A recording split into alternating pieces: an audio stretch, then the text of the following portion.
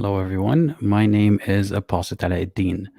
The purpose of today's live stream is to pose my position on a topic and give you a chance to call in and correct my understanding of it. And today's topic is gullibility. Um, so, a gullible person is someone who is easy to convince or deceive or cheat. And there are many reasons why someone could seem gullible. It's not a judgment of them as a person, it's not a statement of how intelligent the person is. Gullibility is beyond intelligence. Someone could be very intelligent, but prone to, say, pressure from people around them, or someone might have other reasons for why they are quick to conform with the opinion around them. That is a form of gullibility, perhaps. So try to not take offense to the term gullible. And I'm not insinuating that the only path to being a believer is being gullible, or that being a believer makes you gullible automatically. What I'm trying to communicate here today and hopefully be challenged on is that God, the way that I understand the Islamic God and perhaps the Christian God as well, favors a gullible person over a skeptical person. So, what do I mean by that? If there are two people and all other factors are equal except one of them is more gullible than the other, and they're in the community that is teaching whatever religion you think is the truth, the gullible person is more likely to follow that religion or believe in it, regardless of how good of a person they are, whether they actually thought about it or not. The gullible person is more likely to be a believer than the skeptical person, and therefore more likely to go to heaven or avoid hell than the skeptical person, irrespective of how good of a person they are or what they did to deserve the the luck of being a believer in that case. So that's in summary my position, and we can definitely get into it more and more with each caller. As of right now, there are no callers waiting to join. If you would like to join, link is pinned to the live chat. Just give me a brief overview of who you are and what your background is. And perhaps today was not a good day to do this. I didn't realize till after setting up and announcing the live stream that it's on the 14th of February. So my mistake there, but I expected, or hopefully still expect, a few theists here and there who may not be celebrating Valentine's or something to join. So we already have one in queue right now, and the queue is still open for more callers. So the point that I'm trying to make here is that being gullible in an environment where, say, the one true religion is being taught is an advantage, and being skeptical is a disadvantage. Because a skeptical person, if they were to follow the formula of arriving to belief in religion, if they were to follow that in everything else in life, they would fail miserably. You're never this vulnerable to ideas that are unproven. You never trust this much except with the one specific religion that you think is true. So it's not because the gullible person is better than the skeptical person that they arrive at the belief. It's just by virtue of their gullibility in that case. And I don't see how that is a fair way to test people. What is the value that's being tested for here? There's a huge emphasis in Islam on blind faith, and blind faith is not that far off from gullibility, if you ask me. So there's a lot to be said there. What else? Is there anything else that I wanted to say? Yeah, and before you join the live stream, or once you join, please feel free to let me know how you came across the channel and how you heard of me first. I'm always curious to know about that. So the first caller that I'm taking is Syed. If you want to join, link is pinned to the live chat. And Syed, if you're ready, I'm adding you in 3, 2, 1. Hey, how's it going? Assalamu alaikum. How are you? Good. I'm good. I joined all ex-Muslim channels, so that's how I got your too. So, Oh, okay. uh, your Well, what question motivated is, you to? I have a question about that. What motivated you to find the ex-Muslim channels and try to call or talk to them? I wanted to correct them about Islam. explain my understanding of Islam. So that's why I join all of ex-Muslim channel, everyone. I mean, whatever I find it. Okay. Yeah, you've been on the Yeah. channel here before. Um, all right, so let's talk about today's topic. What do you think of what I said in the introduction? Sorry, I just I just got you here, That's so I okay. do not I hear can everything. Sure. I can tell you again. So what I'm saying is, say you have got two people in an Islamic society, and say Islam is the truth. Um, the person who is a gullible person, who is easy to conform to easy to convince of anything, the person who is likely to conform to whatever everyone else is doing, is probably going to be a believer, while a skeptical person is more likely to be skeptical and ask for better proof than what religion provides. Some skeptical people end up believers as well, but a gullible person is more likely to be a believer than a skeptical person, and you know that we can deduce that they're more likely to go to heaven or avoid hell than a skeptical person. What do you think of that? Yeah. I understand your question very much. First of all, there are two questions I've found out in your statement. One is if Islam is true. No. That's how it doesn't work. Every religion is a true religion. Every religion is a true. But what happened? The corruption in every religion. Okay, the God is the truth, and everybody believe it in it. Okay, so it's not the other religion is false religion based on false thing. So every religion is a true religion, but they have corruption, including Islam also have a corruption. Islam is not free from corruption. That's why you see a lot of sect within the Muslim because of the corruption of human uh, corrupt everything. If you give them something in 100 year later, you will find them in corruption. Whatever you tell them to do. So Okay, so every religion. putting that point aside, I won't argue against that point here. So, what do you think about the rest of it? Uh, the second question is people gullible people believe in it. Yeah, you see, there are two type of people in this world. One who want to believe in God, another who does not want to believe in God. So basically, you have a two people. One desperately want to believe in God. There is a God who helped me, and they don't have any answer. Who created this world? They don't have any answer, so they just say there must be a creator. That's why they believe it. The another people who does not like to believe in God, they want to find the excuses. Oh, there is no evidence and there is nothing.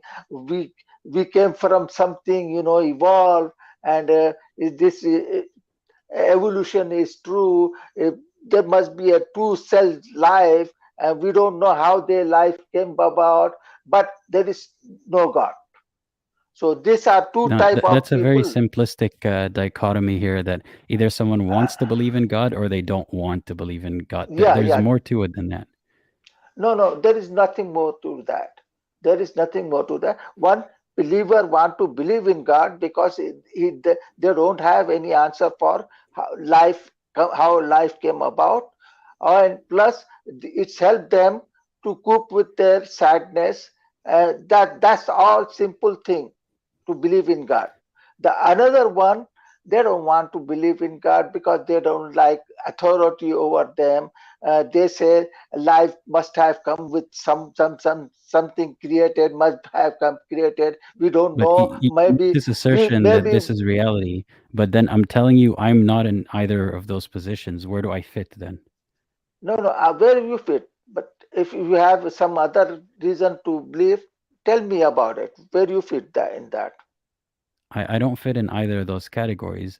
Uh, No, no, no. I mean, I wanted to believe because it would have been simpler to keep my belief and continue living my life the way that doesn't cause friction, by continuing to be a Muslim. So I had a motivation to believe, and I was investigating to make sense of the things that didn't make sense to me. So and I don't know where life came to be. I'm not gonna argue that life started with no initial cause and all that stuff. I don't get into that because I really don't yet know the answer. I don't know if anyone does, but I don't have a strong position on how life came to be. But so I don't yeah, really yeah, fit in either of your categories. yeah. You don't have any answer for that. That's why you don't need it. You don't want that way. Not Why we necessarily. I believe? really want an answer. I'm looking for an answer. But just because I say that a certain answer is nonsensical, or just because I don't have an answer, doesn't mean that I can take a nonsensical answer because it's better than nothing. That's not how that works. You see, we are honest people. We are honest people. We see there has to be a creator. We are honest people. There has to be some No, a life. that's the Does insinuation that I have a problem with. That if you don't conclude that there must be a creator, then you must be a dishonest person. yeah, yeah. That's the position I took. Well, do you We take this we don't position on know. other things? Like if Look, someone disagrees with you on something, they must be dishonest? yeah. I mean, that's all I can say. Is dishonesty make you atheist? If you were Right. honest I'm saying person, in other things in life, like, take religion out of it. If you disagree on something in politics or whatever other topic that you disagree on someone with, do you think that they're dishonest unless they agree with you? no, no, well, that's another issue. That's not same as a believing in God. You see, Why why is I that believe? different then? Yeah, because must have answer to who created this life on earth. We need to know. If there is no Right, answer but I'm saying, like, satisfying, if you try to abstract this discussion, right? If someone has a position on any topic, why is it different that only if the topic is God, then they must be dishonest if they disagree with you? Otherwise, they can disagree with you and you'd still think they're being honest. uh, why you think we believe in God? What's the reason we believe in God? There are many reasons, and I've spoken to so Just many people. Each of them gives me a different reason. give me one reason why we think God, there is a God. Why do I think there's a God? No, no, no. I Why don't have a why reason to we believe that there's think a God. why Hmm. we the believer think there is a God? There are many, many reasons, but just to give you No, one no. off the Just top give of me my head, the sure, main. because Give me a main it reason. explains Give me a main. it gives an answer to how did we get here and why are we here. Yeah, yeah, yeah. That's the Not a main good reason. answer necessarily, but it gives an answer. Why not? If there is an answer for how life come about, then there is no God. You know. No, I've given this example before, right, on one of my live streams. Say I exit my house and I see that my car is gone, right? Say I have a car and it's gone, and someone tells me that the car drove itself and ran away, like it winked and drove and ran away. I can tell them, no, I don't believe you. And then they would say, well, you don't have an answer. You have to believe me. No, that's not true. I cannot believe your answer and still not be sure. You know. When I say there is a car and there must be a maker of that car, you saying no, there is no doesn't have to be any maker of that car. No, So that's there the is no proof. watchmaker. There is No, there is no proof that there is a car maker. So no, therefore, I we're reject the straying car off maker. topic now to the watchmaker analogy. That's a little off topic, but what I'm trying to ask you here is about the topic of the stream. Do you think that a gullible person is more likely to go to heaven than a skeptical person? No, both can go to heaven. A skeptic and the gullible both can go to heaven.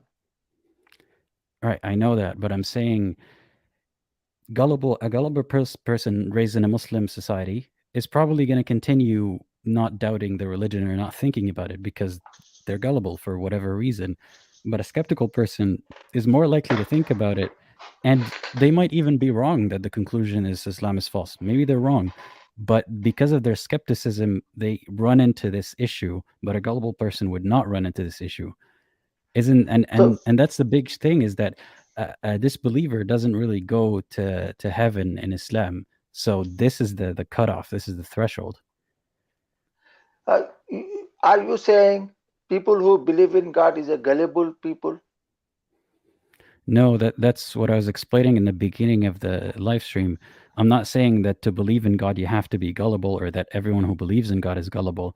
But if you're gullible and you're around people who believe in God, you're more likely to be a believer than a skeptic person who's around people who believe in God. No, a skeptic does not mean he will reject God. He will only be a skeptic. Okay, he doesn't have to reject the God. Right, but there's Skeptic. a larger chance that they would than a gullible person.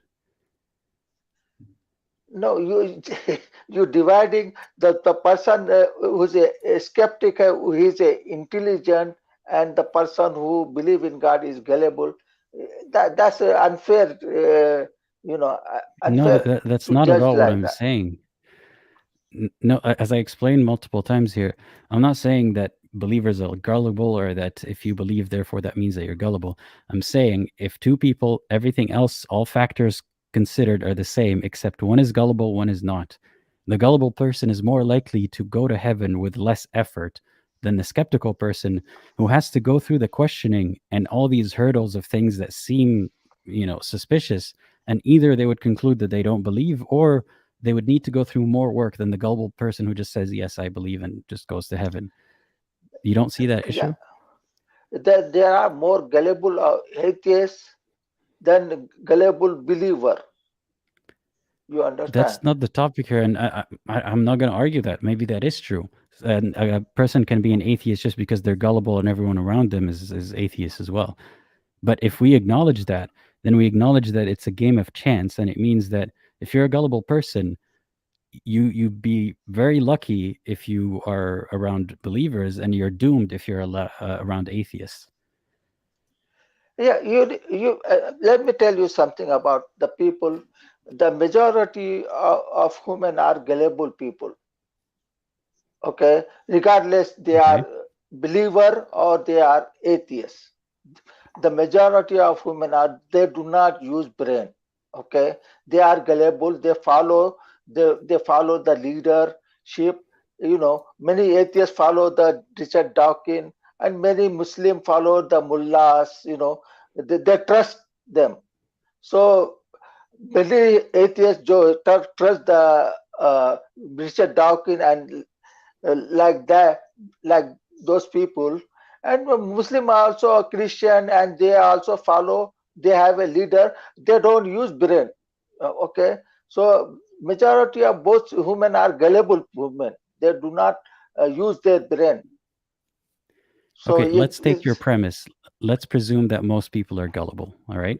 Um, is someone a bad person because they're gullible? Like, morally, is someone a Yeah, bad yeah, yeah, person? yeah. Possible as a, yeah, happen. People No, no, do I'm not not know saying right from. can they become a bad person because they're gullible. I'm saying, does them being gullible, this quality on its own, does it make them a bad person, a bad human being? Yeah, possible as they happen, because they don't know right from wrong. They don't, pay No, I'm, attention I'm I'm not to. saying would it lead them to be a bad person, to do wrong things. I'm saying just the quality of gullibility, just the description of a gullible person. Is being gullible evil or bad? Well, yeah, if you do ac- bad action, you are gonna be a bad level. You will be a bad. I don't think you're understanding me. Oh, and he cut out. I hope the audience was understanding where I'm going with this. So I was going to ask if someone, if like the person was saying that most people are gullible. Let's just assume that is true for the sake of the argument, if there is an argument. Does being gullible mean that you're a bad person? Like, is that quality in and of itself morally wrong. And let's presume it's a neutral quality, right? You being gullible for whatever reason it may be, not just intelligence, but that may be a factor. Say it's just a quality. It's not a morally good or bad quality. Just by virtue of being born in the right circumstances, your gullibility is either a good quality that leads you to heaven or a very bad quality that leads you to hell. Like the same gullible person, put them in different situations, they'd end up with completely different fates.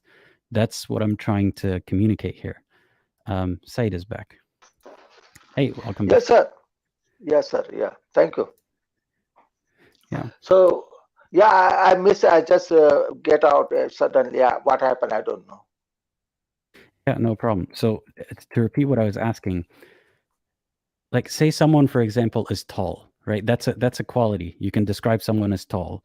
You can describe someone as short. You can describe someone as hot-tempered. These are all descriptions of someone. So being hot-tempered, being an angry person, one can say is not a good quality to have, right? Like that maybe makes you more of a bad person. Or being a tall person doesn't mean that you're good or bad. It's a neutral quality. So does being gullible, is it more like being tall or more like being an angry person? Is it a bad quality? Is it a neutral quality? Gullible is bad quality or good? Um, it is bad quality because they have not used brain, so they are not using brain. So it is laziness make them gullible. They don't use their brain. They don't think about it, and they don't read. So that's what makes them gullible. So So you it's say a that is bad quality. most people are like that? Yes, majority of women are gullible. Even though those educated people, you may think educated people are not gullible, but they are also gullible people because they became educated because of they memorize things. They get whole education, they get a degree based on they memorize the thing they need to learn, but they do not use brain. So we Okay, have a let's billion people. yeah, let's build on that then. So you said most people are gullible. You said that it's not a good quality to have. It's a bad thing. It comes from laziness and so on. Yeah. So how come gullible people in Muslim societies are more likely to remain believers than a gullible person in a society that's not a Muslim society? So how can a bad quality lead you to heaven in one society and lead you to hell in another, just by luck of being born in that society? No, no, no. Gullible people is not just in Muslim society; it's in every society. In every, even I in know America, even in America, educated people are gullible. So that's not gullible what I'm has saying. nothing to do. Yeah, I'm saying being gullible is a bad quality, but if you're gullible in a Muslim society, you go to heaven more likely. If you're gullible in a non-Muslim society, you're more likely to go to hell. So how can a bad quality lead you to heaven in one case and lead you to hell in another case? No, no, no, no. You're getting wrong. Gullible in the outside Islamic country, they could also go to heaven. But they're more likely to They, go to hell if they're gullible and follow Richard Dawkins, for example, like you said in the example, than if they're uh, gullible and they follow the sheikh.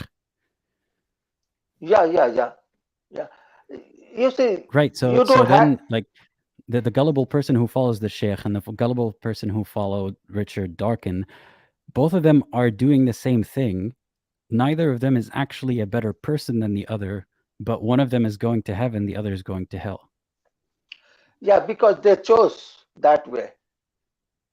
Right, You but they're see, both gullible. They didn't really choose. They just chose what was around them, right? yeah, the people who gullible who choose the doctrine, they have a choice. They could have been a Christian or Jew, anything, but they choose to follow the Richard Dawkins. Right, but if a gullible person usually follows what is around them, so if Yeah, most of the people around you are Muslim, you would follow the sheikh. If most of the people around you are irreligious, you would follow Richard Dawkins in your example. You know what I mean? Oh, okay, okay.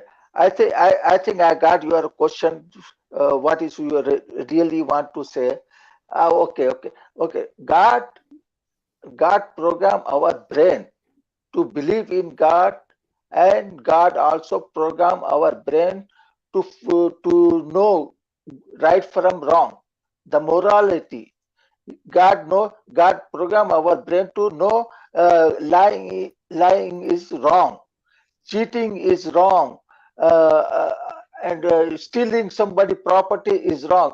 God have programmed our brain, so nobody that much gullible to know stealing somebody property is wrong. Even gullible We're people not know. talking about Still, crimes no. against humans or like bad things that everyone says is bad. We're talking about belief, only belief in God. Yeah, God programmed to believe in God.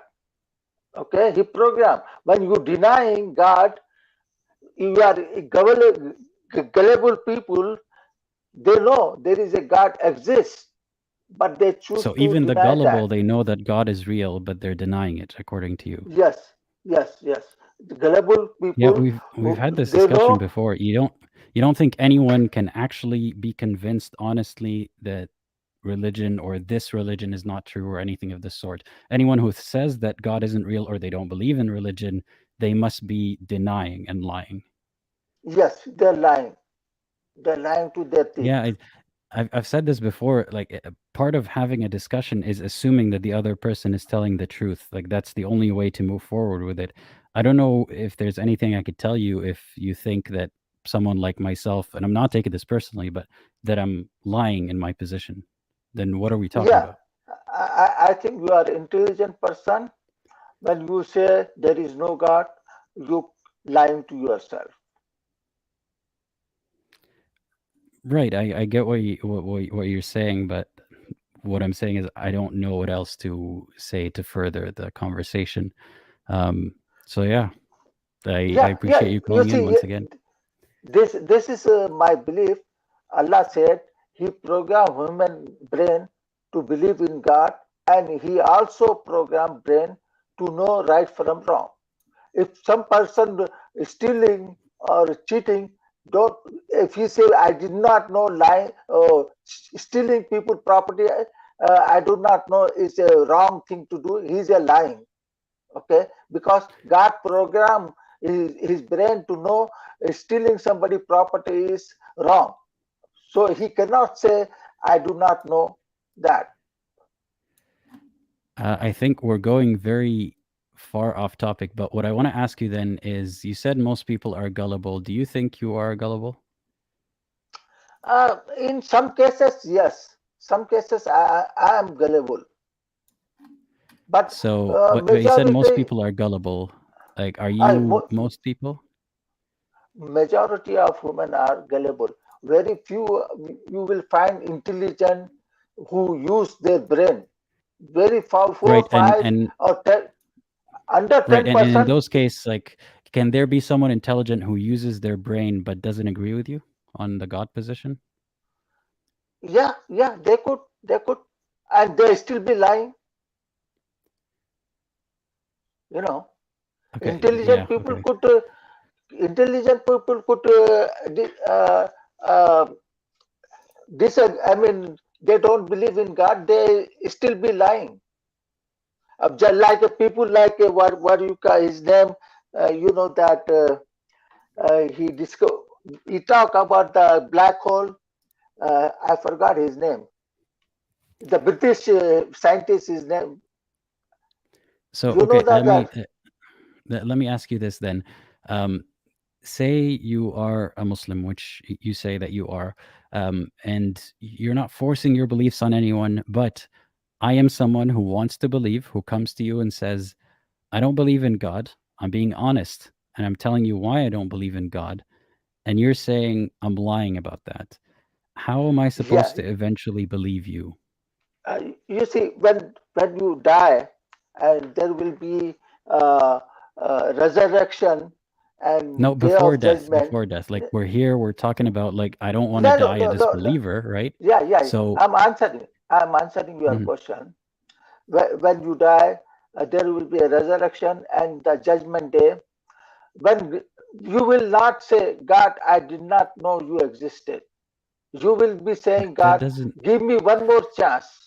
You will saying, God, That's what the you, story says. The story yeah, says yeah. that this is going to happen after we die. But I'm talking about. I'm not even talking about what happens after death. Say you are correct about what happens after death, and I am wrong.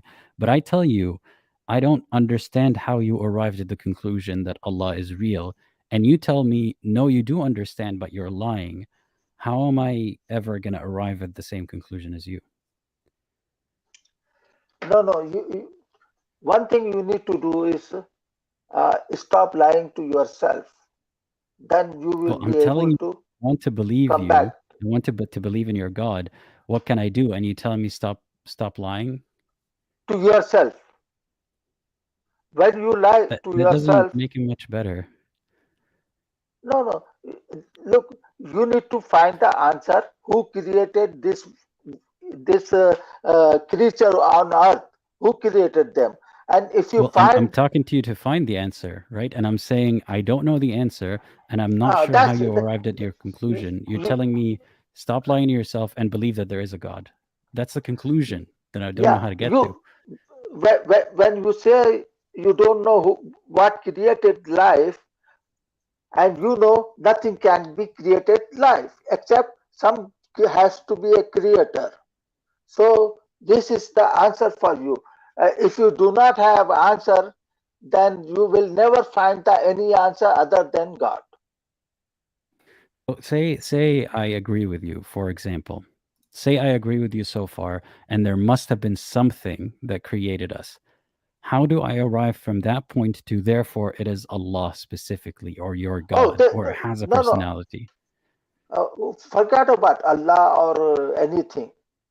Just admit there must be a creator. That's all. For the sake of this discussion, let's say I think there's a cause beyond what has been explained so far, beyond random chance that resulted in chemical reactions and evolution. Let's say I think there's a cause. How do we arrive at, and it's a creator with a personality? It's a person. It's a god. No, you just have to find the how life come to about. If you have an answer, then there is no God. I'm If I'm you I'm do with not you. The have any answer is answer, it's something bigger than us. How do I then arrive at the answer that it's God with a personality, with a capital G? but that doesn't matter. That's what God is. Whatever it No, it create, does matter because it could just be an idea that it's a powerful being that doesn't really care if you worship it or not. It matters what you think what God is. So how do I arrive at your conclusion of God? first you have to admit I do not have any other answer to my question. What created this life? There must be a creator, and that's it. That's all. A creator, it puts the insinuation that it's a person with a personality, is what I'm saying. No, no, you have to believe there is a creator who created. I don't know who is that, who Yeah, is have Allah to. or Why? Jesus or anybody. Well, I'm asking you, why is it a creator not like why does it have a personality and want worship? You know? No, those questions are later. You can ask those questions later on. No, Who is I need the answer to those questions to arrive no, at the no. conclusion that it is a You creator. no, but you do not have the first answer to your question. The why you going for another question? There is a heaven or hell. All those are not doesn't matter right now. The only thing right now you need to know about there is a God or not. Yeah, I don't think you're understanding me. I'm trying to focus on this one point. I'm not getting into all the attributes of God. But if I appease you and meet you halfway, I'd say there's a cause bigger than us. How do I arrive at the word creator? because the word creator means has a personality. It's you mean more by it than just a cause. I myself does not know who is God, what is God. I don't know anything about God. I just accepted there is a must be a creator, and that.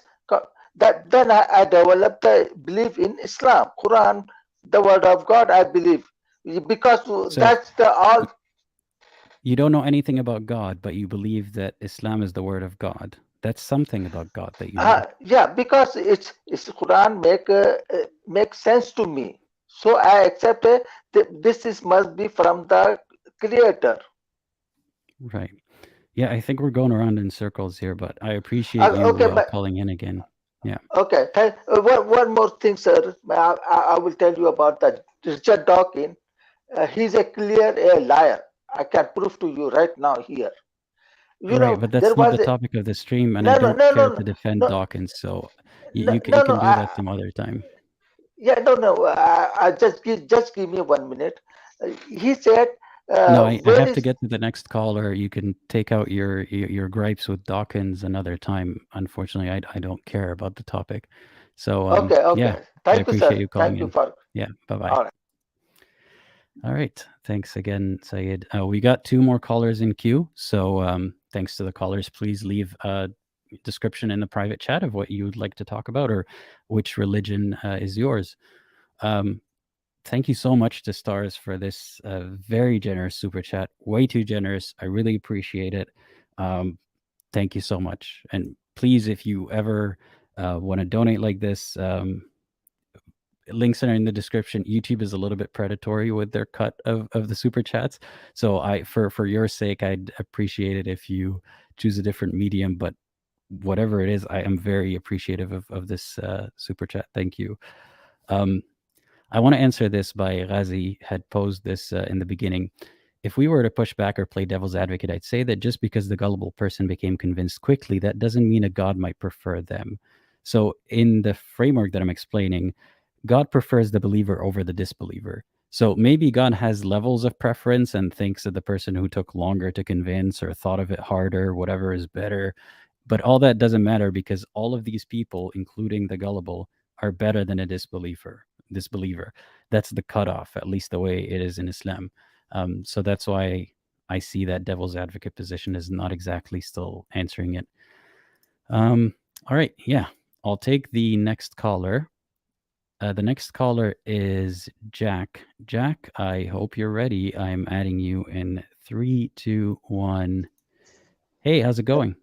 Hey, Jet. Oh, sorry. Hey, Jet. Hey, Apostate, Aladdin. How are you? I am good, thanks. What about yourself?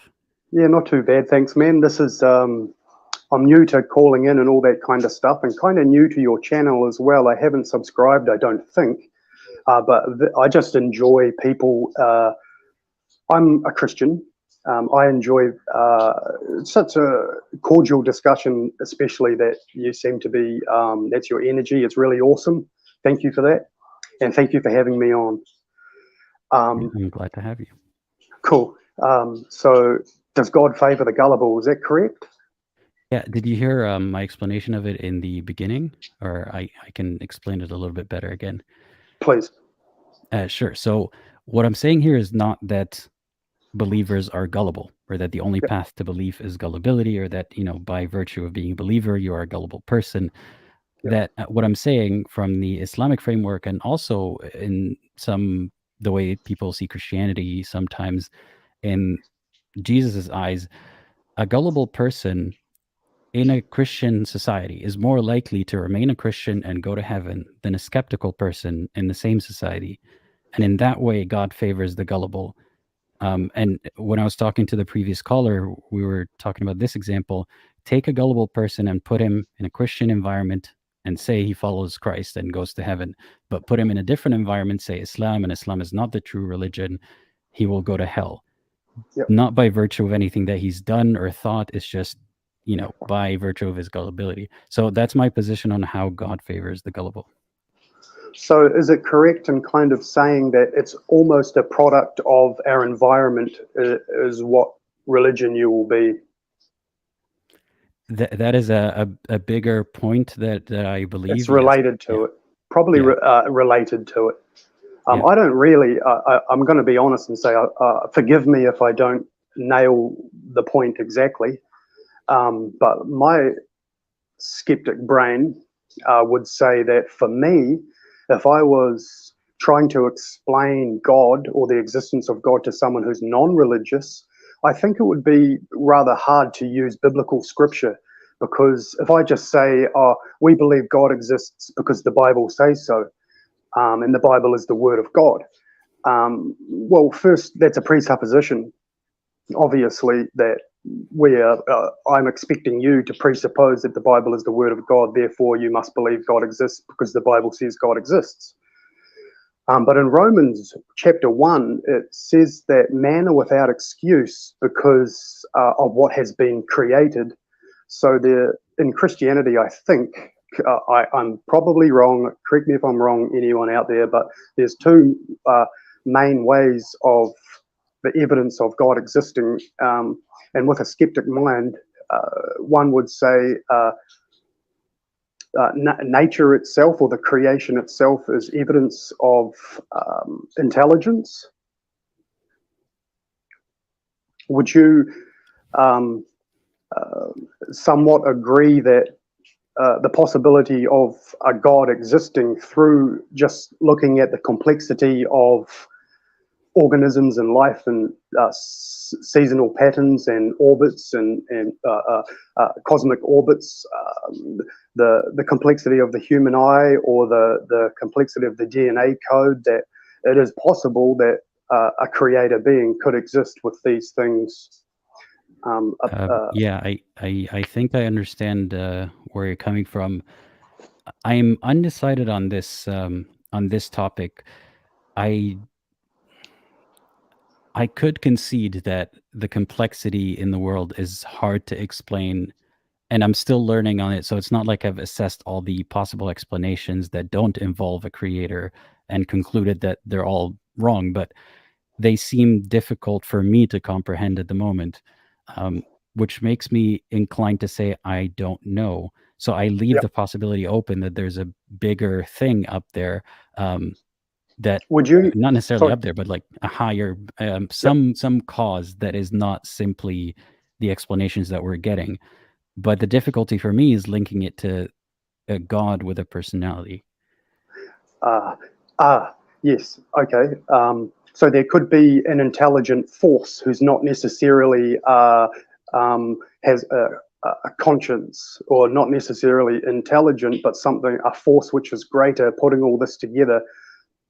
I don't want to say mindless, but without a personality, just like natural selection it may be would be multiple a force. things. Like it may be. Yep. It may actually be not a conscious force.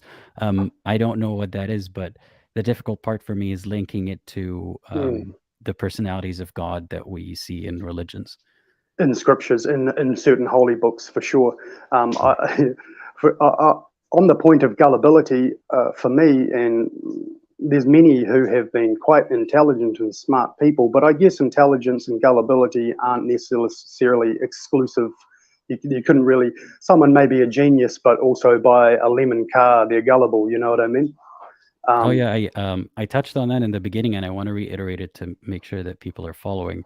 There are many reasons why someone can be gullible, and just by calling someone gullible, or and I'm not calling anyone in particular, but say someone is gullible, that's not a moral judgment of who they are as a person being bad. Like I can recognize, for example, someone with high social anxiety being more susceptible to social pressure, meaning that they're, in a sense, it presents as gullibility, regardless of how intelligent they are. Or it may be that someone is not very intelligent, and that makes them more likely to trust the people around them than their own judgment. So there are many ways to arrive at gullibility, and it doesn't say something about the person's virtue, in my opinion.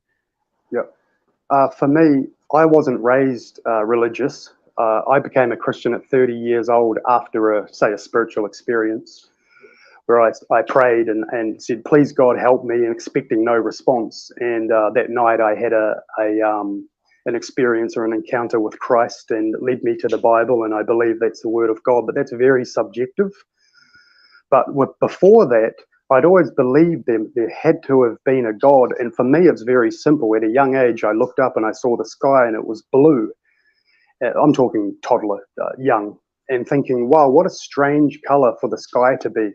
It's almost like we're walking around in a cartoon, that the sky is blue. Why can't it be a more sort of not so illuminescent color, like a gray or sometimes it is gray, but generally it's blue. And I know there's science that explains the certain, I'm not a scientist on it, but I've heard that only blue light filters in through certain light rays or spectrums or whatever. That's why the sky is blue. But to me at a young age, I thought, but it's such a strange color. You'd expect to see that in a cartoon or a children's book.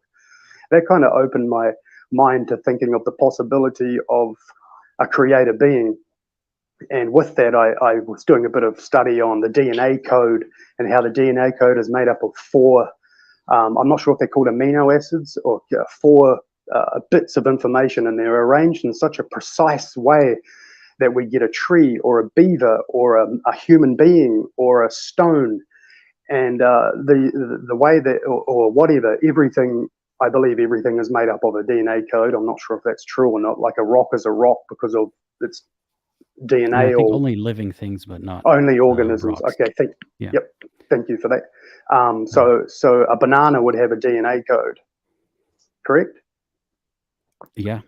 Yep, yeah. And I just, looking a bit deeper into that, thinking, wow, the most sophisticated computer code has nothing on the DNA code, and to say that the most sophisticated computer code created itself or without an intelligent inventor or developer would be ludicrous, insane to say that a computer code can just write itself. So in a similar fashion, the DNA code, which is much more complex than the most complex computer code, for an atheist or an agnostic, that's probably the way in which I would approach in trying to explain my belief in existence of God without using scriptural or a presupposed religious view.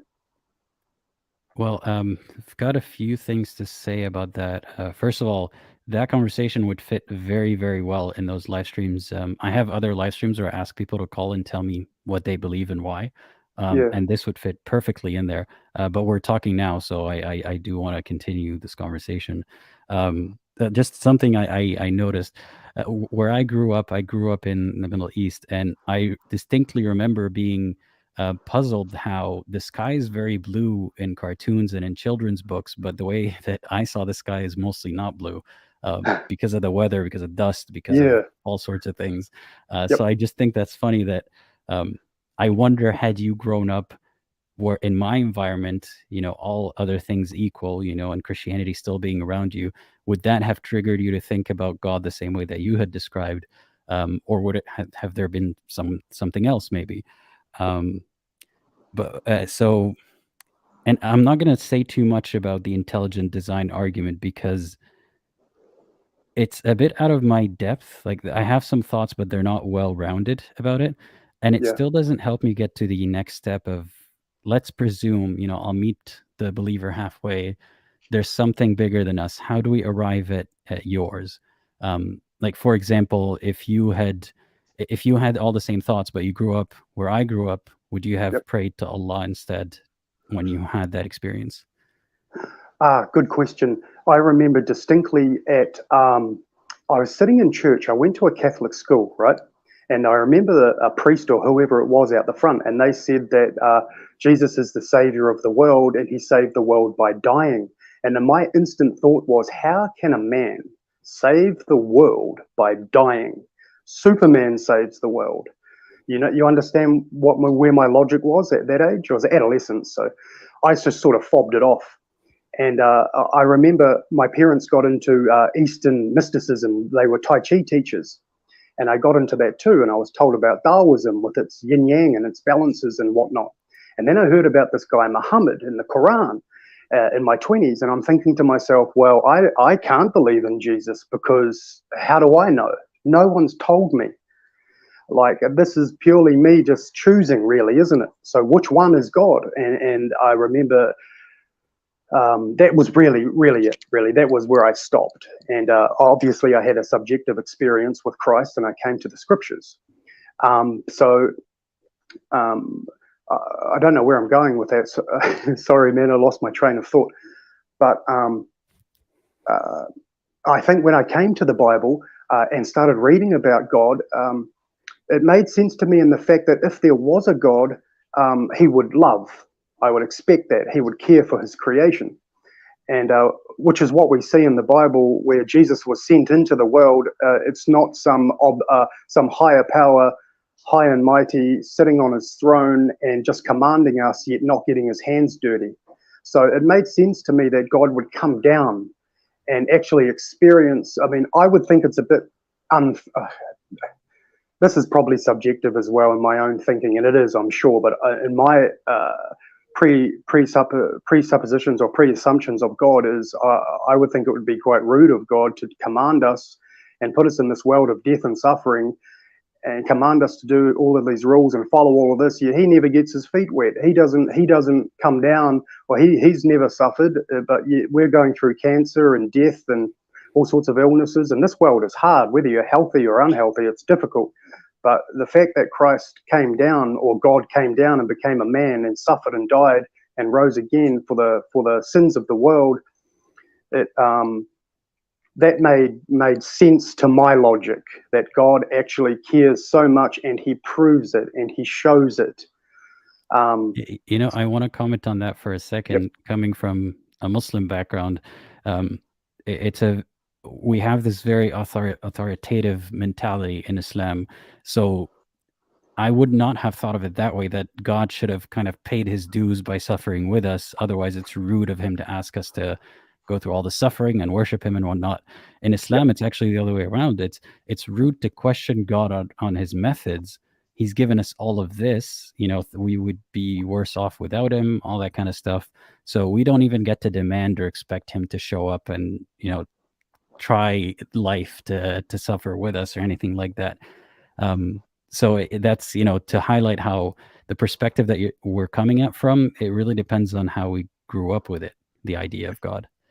Kind of exactly right, and I totally agree with that. That's why I said it's subjective, and this was my thinking.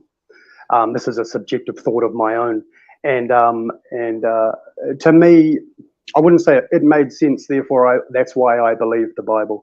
As a Christian, when we believe Christ is God, we're given power to believe that. It's called the Holy Spirit, right? This is also, as Christians, we are triune. We believe in one God and three persons: Father, Son, Holy Spirit. And in the Gospels, it is written. In the scriptures, it's written, we receive the Holy Spirit who makes us alive. That's the jargon of Christianity, and takes our heart of stone out, gives us a heart of flesh, and we're able to understand or see. I don't know where I'm going with it. Sorry, man, I'm a bit waffling. That's all right. I want to bring it back to the topic for a second, because I do have a lot of questions and interjections and whatnot, but if we're talking about the gullibility factor, so this is not about your journey to Christianity, like that's not what you're describing here, but say you are a gullible person who is likely to follow what the people around them are doing, and you're born in a Christian family versus a gullible person born in the Middle East in a Muslim family. One of you is going to heaven, the other is going to hell. Do you see an issue with that model of testing and fairness and judgment? I don't think I understand, but I'll try what I think I'm understanding. For me, I guess you're talking about the rule rather than the exception, because for me, I didn't grow up in that religious family, but there was religion around me. But there was also Buddhism and Islam around me, and I'm in New Zealand, so we're historically a Christian country, but we're more agnostic or spiritual or atheistic over here. Rugby's more the God, if you understand what I mean there. It's the more focus is sporting and family and barbecues, And that's what I grew up around. So I don't know if I'm an exception because I came to Christ on my own. I'm a one of 10 in my family, and I would say I'm the only Christian in my family. But I mean, in your environment, is it mostly, if we're counting the believers, which Christian. religion is most predominant? Christian, definitely. Yeah. Yep. And but I had the questions, right? So I'm an exception, I guess. I'm just going to say Christ turned up in a dream for me. So that's why I choose Christ. That was the main kickoff for why I chose Christ. But reading the scriptures, I come to understand, and I see in reality what the Bible is expressing with sin and death and just the way life is described in the Bible, and I can see that in reality. Right. Well, I'm trying to. Well, let's divorce the idea from you. In this example, a gullible person who's not you at all, someone who's likely to follow what the people or the majority religion around them. I would say they're not. They would be non-practicing then, or you come from an Islamic background. Would you have known people who say they're Muslims or their family are Muslim, but they're more of a social Muslim? They're just Muslim because their family is. Right, but I mean, someone could start off, like, it's not just about being passively labeled a believer, but even if they are passively a believer, they still qualify for heaven more than someone who arrived at the conclusion that this God does not exist. But I'm saying, say that person, a gullible person around a majority Christian environment and a gullible person around a majority Muslim environment, each of them is going to follow in the footsteps of, the predominant religion around them. But only one of those two religions, let's presume now that it's Christianity, is true. Do you see an issue with that kind of game of chance? The issue I see is I think a gullible person, whether they choose Islam or Christian, depending on their country, would not be a true Muslim or a true Christian. I think they would be gullible enough to say they are, but their heart would not be in it. And I would say 100% of the gullible religious people would be that. That would be my opinion on that. 100% of gullible religious people would be what? Fake. Would be fake. Fake so Muslims or fake Christians. What's their fate in the afterlife then? It would be hellfire. So is the majority of humanity going to hell? I would say I can't comment on that. I would say no. I think the majority of people are going to heaven. So how could the majority of people go to heaven if a lot of people aren't very strictly practicing Christians or Muslims or whatever the correct religion may be? So how are they mostly going to heaven? I think there will be a massive in Revelation. Okay, I'm going to talk a bit religious here. In the book of Revelation, there is the second coming of Christ, and before that, there's something called the Great Tribulation. And there's a scene that John sees, who wrote the book of Revelation, and there's a multitude that no one could count, and they were all dressed in white. And one of the angels or one of the living creatures or something asked John, "Who are these?" And John says, "You know," and says, "These are those that came out of the great tribulation and were washed in the blood of the Lamb, and they have come to worship or celebrate the victory of Christ."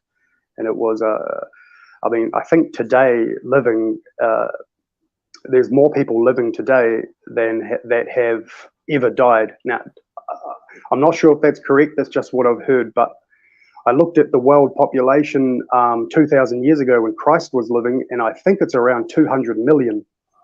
Or it could be even less, given the population increase ratio and all of that and all the calculations they've done. So given that point in population, plus children, aborted babies, billions, millions, if not billions of children, aborted babies have died, and strong arguments through scripture can be made that those who are at a level of non-accountability to their sins, such as an infant or a brain-damaged person, God has the same grace in Christianity to give a believer. He has the sovereignty to use that same grace to let a child into heaven or whatnot. including all aborted babies, etc. So aside from all the souls that didn't even make it here, aborted babies, or Children. those who are mentally disabled or not of sane mind, there it still leaves a huge chunk of the population. It does. The believers and non-believers, believers of other religions, of Christianity. But the way that you described, like a passive believer is going to hell, then most people are going to hell in that case. Well, yeah, I can't comment. Let's say most people are going to hell. For argument's sake, let's say that that's sad, and for the Christian, we think that's sad. We that's sad to us. That helps us to evangelize and preach the gospel. But ultimately, as a Christian who's been a Christian for 10 years and kind of dabbled on the subject, I can say I'm not sure. Some of the teachers I've listened to said they believe most people will be in heaven, and they've laid out their case scripturally. But then there's other teachers I've listened to said most people will be in hell, and they've laid out their position scripturally as well. So that's probably an issue that maybe is a bit of a side issue to this gullibility topic, and maybe for people to research themselves and come to their own conclusion there. But for me, I would say I believe most people will be in heaven, but I don't have the scriptural knowledge to express that fully or properly. Okay. I won't press that much more. So going back to the gullibility, so you're saying that a gullible person who follows that religion is likely not really following deeply, and they therefore might be going to hell. But that's not necessarily true. I mean, if anything, a lot of gullible people make for very strict followers of religion, because and that's not an insult. Like, I've seen people around me who are very gullible, and at the same time, because of the magnitude of the story that they believe, like in my case, Islam, they are more strict followers than the other people who seem to be less gullible. So I don't think it equates to them being passive believers necessarily. Well, for Christianity, we give Christ our heart. So in Christianity, it's common, we don't know really who's the true believer. We really don't. We don't know people's heart. In 1 Kings 8:39, Solomon said, you alone, speaking of God, you alone know the heart of every man. Only God knows the heart. And for a gullible person who just said, oh, did you know a talking snake talked to Adam and Eve, and then there was a talking donkey, or the moon split in two. These are very fantastical stories that you would expect to be written in a fiction novel, and they'll be very foolish to believe that. So I could understand definitely the gullibility in religion there. But speaking about a gullible person who grew up in a Christian country and they just accept it because their parents are Christian and they grew up in a Christian land, so yeah, that'll do. Let's just accept that. It would be hard-pressed to say these people devote their heart and soul to the God in which they are gullibly and sort of blindly believing, and doing good deeds or doing what or giving an outside masquerade of a religion doesn't really speak to the internal heart condition or relationship with God. And I would say a gullible person who simply believes that this religion is true because of their environment wouldn't necessarily have a relationship with the God in which they believe in with their heart. I have to disagree with that, because, again, coming from the background where I'm from, there are a lot of very gullible. There's a huge overlap between the circle of people who are gullible and are very strict believers, who actually believe it, who do more to practice it than the most of the population. So it's true that there are a lot of people who just do it because of the majority, but this gullibility can be an into the belief. So it's not just the be all and end all of calling yourself a believer. But even say the people who don't know God in their heart as much. They're just believer by name. They do the rituals. They go to church or they go to the mosque or whatever. There's a good case that these people have a better shot at heaven than, and avoiding hell, than someone who is a skeptical person who doesn't believe. And that's the part that I take issue with here. Oh, I would say there's probably a bigger shot that the gullible person will end up in hell. Because you look at the Pharisees who were gullible in Jesus's eyes for the way in which they interpreted the law as the way or means of salvation, and very religious. Oh, got disconnected. Now we're back. Sorry, man. Will receive some of the most severest punishment. It's someone who is skeptical and rejects Christ and ends up before him in the judgment throne, will also receive hell, but so will the gullible person who made the masquerade. In fact, Jesus says they'll receive a more severe punishment. Some religious people in the Gospels, Jesus says, are reserved for their punishment will be severe. If you understand what I'm trying to say there, just because you have a religion, it's not really a more of a shot. In fact, it can be more of a punishment if it's the wrong religion.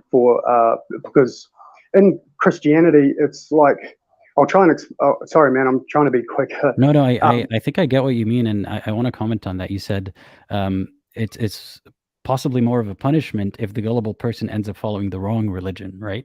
Yeah. So then that highlights an issue here. Like, is the gullibility on its own as a quality, is that a good quality or a bad quality or a neneutral quality? Like, I gave this example to it's a bad quality, like being a gullible person. Yeah, I think it's bad. We should use our logic and our mind and really think, does what I see relate to what I'm reading?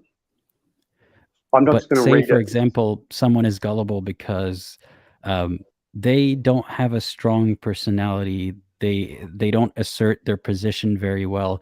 Maybe they grew up in a family where they were always the quiet one and they were pushed around in the family, so they never developed the skills to stand up for themselves. And as a survival mechanism, they're more likely to go with the crowd and, the path of least resistance. And that's a flavor of gullibility there. Does that make them... Sorry? That would be timidity. More timid, more meek. A gullible person maybe down to like their beliefs as well. Like, they're more likely to believe, like, their for example, self-worth, or their sense of self-worth or sense of judgment is so diminished that they will believe other people's judgment over their own. That's just one flavor of it. But that makes for a gullible person. Is that a moral failure of that person?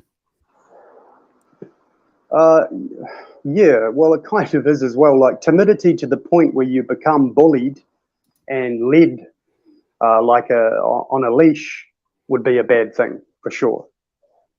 Right, but is it like your fault sort of bad thing? Is it the same as you committing a sin or doing a bad thing? Yes, I would say in Christianity we call it the fear of man, where where the person wants to please men rather than please God. And in Proverbs it says the fear of man will prove to be a snare. So if you're running around, you're following. I get what you mean, but say if you raise a child a certain way, they will be more assertive and more confident if you raise them in a more loving, supportive way. If you raise them in a way that is very critical and like overly critical and a negative way, they're more likely to become a people pleaser or a pleaser of man, as you put it. You are shaping the person as a parent. Is that their fault for growing up to be more of a gullible person? In some ways it is, because at the end of the day, this is what I believe, at the end of the day, we'll have to give an account for our own life. It's like if a child was born and their parents were serial killers, and so the child decided to become a serial killer because that's all they knew, they still have to, regardless of their upbringing, which may play an account in the punishment, they still justice demands But punishment. killing is a different example than a personality trait. Well, a personality trait could be a psychopath, or it could be that they're timid, and that it's their. No, but I'm saying that's a much bigger and like That's much bigger. catastrophized example. But we're talking about a personality trait of someone being more likely timid. to be like, less self-assertive and more gullible because of how they were raised. You see that as still their fault, despite that these events happen through their childhood. In one way, the way they handle it is their fault. If they can't see that they're timid and pleasing and people pleasers in a certain way, it's up to us to change. If you were a people pleaser and you knew it, would you want to seek help? Right, but it doesn't work that way, that everyone has the self-awareness to realize I'm more of a people pleaser than is healthy, because all they know is being a people pleaser to avoid trouble. Like, I'm going into a very specific case study here, but it's just one of many examples to show the spectrum of personality, that one could arrive at being a more gullible or more people-pleasing person without them being a morally bad person to get there. Yeah, for sure. But I think it's a bad trait when it leads you to errors. And it could just as likely lead you to being a more, following the right religion. But it is a dangerous trait to have, right? But is it the fault of the person that they have that trait? At a ground base level, no, it's not. It's not their fault that's their personality and that's their character, that's who they are. But if they want to be not aware of themselves, that they don't know that they're people pleasers, then it goes into the realm of help yourself. I guess if they're unaware of it and that's their personality, then it's who they are. It's not bad, but it can be. So the way you described it was interesting, that they want to not be self-aware, or they want to be the way that they are. But and this is going to the extreme of the example that someone has been abused, so therefore they're a people pleaser. But it's a spectrum, right? That someone can have a trait like that just because of the environment. They soaked it up from their environment, and they would end up in a position where their gullibility either leads them to be a believer of the good religion and they follow through on it, or a believer of the bad religion and they get punished even worse for following the false prophet. So do you see where I have an issue here with like how the environment shaped them up to be that way? For sure. And they could be timid and gullible and born in a Muslim country, so they become Muslims because that's what everyone else is doing around them. Right, and they can actually passionately become Muslim, right? I see your point. And the thing is, what we believe is God is not a passive observer.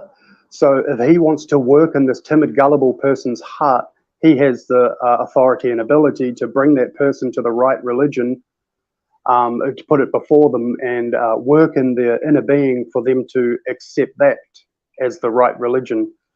So I believe God has the power to take someone born in a Muslim country who's timid and just accepts that, and that's what they have believed for 10 years.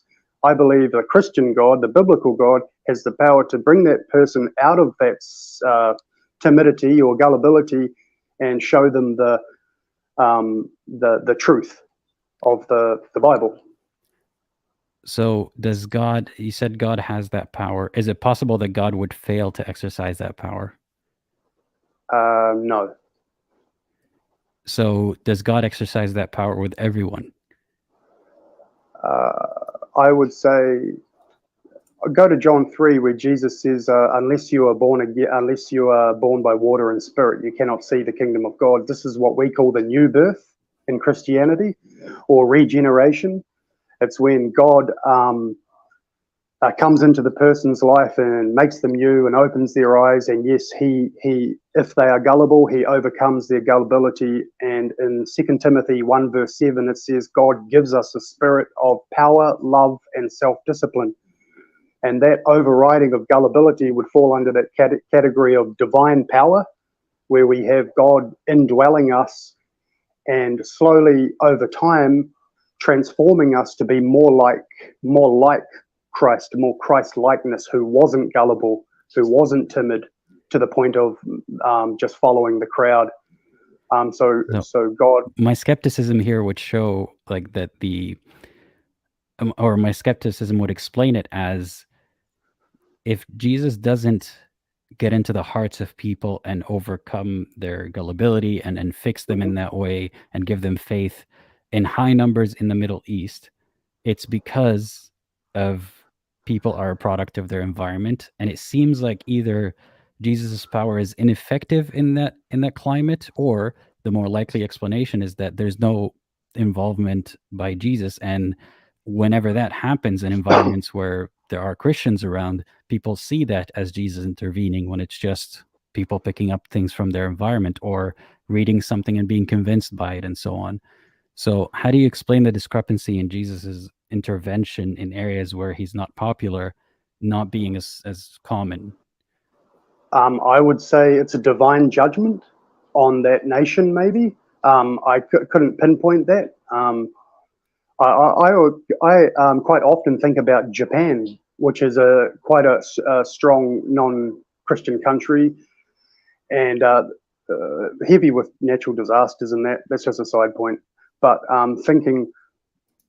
but there are Christians in Japan as well. There may be a minority and very small, but if God chooses not to be so present in a country, that's his choice. And to say that it's because another religion is there would be, again, just a presupposition or just an opinion or an idea, really, a personal opinion you may have. I mean, there are two explanations, at least two explanations for why, for example, Jesus doesn't open people's hearts or appear to them and so on in a Middle Eastern country as often as he would in New Zealand, for example. Yeah, one answer is that because people are more familiar with the religious symbols over there, so if they were going to have a spiritual experience, it would be about those symbols, and it's a very it has nothing to do with some deity actually existing and more about the environment around us. The second explanation is that God has a reason, Jesus has a reason why. It may have to do with condemning that nation. It may have to do with something else, but it has a wiser reason that we can't comprehend. So another reason. Yeah. Yep, I fully understand, man, and I respect it. And to some degree, I would say that is quite a intelligent overlook. Another reason is because Christianity can be quite dangerous in those countries, and no one's going to be signing a census saying that they're Christians. Well, very few people probably in a country where Christians are persecuted. Could be another reason. I mean, but that's a very human reason that then brings into question. So if people aren't able to spread Christianity that way, if Jesus isn't able to actually do his work and appear to people and open up their hearts and so on, because there is a rule against that, because there's a taboo against converting over there. Oh, not saying that. I'm saying that there are people, but they're not open about it. I'm saying that we can't necessarily believe the census or the media.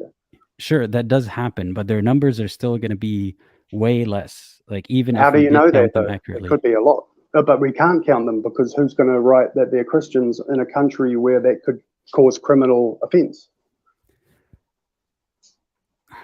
I mean, you understand. I'm not trying to it's true frustrate. That neither of us have the statistics on that. But exactly. I mean, that could be but I mean, looking at the underground communities, right? Like, that's one indication of it. Like, same thing for here. Like, if someone leaves Islam, they don't count them as an ex-Muslim. There's no statistics for that, but we do find them in underground communities, and we find evidence of some indication of the numbers. The people converting to Christianity, it does exist in the Middle East, but their numbers, their communities online, even though they can be anonymous and so on, are nowhere near the same numbers as people leaving religion altogether, for example. So I can't just give it the benefit of the doubt to the point of saying they might be just as many in percentage as people seeing Jesus. Oh no, I'm not the saying West. that's a definite, but I'm saying that's also an option as well, because life is precious to everyone. And if I was in a country, let's say I was transported back into the Roman Empire in Italy in to a 200 year AD. I don't know if I'd be telling people I was a Christian or saying I am. I'd fear, and I'd probably go underground and meet other Christians in their household and that. So there could be a strong Christian community underground in these Muslim countries, and some of them may even be masquerading as Muslims. That's a sin. No, but I'm saying we do have indications of these numbers. We don't have actual numbers, but we can No. see a trend in the underground communities. Like I am part of an underground community, right? And now they're a lot less underground than they were. So I'm tempted to dismiss that as a possible option. That I can safely say that Jesus acts more directly in or Western. people in Western countries, right? Yeah. We're not going to be killed over here for it, and maybe that's the reason why. Maybe. So say that is a factor. Then in that case, Jesus is limited by a human factor, which is in this case believers of another religion. So there are a lot of people who don't get to see Jesus in the Middle East, if that is the truth, because of where they're born. So is it fair that where you're born has a huge, contribution to what you believe and what you profess you believe? I don't know if it's a topic of being fair or not fair. I think it's just a obstacle that some Christians have to face, and others, let's say the West, not so much. Well, not even just Christians, but say a gullible Muslims, person in the Middle East, like they don't see people around them saying that they saw Christ, right? And that's how they became Christian and so on. So they are gullible and they see something. They see Muhammad or they see whatever other symbol of Islam. The same person, had you put them in the West, they would have ended up being a Christian. So do you see where the dichotomy is here? That someone could be unlucky to be born there. And that goes back to what I was saying. A gullible person who just goes with the crowd, I would say, is high indication that they're not truly following Muhammad or Christ. They're simply they could really intensely following it, starting off from gullibility. I know very gullible people. The foundation they have. They can learn a lot more than the crowd too. Okay. But what I'm saying is, the foundation they have is gullibility, not an encounter with Muhammad or Allah or Christ. I'm tempted to point out that these two things might not be mutually exclusive. Well, I agree. In the Bible, it says that biblical is full. Biblical or true spiritual life is foolishness. Is gullibility to the world. That's what they see. So, if that's what they see, that's what they see. Well, how do we determine objectively what it is, not what it looks like to a believer or a non-believer? I think it's personal. I think that's how you can objectively see. You have to. I would say we have to search for ourselves God. I don't think we should search evidence for or evidence against primarily or mainly. I want to know, if you're real God, can you please lead me in a way that I will understand? You don't have to turn up in my bedroom or send an angel, just the way me, Apostate Aladdin. How would can you reveal yourself to me in a way I would understand? I have done that, and non-stop. Well, I've gotten signs, like back when I was a believer, I've gotten dreams and signs that were very Islamic. And recently, like within the past year, I was walking with an atheist friend of mine, and I saw like a gigantic cross on the ground made of like the potholes that were fixed. They looked like a cross. And Yep. it was during a conversation that we were talking about religion. We were talking about the channel. So that's such a coincidence that had I been coming from a Christian background, I would have been spooked by that, right? Thinking Yep. this is a sign. Just like if I saw a very Islamic thing, I would be spooked for a second, being like, is this a sign or is it just statistics, you know? That's why I would say determined. not coincidences, God, but in a way I understand. In a way you speak to my heart that I understand. I But would what if the say way that I understand leads me to a different God? Does that make me a person worthy of hell? I think God would not fail in letting you understand if he wants to make you understand. I think it was somewhere in Luke, Jesus says, it could be Matthew, I'm not sure, sorry. Jesus says, God will, how much more will God give the Holy Spirit to those who ask him? And So, how long do we what ask about the for? people who are asking for God and the answer they got was an Islamic one or the different one? Has Jesus failed them, or have they failed Jesus, or something else? Well, being a Christian, I would say God can't fail in his plans. So in some way it would be a fault of man. In some way, I'm not sure. It could be pride, or it could be a deep-seated bias towards a certain religion and they want that religion. So they're looking for the potholes and they're looking for the dreams.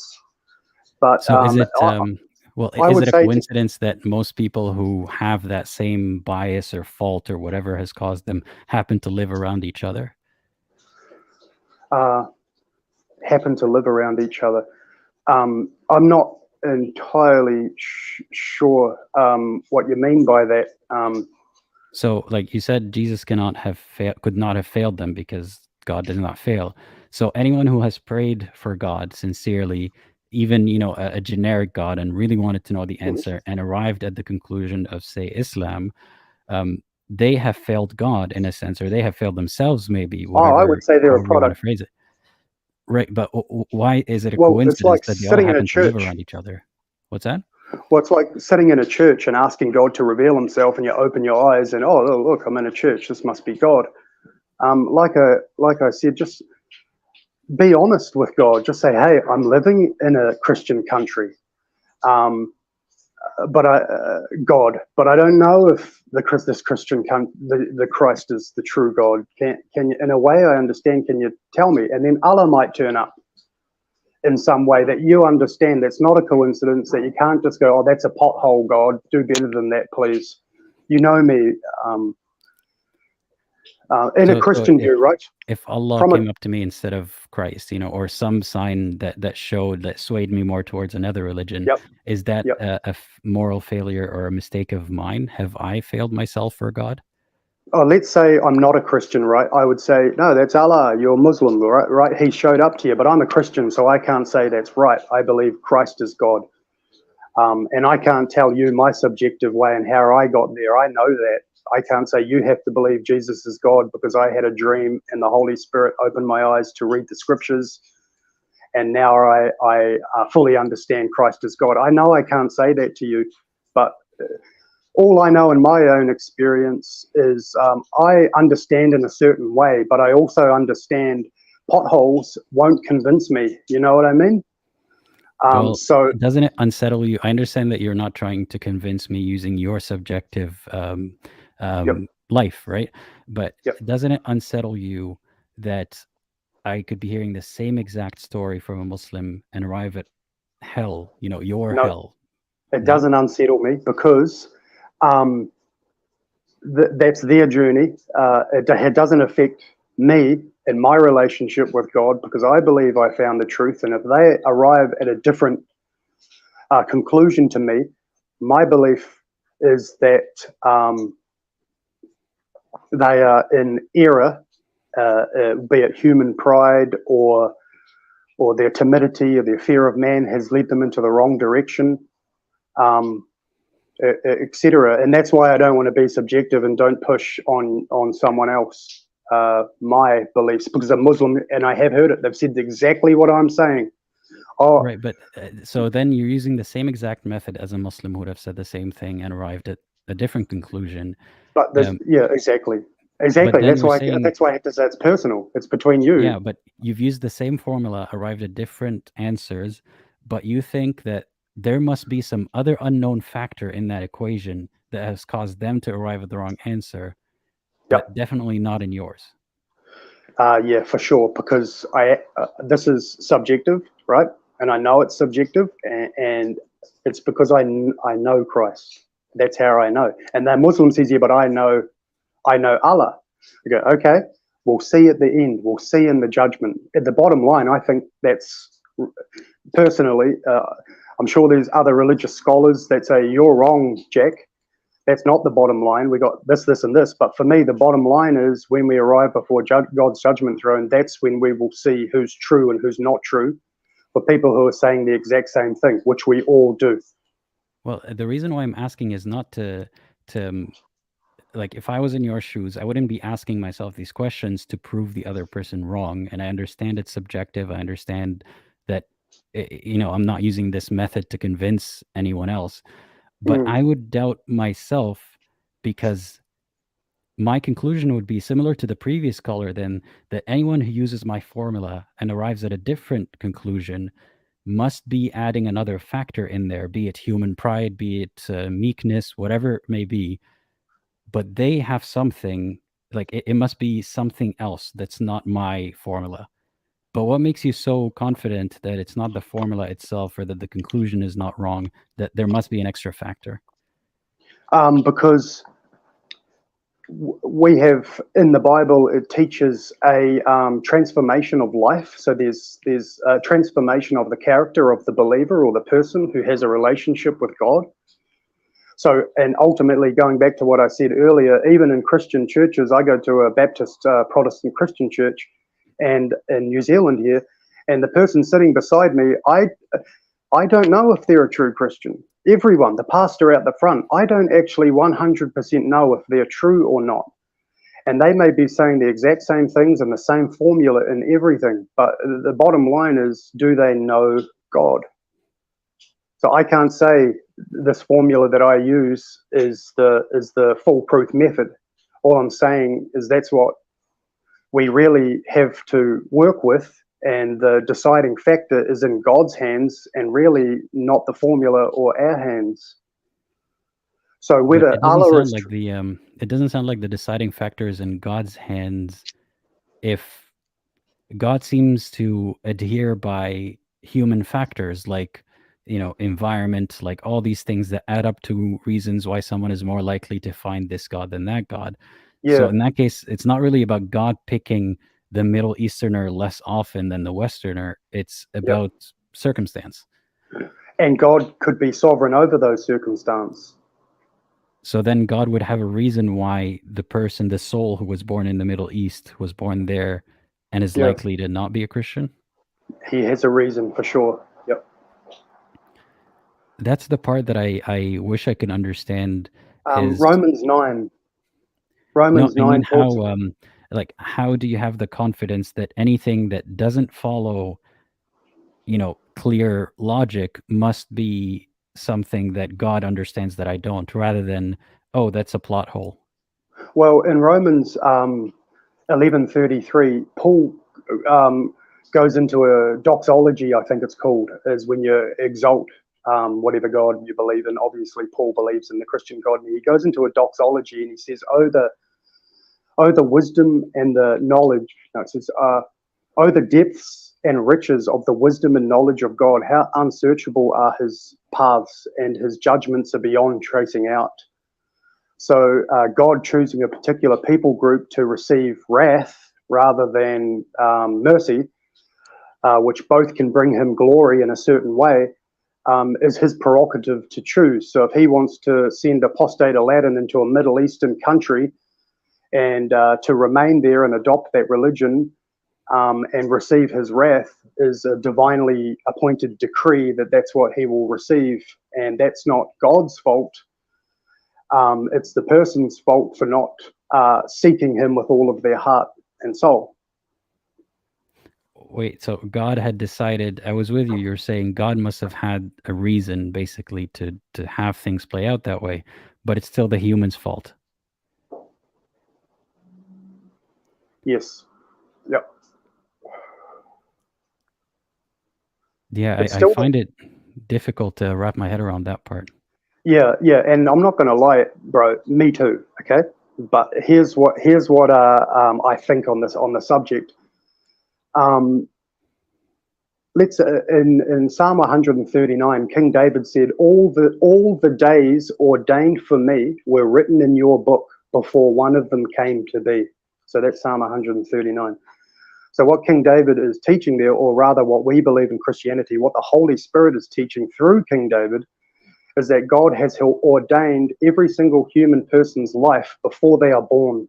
So a person who is born in Afghanistan is ordained they will be born in Afghanistan. Let's say they're in a Muslim country, they will receive his wrath. So the wrath for that person has been ordained even before they were born, even before the creation of the world. So how does that play into free will and the person choosing their fate? Exactly, and this is such a big topic, especially within Christian debates at the moment, is do we have free will, or are we sort of robotic, right? We're under the decree of God. I've dabbled in this kind of debate a little bit, not debating anyone, but just listening and researching. And I think that I've come to the conclusion through various teachers that it's a parallel truth that we struggle to reconcile, or impossible to reconcile even, that's man's responsibility and also God's sovereignty. So God can put a man in Afghanistan and he becomes Muslim and stays a Muslim and dies a Muslim, and that is his responsibility. He didn't seek God, that's his responsibility. But on the other side, this is God's sovereignty, who put him in that position, who created him in that position to not seek after him. If you know what I mean, it's mind-bending. Well, yeah, it's the reason why it's mind-bending. It's because it's paradoxical to say that it's God's decree, but also the person's fault. And I'm not gonna try to get you to explain that concept to me, but I understand that we can agree to disagree on something. It's actually one of the things that got me out of my belief in Islam. That was a problem in the beginning. Predestination and free will. It's like Jesus says. This helped me try and grasp it, not understand it. Okay, tickle it with my fingertips. Is when Jesus said, it's a free will kind of topic. Jesus says, anyone who sins is a slave to sin. So I've heard it said in Christianity, we may have we have a free will, but we don't have a free nature. So we have a free will to do as we please, but our nature is sinful. So we will always choose the sin. If that doesn't really resolve it for me, because it doesn't just resolve another it. Paradoxical thing. It's not really paradoxical. It's like I've heard an analogy of, if you take a bowl of meat and a bowl of carrots, and you put a wolf in the room and a rabbit in the room, it's the nature of the wolf to eat the meat. It's the nature of the rabbit to eat the carrots. In a similar way, it's our nature to be sinful, but we have a free will to exercise, whether I wake up and go to the shop or wake up and go to the movie theater. But our nature is sinful, where we reject God. It's in our nature to be sinful and push the true God away. If you understand what I mean? Yeah, I've got a lot on my mind about that, but I don't want to stray too far from the topic, because then I'd ask, then why would God create something with the nature and then punish it for that same nature, because there's a bigger reason, wisdom that we don't understand, and so on. Well, we go back to Genesis and the fall of man, but how about this for an idea, Apostate, Aladdin? Maybe in another few streams that can be a topic, is free will or something. Sure, yeah. I don't even know if I believe that I have free will. I see the influence of environment and all these factors as a huge influence, so I'm not decided on it, but someday. Yeah. Okay, well, we didn't really probably get too much productivity out of the conversation, but no, I enjoyed we it. did. I think it was a good conversation. I'm glad that you chose to call in today. Yeah, so thanks for having me on, man, and all the best. And maybe in the future, Lord willing, we can chat again. Yeah, sounds good. Hope to talk to Take you care, again bro. later. Enjoy. Bye-bye. Bye. All right. Thanks to Jack for joining today. We still got a few callers in queue, thankfully. So I will take the next caller. Who is the next caller? The next caller is Tomynis. Tommy, if you're ready, I'm adding you in 3, 2, 1. Hello. Hey, how's it going? Hey, can you hear me? Yeah, I can hear you. Oh, excellent. How you doing today? Oh, so and so. I could have been better, but yeah. Well, sorry to hear that. Anyway, Yeah. my English is quite limited, so to say, and my vocabulary as well. So please bear with me. That's okay. No worries. If you don't mind, I want to ask you first, how did you come across this channel, and what motivated you to call today?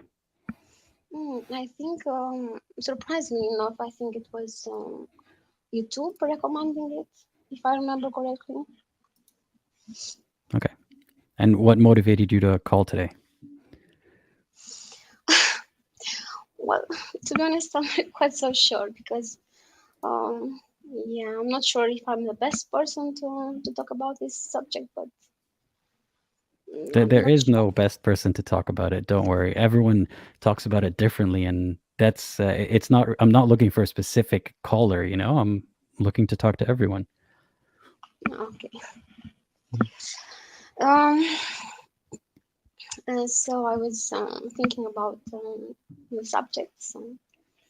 I'm not sure if it's only about people being gullible, because we know, everyone knows, I guess, that since I don't know how to say it in English, like since when society started to form, we had religions of all sorts of religions and beliefs.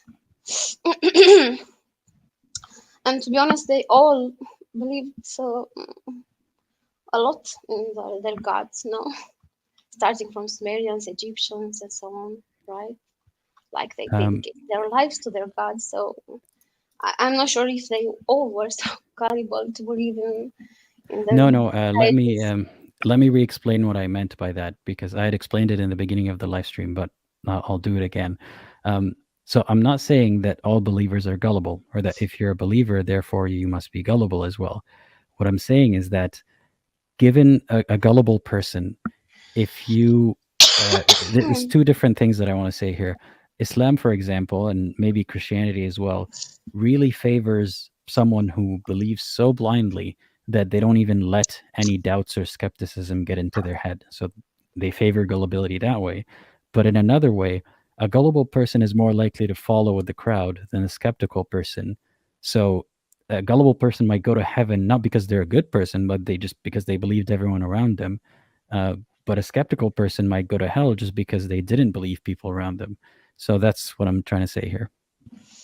Yeah, but like the difference is people are encouraged to read and understand the Bible even before they join Christianity, for example. While in Islam, it's you just need to believe and that's it. You just need to say the Shahada and you're a Muslim. Right, but I'm not comparing it with Islam at the moment in that way. So just focusing on Christianity then, say someone is a gullible person and they grow up in a Christian community, they're likely to be a Christian and then have a better chance to go to heaven than if someone was a skeptical person and grew in a Christian community. Because the gullible person is more likely to just follow the people around them without actually having done something inherently better than the skeptical person. I don't know what to say. I'm having a hard time following you, to be honest. I'm not sure if it's because it's late, but I understand what you mean somehow. But I repeat, as a Christian, at least in this day and age, you are encouraged to read, even if you're skeptical or not. It doesn't matter. You are encouraged to read, to study, and to choose.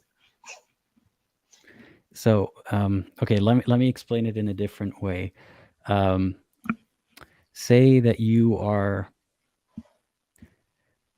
say that we have a gullible person. So a gullible person is someone who is easy to convince, or easy for someone to make them believe something. And you put the gullible person in a Christian community, they're probably going to believe in Christ and have a better chance of going to heaven. But if you put them in a Muslim community, they're probably going to believe in Islam and have a bigger chance of going to hell if Christianity is true. So do you see that this is a problem, that the person, a gullible person, whether they're in the right community or the wrong community, that determines their fate? Yeah, it's a very difficult question, to be honest. I understand what you mean. Yeah, gullible people, I'm trying to tell you that gullible people exist forever. If he's having a higher chance, I don't know. What if is he's so gullible and then comes, I don't know, someone else and let's say another person from other religion and then tries to bring that person to that religion, and because he's gullible or she is gullible, it will go to the other direction. So it's not a guarantee. If you're gullible, you have more chances, because you don't know which way you are going to go. You understand what I mean? It's not a guarantee, I understand that, but if a gullible person lives in a Christian environment, they are more likely to follow Christianity than if they lived in a Muslim environment. Again, I repeat. So let's say I'm a very gullible person, right? And I believe strongly in Christianity. But then comes someone else and tells me, no, Christianity is false and so on, and then convinces me that other religion or atheism is the right way. So then I believe that. Then you see what I mean? I mean, it can't possibly your entire life just be protected and not, or let's say I'm sinning, right? According to Christianity, let's say I do something that is considered a sin. So then again, I'm not going to heaven. I get what you mean. Because that I'm gullible, and person then I just believe everything that everyone tells me. I get what you mean. So I'll try to approach it differently. Do you think that a person being gullible, like the description of gullibility, or that quality of being gullible, is that a morally good description or a bad one or a neutral one? It's just the quality of theirs. It's not a quality, it's a defect. So do you think it's a bad thing? It's a bad quality for someone to have? Yes, obviously. Do you think it's the fault of the gullible person that they're a gullible person? I think it's a result of our intellect, so to say, our upbringing, our education. It's a sum of factors, so to say. Okay, that's a good way to put it. So is it the fault of the person whose these factors add up to? I guess it depends on how much access you have to certain how can I say it? Some other influences, so to say, or like a gullible person, for example, can have access to the internet and then be, very distraught by the many different directions that the information is trying to pull them in. I would say it's heavily influenced on the way you have been on your upbringing. I don't know. Your upbringing. Okay. So if you are influenced by upbringing to be more gullible, is that your fault as a person? I guess it is. In this day and age, yes, it is. Like, let's assume some time before you didn't have access to information, you didn't know anything else, you were somehow just having contact with the tribe, or I don't know, or the city or the country you are from. But like now, I don't think. I think, yeah, it's a bit difficult to say. It's not your fault. Say someone grew up, because of their upbringing, they grew up to be an anxious person. right? Someone who is easily anxious, easily triggered to feel feelings of anxiety. Is that their fault? As I said, sometimes it is, sometimes it isn't. So it might be your fault that you're an anxious person because of the way that you were brought up. Partially, yes. I can't just put this in a box and say this person is anxious because, I don't know, this happened. Probably along his or her life, something happened, or I don't know. I mean, I suppose that someone that comes from my family, that I sustain that person, that loves that person, that tries to push that person up, then I guess it can fight against anxiety. Maybe not, I don't know. Right, but say the person, so if someone didn't have that kind of family growing up and they become a more anxious person, you don't see that as them failing and that's why they became an anxious person, right? It's just a sum of the environment around them that made them have this quality. I guess some people are just more mentally strong and some not. It's a complex situation. I don't know what to say. I don't think it's Okay, just so one single thing that determines how anxious or how gullible or not a person is. I agree with you. It's not simple. But what I'm trying to communicate here through these questions is, so if someone is a sum of their environment and their quality being anxiousness or gullibility may have a lot to do with how they were raised or the environment around them, how do you feel about someone's gullibility, which may or may not be their fault, right? How they ended up that way, being so easily swayed into, another religion or atheism or something else because of all of these factors that added up? Do you still see it as them being a bad non-believer, disbeliever? Is it as simple as that? No, it's never that simple. I mean, as I said, it's not. How can I say it? You can't deny it has a heavy influence. The way you were raised, or the society you were living in, or you see, most times people that believe in something, the religious person, are more inclined to believe all sorts of stuff, are more gullible, sort of say, you know, and that's for a reason, because you're like groomed to be like that. You understand? That's how I think, at least. That's an interesting way to put it. So if someone is groomed to be more religious and at the same time more gullible, is that something that is it something that they should be rewarded for compared to someone who is more skeptical and less religious? Well, obviously not, as I said, but that as I said at the start of our discussion, being gullible and believing in something, yeah, doesn't mean you are going to stick to that something, because along the way something else can come in, and then because you're gullible, you're going to go in other direction. But a lot of religion has this way of making sure that that doesn't happen, or increasing the chances of that not happening by putting people on a strict routine of practicing, surrounding themselves by only people who are believing like them. So there are measures to make sure that a gullible person is not swayed by somebody else.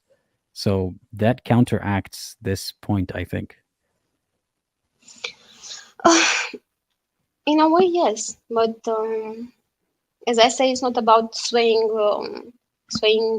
in religion, so to say. It can just be a sin, you know. But Not religion just will about follow sin. religion. Sorry, say that Yeah, again. it's not like you need to deny religion. You just have to be sinful, so to say, for religious people. Right, but even someone who sins but is religious has a better chance of going to heaven just because they're gullible and they followed the right religion than someone who is gullible and followed the wrong religion, or skeptical and was less likely to follow. So, a gullible person, for example, in a Christian community following Christianity, not because they've thought about it and they decided it makes sense, they follow it and they believe in it, but they didn't put in the work to actually believe in it, compared to a skeptical person who put in the same amount of effort as the gullible person and they realized, I don't believe in this religion. I see that as an unfair imbalance here, where God is rewarding someone for being gullible in the right circumstances. Yes, it's difficult, but at the same time, at least in my extended family, I have hardcore Christian believers, right? So they are not gullible people in day-to-day life. I mean, they are not, sort to say, they are not um, in a close-knit community. Yeah, they are doctors, university professors. There are quite some smart people, some of them. So they don't look. They are very smart in handling life, day-to-day life. So I don't find them gullible. You understand what I mean? And let's Right, say but on that's not every what I was religion, saying, though. yes, I Um, understand, but like on every religion, you have gullible people following. You have people that feel the need for something spiritual. You have some that just want to believe because um, I don't know, because they want to have an eternal life. You have all kind of people joining some different religions. right, but pointing out to different kinds of believers doesn't change what I'm talking about here, which is that a gullible person can fall into belief and have a better chance to go to heaven than a skeptical person in the same situation, or than a gullible person in a very different situation. So, like you had mentioned the point about grooming and people being, the kind of influenced by their environment.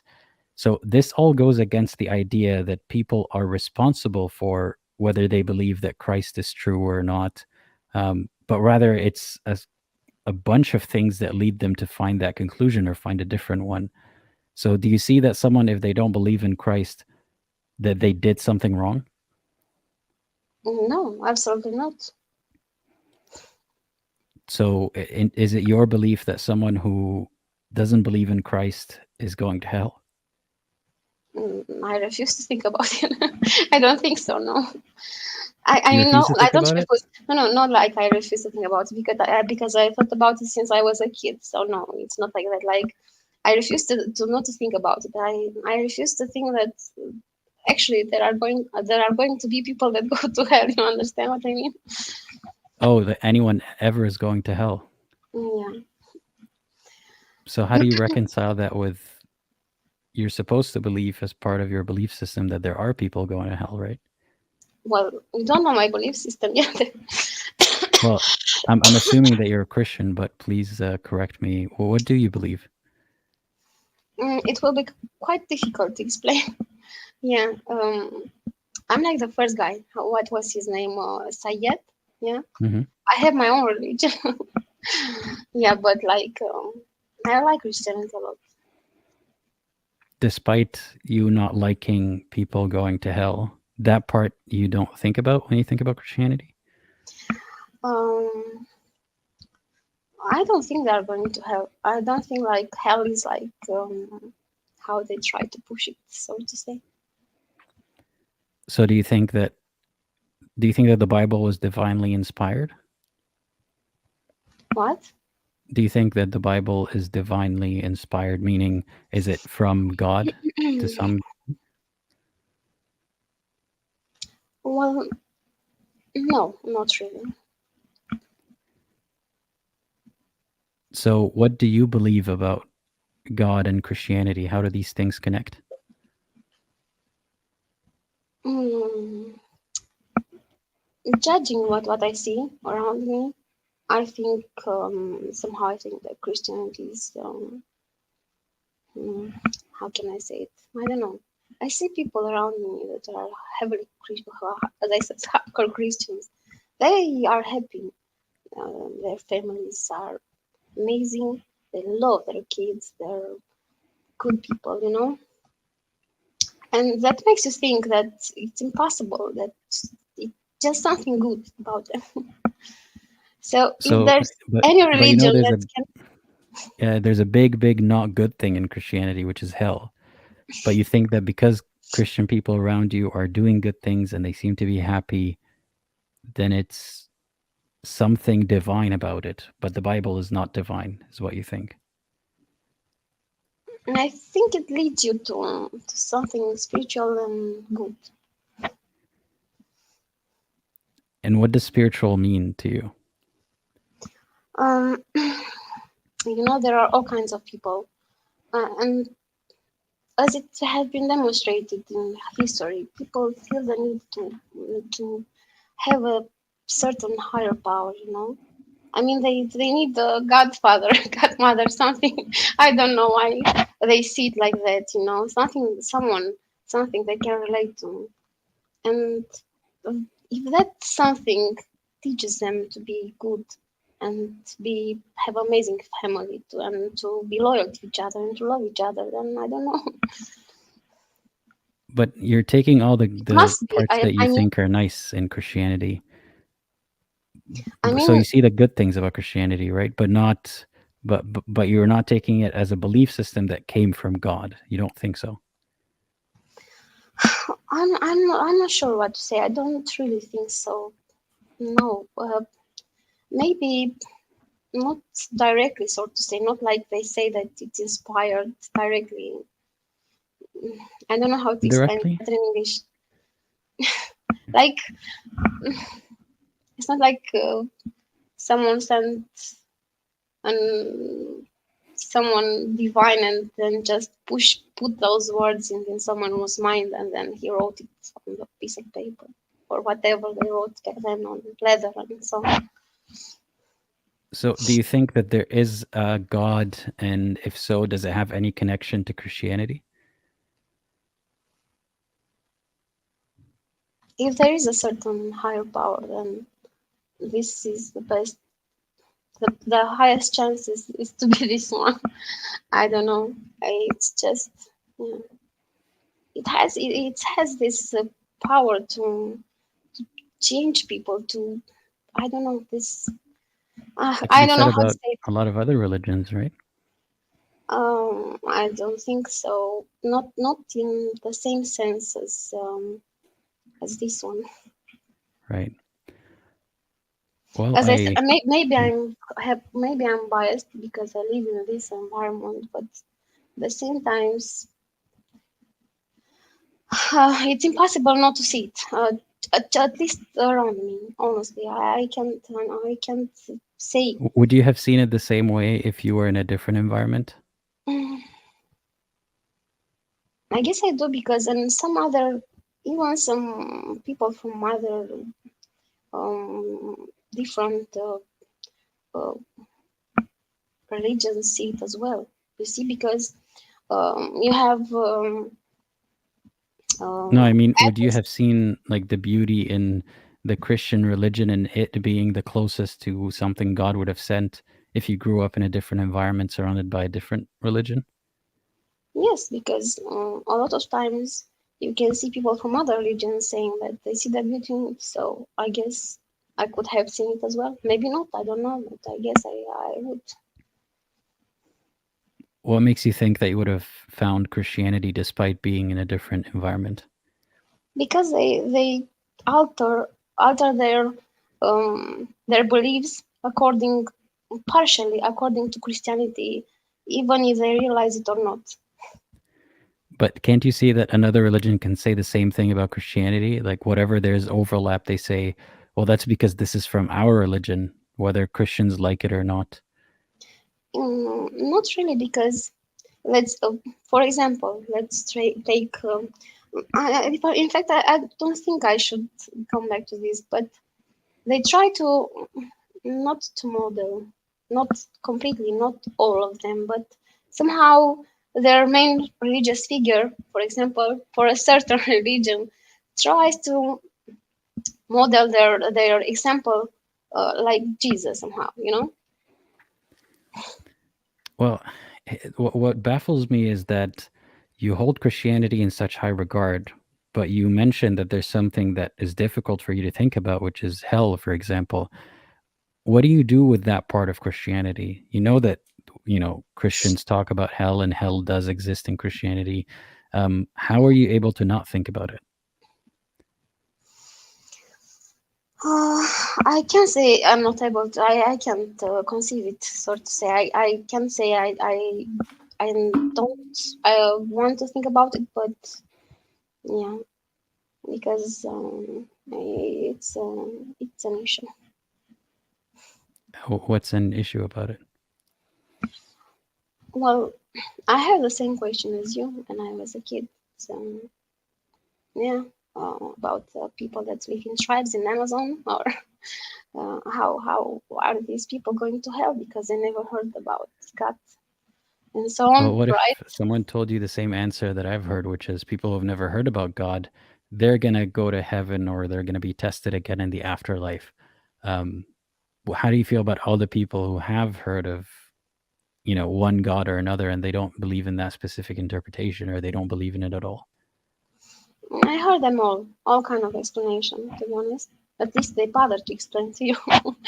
So yeah, but I guess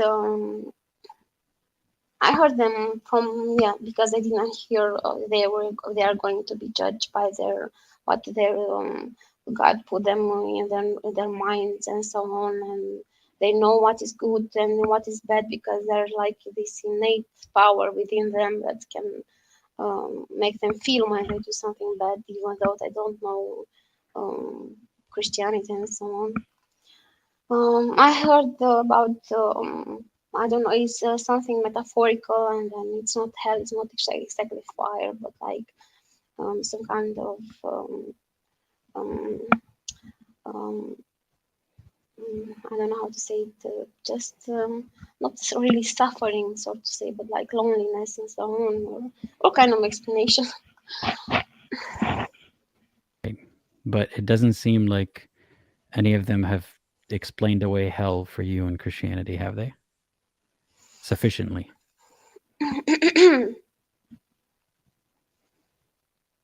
Well, Like that's one just explanation to like rule them all, not multiple.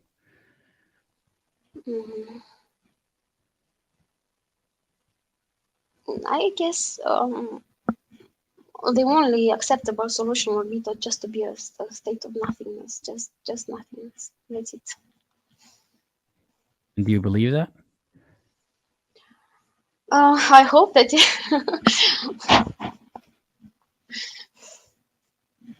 I can only hope that. Well, and not because I'm afraid of hell, because I never been afraid of hell for some reason. But yeah. Then why do you hope that that's the interpretation of hell? Not for me. I don't care about me. I care in general. So you care in general, not like as I in don't about care others? about me. Like I don't know what to say. Like it's inconceivable for me to be to have billions of people just being burned in a never-ending fire. Just it's I can't. Would you say that you? This is the last question that I have on my mind. What do you say that you base your beliefs on?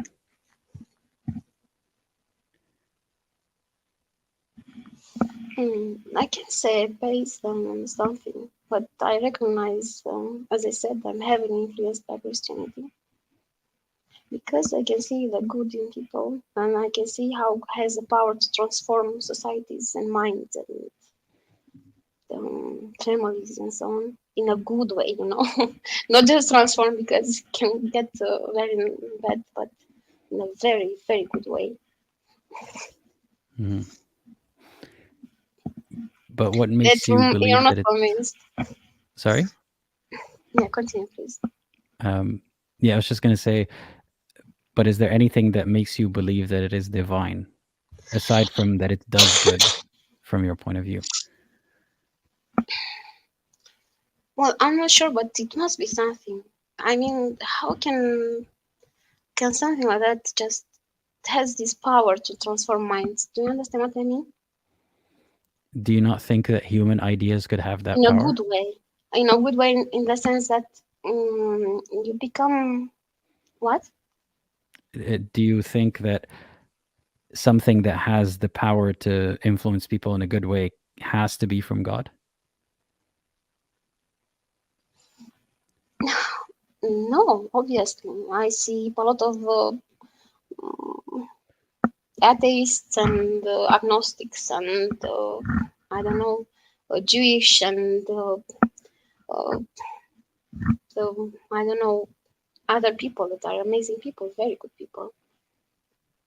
I mean, my partner is an atheist and he's amazing. So no, I So don't what believe. makes that basis for belief being that you see that it does good in other people and it therefore it must be something divine?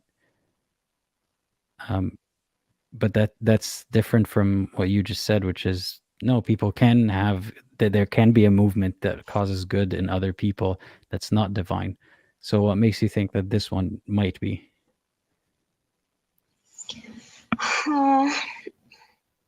Because as I said, it has a certain power, you know.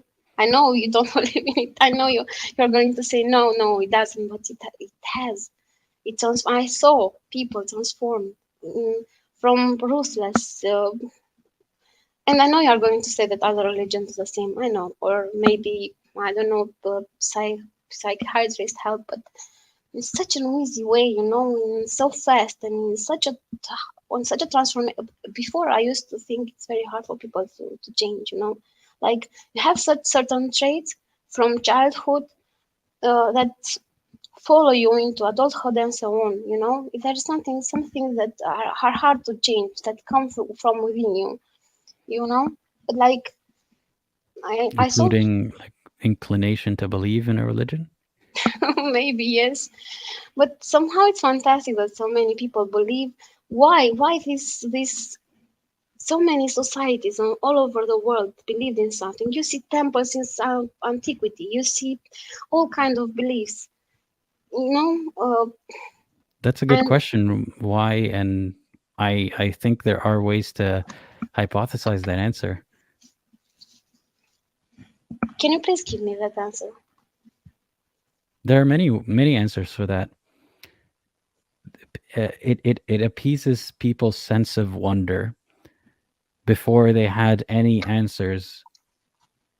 That was a good answer, and it was a good way to maybe further think about wonders of other, pieces of mythology that are linked to the religion. Um, like picture yourself in ancient Egypt, for example, and I don't even know if all the people actually believed in those religions back then, but let's presume that they did. It's nice to have a way to explain the world around you, to give structure to society, and to get you wondering about things that you'll never see. Like someone in ancient Egypt will never own, for example, a necklace made of gold and diamonds. Say the average person doesn't. But when they think about heaven, they think about traveling and seeing all these amazing wonders and having all these amazing possessions and so on. It feeds into the sense of wonder. Today, it's different, where you can look up these things and you have answers to a lot of other things, and maybe that's negative. Maybe a lot of people have their sense of wonder dulled because the answers are right there. But that's a whole separate discussion. But there are reasons why people have rallied behind religions that don't have to be because there's something bigger than us. Because if so, then all these people have very different ideas about what that something is. Yes, I understand you perfectly, but it's just, you see, let's say they couldn't explain certain things, and then because they were so gullible, yeah, certain people try to take advantage. You know, in China, they had a celestial decree or something, and so on, and of course, the leaders were going to choose a religion and control the population with the priests or whatever they had. I understand perfectly, but why all over the world? Like, I don't understand. It's something, maybe people need something spiritual. Maybe they need, at least at the moment, at least for 2 or 3 centuries, they still need this spiritual thing. I don't know what to say. That's possible, but that's a very different question than is it actually divine? Is different than how has it been affecting people, or do people have an innate need for oneness around a specific topic or a search for a god? All of these are different questions. Then is it actually linked to something divine based on just that we've seen it out throughout history? You know, these are different questions. It's really hard to answer these questions. To be honest, I don't know what to say because it's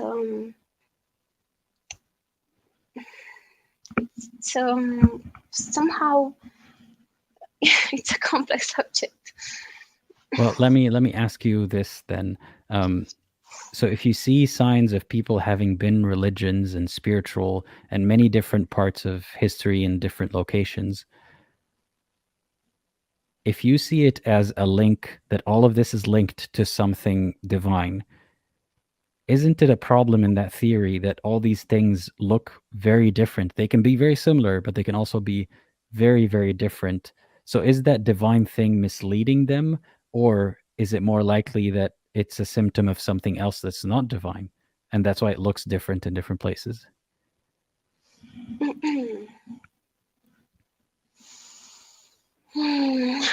I don't know what to say. I honestly don't know. If it's divine and just let us with some innate need for something spiritual or a higher power or something, or not a need or like a longing, so to say, and just left and left us alone. I don't know, but yeah, let me see. Yeah. I'm not necessarily expecting a definitive answer here, but just pointing out how that sense of wonder or that longing for a higher power or something to belong to and all of these ideas, I don't think we can see them as a sign of a higher power. If they all point to very different ideas of a higher power, if anything, that discredits that it's actually a higher power causing this, and more like there's another reason, and the higher powers are all with our ideas of our understanding of what fulfills that reason. But we don't have to agree on this at all. The whole point is to get your thoughts on it, and I feel like you've expressed yourself very well today. Yeah. I did my best. I just trying because it's important, at least at the moment, and I'm not sure how to say it, but yeah. As a finishing statement, yeah, there are many gullible people indeed. Maybe I am as well. I don't know. And at the moment, people need something spiritual, for at least mm, no religion is going to disappear in the close future, so to say. So I don't know what to say. Apparently, people need something spiritual, still need it. I think that we have to look further than just saying that people need something spiritual, which may or may not be true, and therefore what we have is the best approximation of what that thing is. So let's just keep on going with it. I feel like my position is more like, let's understand why people need that spiritual thing, and can we give them something that gives them that unity, that oneness, values in an easily digestible way. It's a more productive thought process to have than just using the need for spirituality as a way to leave religion alone, kind of thing, you know?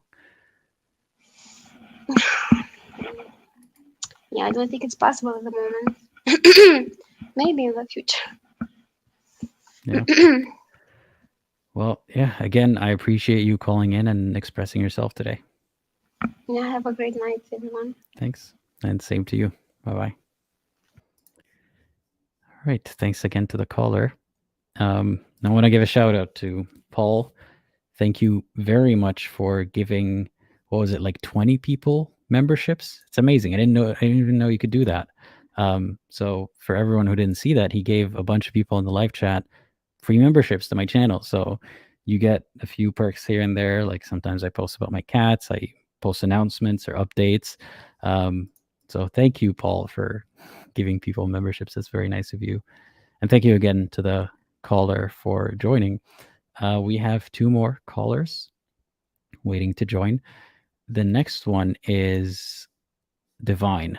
Divine, I hope you're ready. I'm adding you in 3, 2, 1.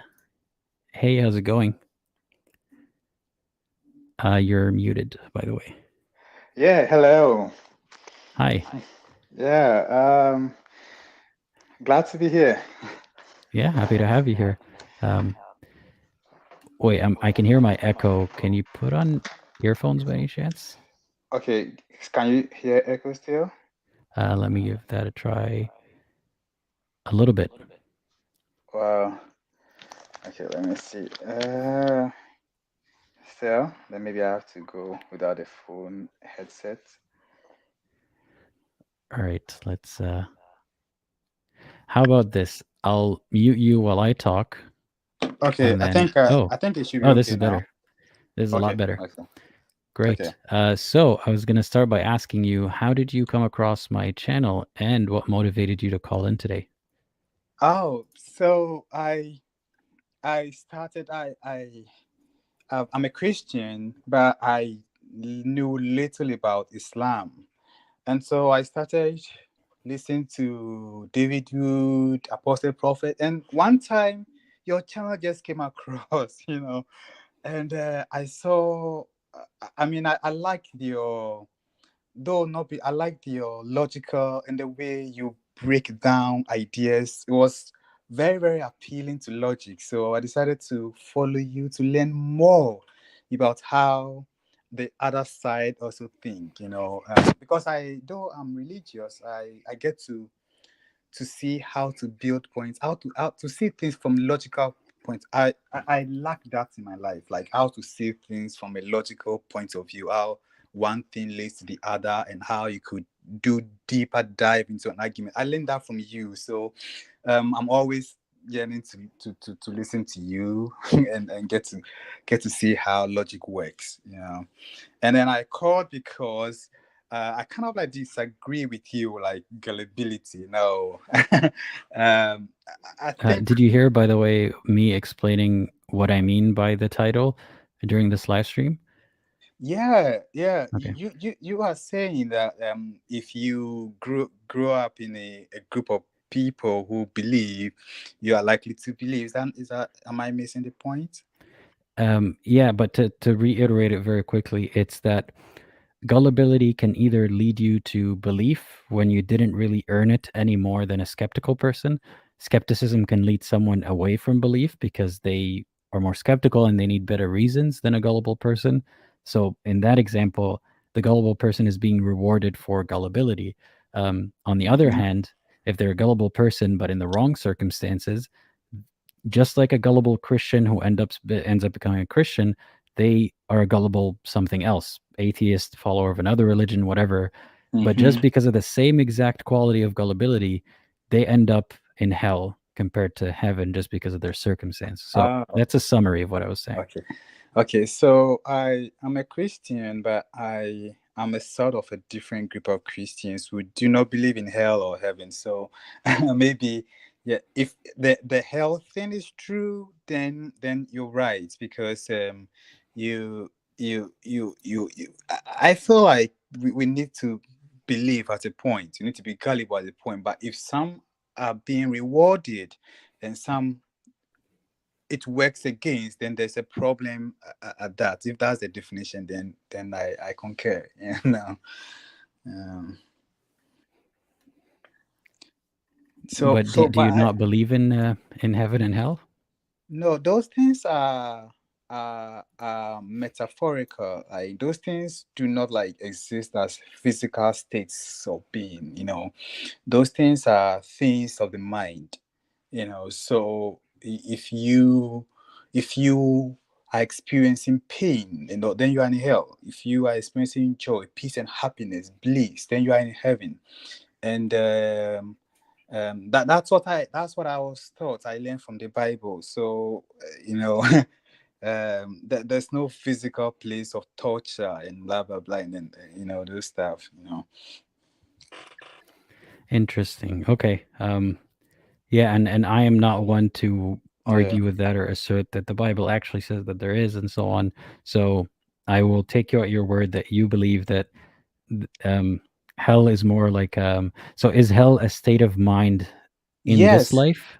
Yes, it's a state of mind in this life. Very, very. It's all about this life. Your life is all about this life, and it's a state of mind. So and those things are meant to make us grow. And so if you experience some pain, it always comes with some teaching to tell you to stop what you are doing, change direction, start something new. There are things that help us to build a better life. So there is always opportunity to grow and learn from the pain that you go through. Yeah.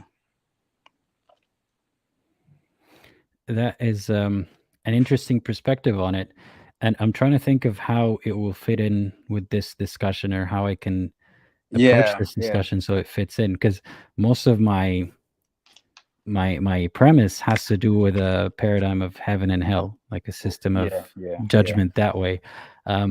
So then I guess my questions will be a bit off topic then. So do you believe that all the people who understand that Christianity says heaven and hell are literal, do you believe that they're wrong in understanding the word of God? Yeah. So I believe that over time, people begin to interpret things for human political purposes, and so we begin to have the interpretations that kind of like to favor some particular group of people.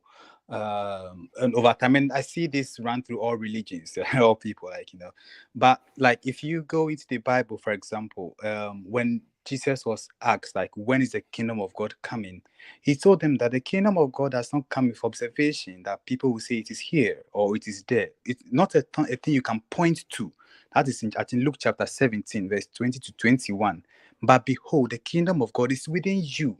So inside your being, inside your mind is where the kingdom of God is. That's Jesus' teaching, So So do you believe that people who understood it to mean heaven and hell are literal, it's a political it's a political misuse of Christianity?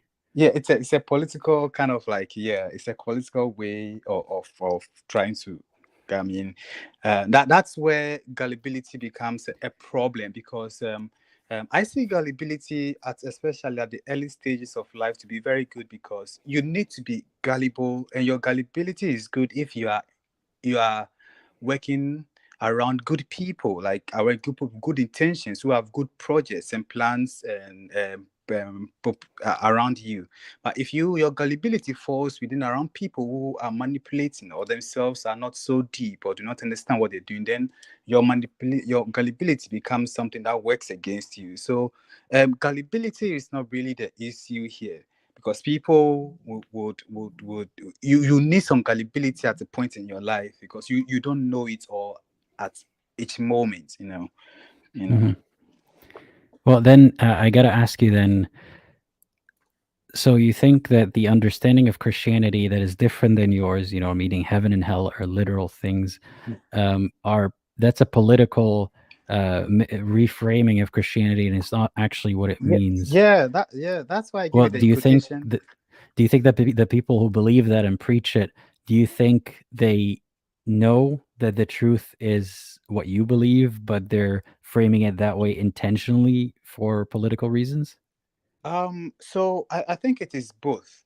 And during the early, when Jesus thought it possibly, people understood it this way. But as it traveled down this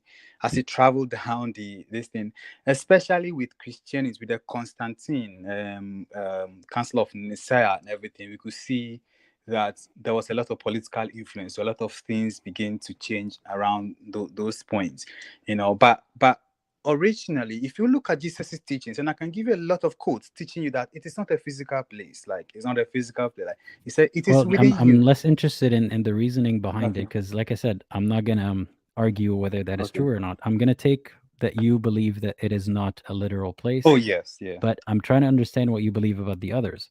So you say that at some point there must have been some corruption in the understanding of it. So Yeah. do you think that Jesus is standing by and watching as the majority of Christians misunderstand his religion? Yeah, so what? Yeah. So it's not like it is watching, is standing and watching, not doing anything about it. Um, it's it's not so the journey to enlightenment or to growing your soul is not an instant or instantiation where it happens in a moment, but it takes aeons of time. Like it takes a period. So you could see that people are kind of like growing across time. And if you look at Christian doctrine, even explanations, you could see that with the growth of technology, we get to understand, we get to get deeper into explanation. So whereas in the first century they may use certain sentences to explain, now we are using like Facebook, we are using technology for illustrations. So Jesus is not really watching and doing nothing about it, but in his knowing knows that with the passage of time and people like you may come aboard, will probe you multiple questions, and then whatever you are doing, I don't see it as against Christian. It's all in support. People will begin to ask questions, and then they begin to define it as it is to themselves. They'll come to that awareness at a point in time in their lives, So everything will work together. So it's not really about whether, but this has been happening since before the internet, that people understand that Christianity is heaven and hell is literal. People have lived and died, generations have lived and died that way for a long time. So I still don't see how that, how that plays into Jesus watching the majority of Christians being misled, and you having the one, the better understanding of what Jesus meant.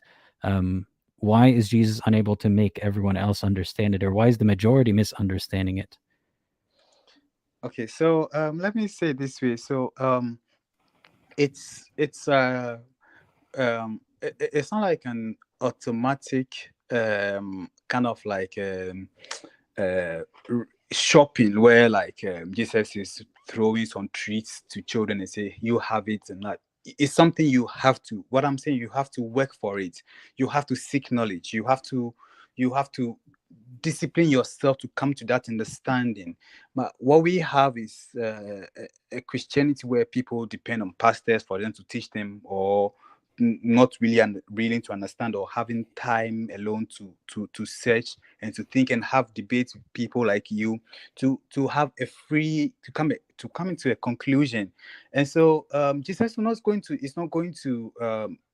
to force any understanding on people, but it's going to his teachings are there to guide people, because look, he said what? Ask, seek, knock. So as you keep doing those things, you come to the understanding over time, But most people don't come to that understanding. Even people who do debate and think and talk, most Christians believe in a literal heaven and hell.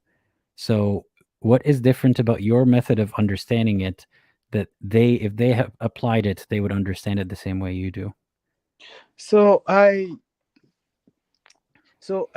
when I read the Bible, or I read the Bible, I I I judge it by its divinity, So judging is by divinity. But what I mean is, I judge it by how, because we Christians, we are told that God blessed us 5 times. He said, "Be fruitful, multiply, replenish the earth." Of them. So anything at all that contradicts that is not divine. So whatever you read, it should help you to think about, how is this making me fruitful? How is this making me more like the image and likeness of God?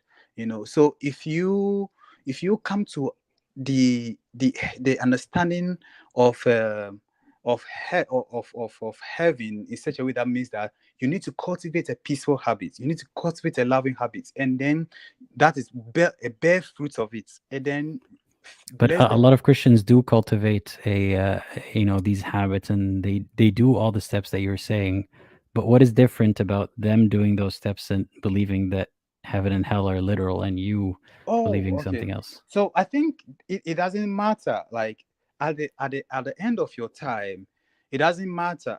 What matters is that you are able to cultivate well, we are able to cultivate the fruits of the spirit, and are able to multiply it, that is blessed, and share it with the people in the world. Let it affect people. Like, let your love be seen and be affected. Let it reach out. Let it bless people. If you could do that, and you still could believe in heaven somewhere, your good deeds kind of like cancels that out. You know. So you could believe in heaven and hell, but your good deeds, Yes. and Yeah. that's the wrong conclusion. But your good deeds cancel out your bad deeds, so you could still Yes. be So considered good by yeah, you can Christ. say very good. So if you could bear the fruits of Christ, so he forgave, he was forgiven, he like he taught, you know. So if you could exemplify those qualities, you know, that is because there was a time the Bible just said, these are like unto me. If you But those who I'm don't. not sure if that still answers the question here. Oh, okay. Is how do you know that your method of exemplifying the qualities of Jesus and all these things leads you to the conclusion that hell is not a real place? How do you know that people who follow that same exact method as Christians, and they debate and they think and they don't just listen to their pastors, and they believe that hell is a real place because it seems more obvious in the Bible that way? How do you know which? How do you know that you have the right conclusion even though you have the same exact method? Wow. How do I go about this? This is you have a knack for asking questions. How do I know? So one of the things to know is to um um now Jesus taught one thing, the golden rule, and then also to observe how life, observe the ways of life.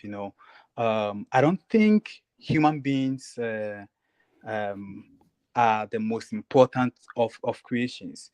And so when we see how life works in general, it kind of like confirms most of the things that Jesus talked about. So, for example, if you see like the way the ecosystem, how the water vaporizes, then goes and falls as rain, it gives us plants gets fruit and everything. So you can see that each is supporting each other, and that's the basic essence of life. And so it comes back to the same thing. Your good deeds supporting somebody else. We see it like in nature, life doing it, you know.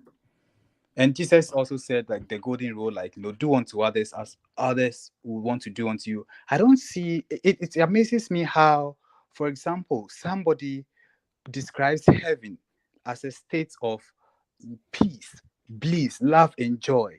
And in this lifetime, the person doesn't have peace. The person even doesn't know how to cultivate peace or how to live peacefully. He doesn't know how to forgive. And the person is praying to go and die and live in a place of peace and heaven, when the person has not learned the art and the science and the ability to cultivate that. You need to earn it. You need to exemplify it here, even if But even that if doesn't really again, it doesn't really bear any truth on whether the conclusion is correct or not, that there is a physical hell or heaven or not. I understand your bigger point here that someone has to exemplify these qualities, and I'm not saying I agree with it, but I understand where you're coming from.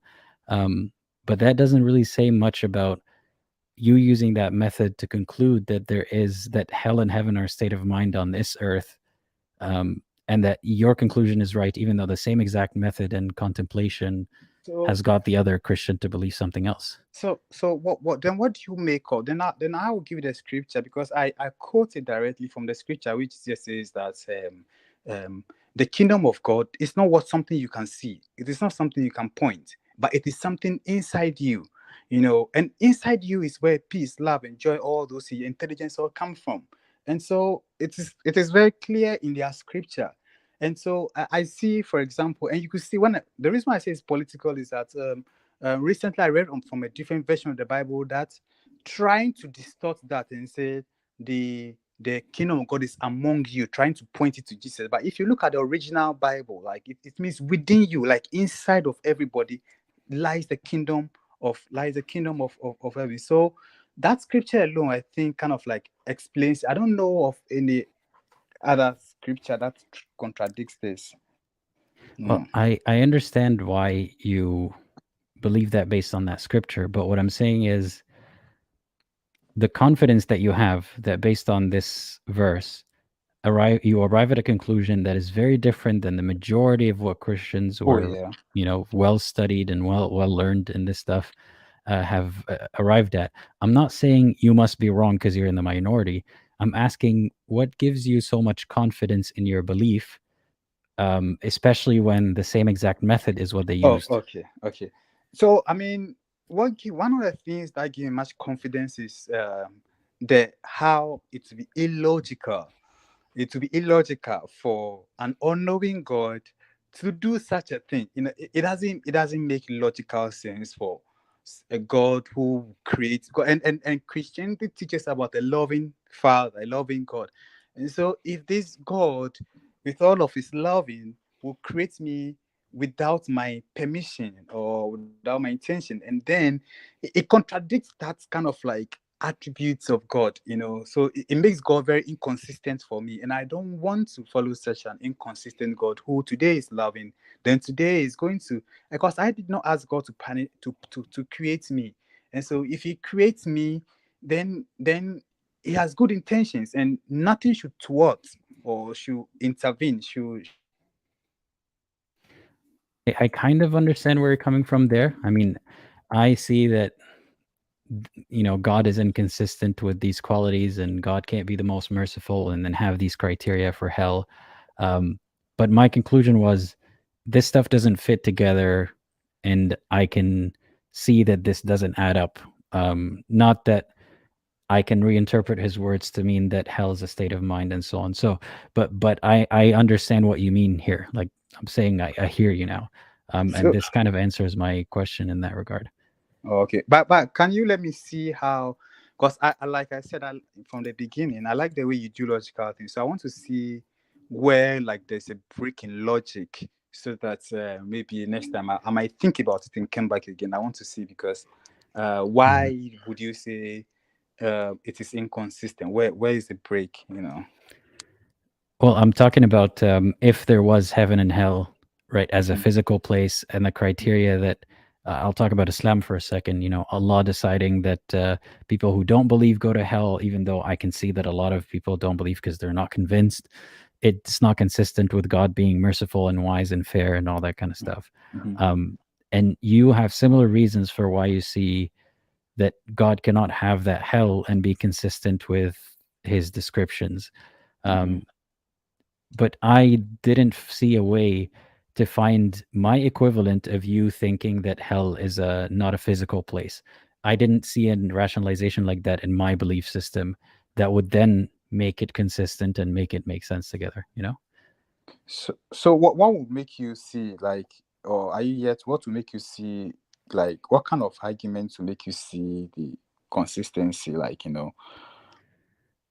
Well, it's like, are we talking about Christianity right now? Yeah. With Christianity, I don't know it enough to Okay. say that it's because it's inconsistent I don't believe in it. But what would make me believe in Christianity? It's the same as every other religion. God, if God exists, God knows best how to convince each and every single person. Yeah. So I don't have a specific answer of what I would need to see to be convinced, but I know that if you pose certain scenarios, like if Jesus came to me in a dream, no, that wouldn't be convincing, because that could very easily be a dream or a hallucination. If it's some kind of group effect, like everyone around me who's not a Christian also saw it, then that would be a lot more plausible.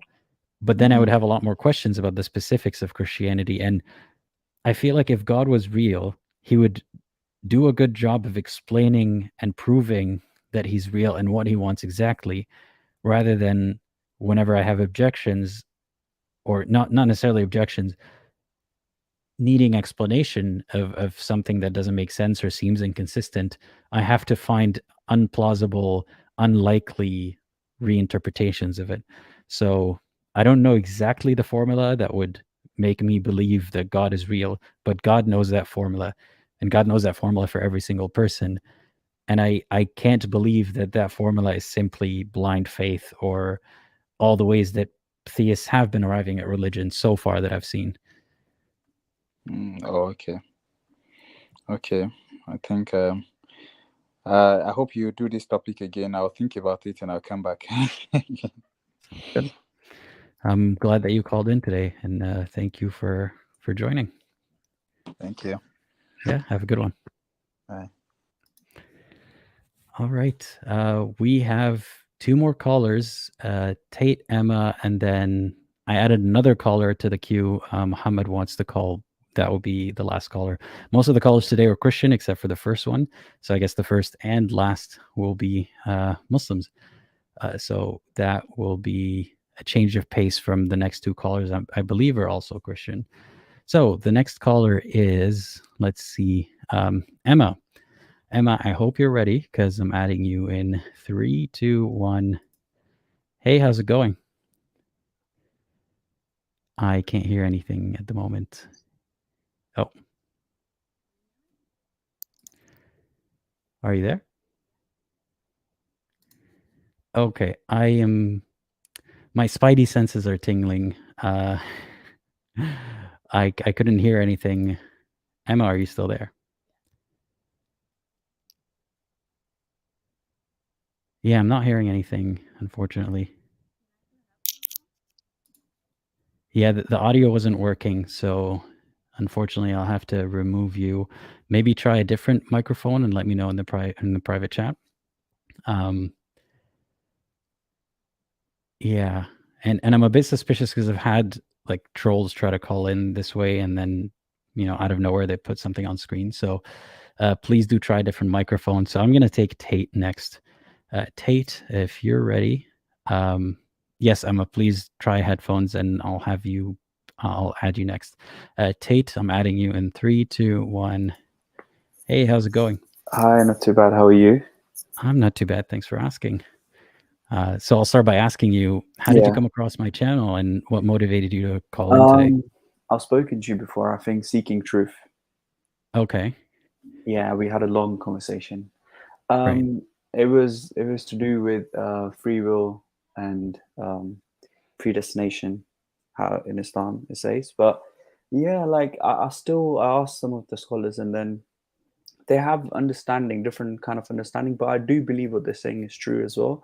But with me, I would suggest, like, if I tell you you will die, but you don't know when you're gonna die, but you do know you will die at one point. Wait, we're talking about free will and predestination? Yeah, let's just say if I tell you you will die, right? But you don't know when you're gonna die, at what age. So, but that Allah has written for you to die, but you don't know when you're gonna die. Either you kill yourself or either you die of different circumstances, right? But you will end up in your grave, or however you want to say, like, burned or see death or something. But my point is, like, you will die. So Allah has written for you things, but you don't know unless you try.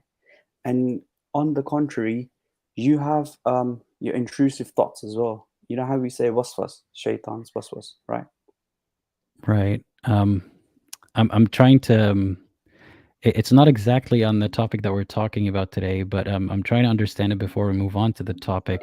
Okay, go on with the topic. Yeah, I could talk about your topic as well, but what was if you could give me the brief introduction of the topic. Sure. So what I was saying here is not that to be a believer you have to be gullible, or that a believer is gullible by definition, but what I was saying is that a gullible person is more likely to believe whatever they are taught. And I don't say gullible here as a negative judgment of the person, as an insult, or to call them unintelligent. Gullibility can come in many forms, including, as I like to give this example to illustrate, someone can be very intelligent, but they're very highly susceptible to social pressure. I say they're a highly anxious person, possibly for reasons that they can't control, and that makes them gullible, quick to conform. This gullibility, if someone is gullible in a Muslim environment, they're gonna accidentally get on the right path and go to heaven, or have a better shot of going to heaven than if they were gullible in a Christian environment or a Hindu environment or an atheist environment, and they go to the Islamic hell. Let's say Islam is true, because they're gullible in the wrong space. On the other hand, another example would be a gullible person in a Muslim community just going with the flow and believes whatever he's taught, and a skeptical person is less likely to believe to the same extent. And Allah favors the one who believes with little doubt. So Allah favors the gullible person. So these are two cases where I'm trying to present how Islam favors the gullible person, or their gullibility could be their demise out of their control, depending on where they're born. So yeah, do you have any thoughts about that? Yeah, I got your, I think to my understanding, you're saying like, oh, if someone's born in this religion or someone's born in that part of the world, and if they don't ponder or think about things in their head, then maybe they're not questioning the religion of faith, but it breeds from where they come from. And then they just believe and they say, okay, I'll see what happens when I die. So they're more saved rather than the person who's questioning things and who's more pondering things and just trying to find out like, oh, how did I get here, and things, stuff like that. And he doesn't believe in any sort of God because his answer's not been answered, his question's not been answered. So yeah, I do believe like if you go with that paradigm, then you cannot even make sure that you exist. You know this, right? That too much skepticism is bad, Yeah. but that's kind of it's implying that it's a slippery slope, and therefore we have to draw the line on skepticism somewhere, right? It is, because you in your real time, you're seeing how the world is flipping around. You're seeing like in past 5 years, it's just an honest question. In past 5 years, we got to know about, oh, there's so many genders, there's 90 genders, there's I'm sticking to the point, but I'm just saying this debate was never happening in 1980s, 70s, 60s, 90s. No, there were similar things happening back then. I don't think the past 5 years are indicative of anything specific. That's too short of a period to sample that way. But we can't look at a slippery slope of, can we even be sure that we exist when we're discussing gullibility, like to go all the way to someone who's so skeptical they're not even sure they exist. We can still focus on the gullibility part. But then how would you define skepticism? Like, where do you draw the line? Oh, I need to stop here. Because my rationale would be like, oh, no, I need to delve more into it. I need to find more answers. Because one question leads to another question. And it all comes back to like, if we trace our ancestry, like, where do we come from then? Why do I end up here? Wait, I'm not sure why we're talking about any of that when... Okay. So we define a gullible person as someone who is easy to convince of something. Would you say vulnerable, right? Like someone who's vulnerable? In a way that could be vulnerable in that way, yeah. Vulnerable to ideas. And that could be like, you can have a doctor who's a very gullible person still. So it's not that, like, you don't think of a specific example of someone who's just very stupid and doesn't know what to do in life, but gullibility as a quality goes with the flow, and easy to convince of something. So without looking into extreme skepticism, I'm saying if someone is gullible, I've tried to make my case about that. But I know, like, Arabic, and then because in Quran, like, because I'm Muslim, so I would probably talk about Quran. Christianity is, I'm not going to talk anything bad about it, but then Christianity is very like, it's a paradox kind of thing. Like, you have 3 in 1 and then stuff like this, and then Jesus, and we don't have the original scripture for Christianity or different sort of Bible as well. So with Quran, I don't know, because the thing is, there's so many. I was skeptic about Islam as well. We don't have to get into all of that to think about the concept of gullibility and going to heaven and hell. But but that question it's not like, it's a very loaded question. It's not just simple yes or no. Yeah, no, I'm not looking for a yes or no, but your thoughts on it, like, without involving Christianity here, because we're thinking about Islam. No, I'm talking about Islam. I'm not talking about Christianity, but I'm just saying, so you'd have to go with, okay, if I tell you sky is green, but sky is blue, but who told you sky is blue? Who said like the color blue is the sky's color? You'd have to question everything then, and you have to accept certain things. Like even in maths, infinity is a man-made concept. Infinity doesn't exist in real life. It's to prove things like, oh, infinite, because there's no such thing as infinite. I'm not sure how that ties into talking about gullibility. We're talking about where do you draw the line on skepticism? Well, very far from gullibility. So I think it's almost a waste of time to discuss where to draw the line on skepticism if we're talking about an obvious example of gullibility. Yeah, but the thing is, but Like that's a it's very very different subjective. discussion here. We're talking a No, I gullible get that. I get person. that. Yeah. Yeah. So So sorry, go what do ahead. you Go think? ahead. Do you think that there's any unfairness in how a gullible person? Do you think that being gullible is a moral failure of someone? I do believe that they suffer with mental health issues. That's why they think too deep about things. Like The yeah, gullible person? yeah, because They think it's too deeply? they think too extremely. If you're talking about gullibility in that way, but see, a child could be gullible because he doesn't know what right and wrong. But someone who's got like a sanity and someone who's experienced life, like life experiences as well. But then again, he's questioning to a point like, oh, why God is punishing me and stuff like this. No, I'm saying gullible, not skeptical. Okay, so you're not using the word skeptical. No, gullible is the one who is easy to convince of something. Yeah, easy to manipulate. You could say easy to manipulate or brainwash. I get that, but then I No, would, just in general, easy to convince. Like you could be easy, like convincing them easily of the right answer. Say Islam is true, right? yeah, This is all within the paradigm of Islam is true, right? Let's just say Islam is true. A gullible mhm. person being convinced of Islam is like they're being convinced not because Islam is true, it's because they're gullible. If you put them in a different environment, they would have been convinced with whatever else, atheism, Christianity, Hinduism, whatever idea. Nah, I do agree to some extent. You say that, but I don't believe that. Do you know why? Shall I tell you why? Because even with me including, I had a point where I was not religious at all. I didn't pray. I didn't. You know, there's a lot of scholars say like if you don't pray, you're not a Muslim. So with me, I had very highs and lows and stuff like this. Then I researched about Islam. I was like, why do I believe in Islam? Okay, I was born a Muslim, but then I don't know certain things. I don't know Arabic. I need to get deep into it. So I started learning Arabic. Even now, I'm learning Arabic. But my Did you point is, learn like Latin? Fusha, Did you learn Hebrew no, to not at all. study the Bible? No, not at all.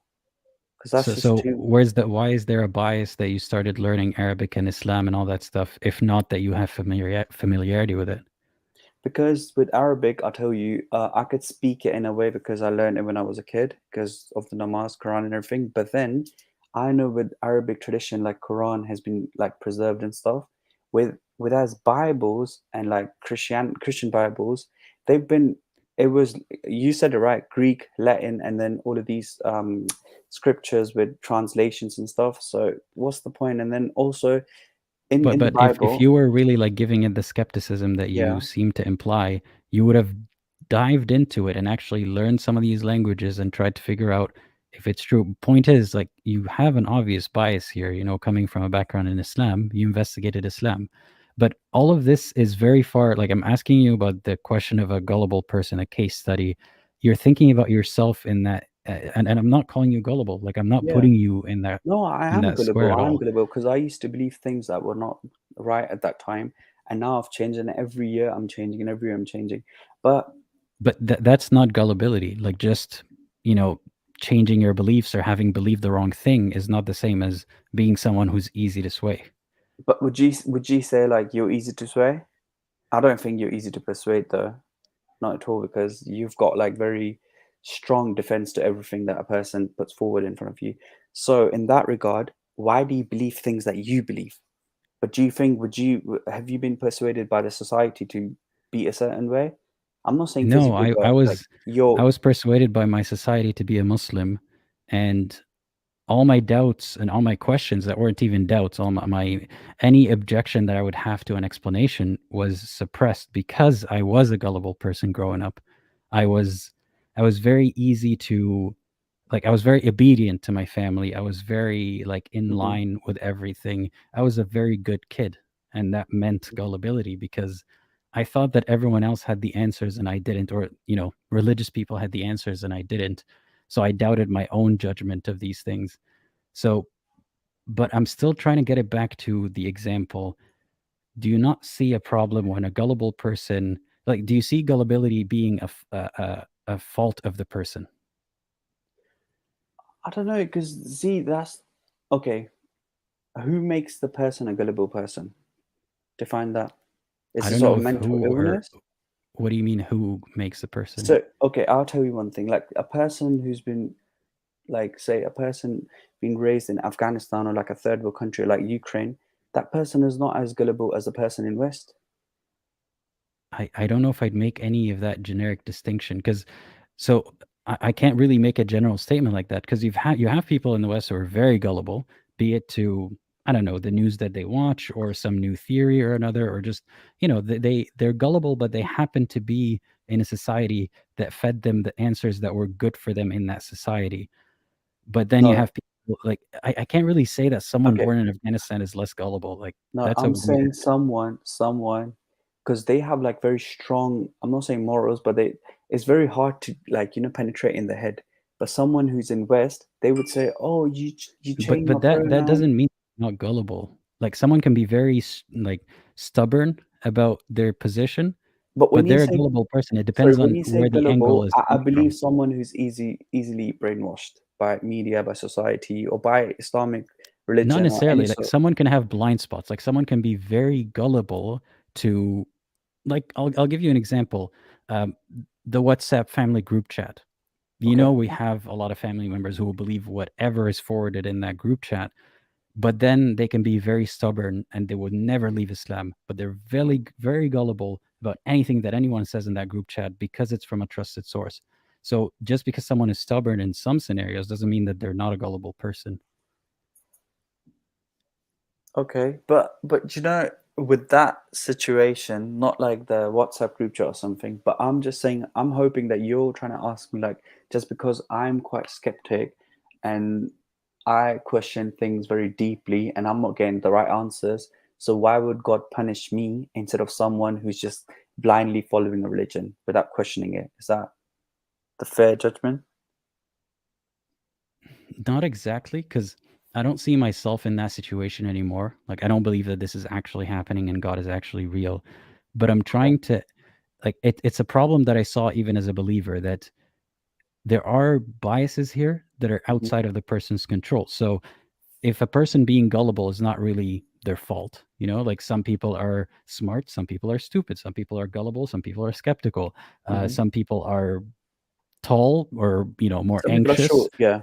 and these are qualities that people don't necessarily choose actively to have.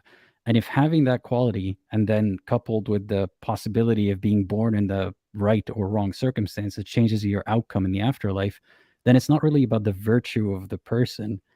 It's about what they happen to believe. It doesn't make sense as a judgment system.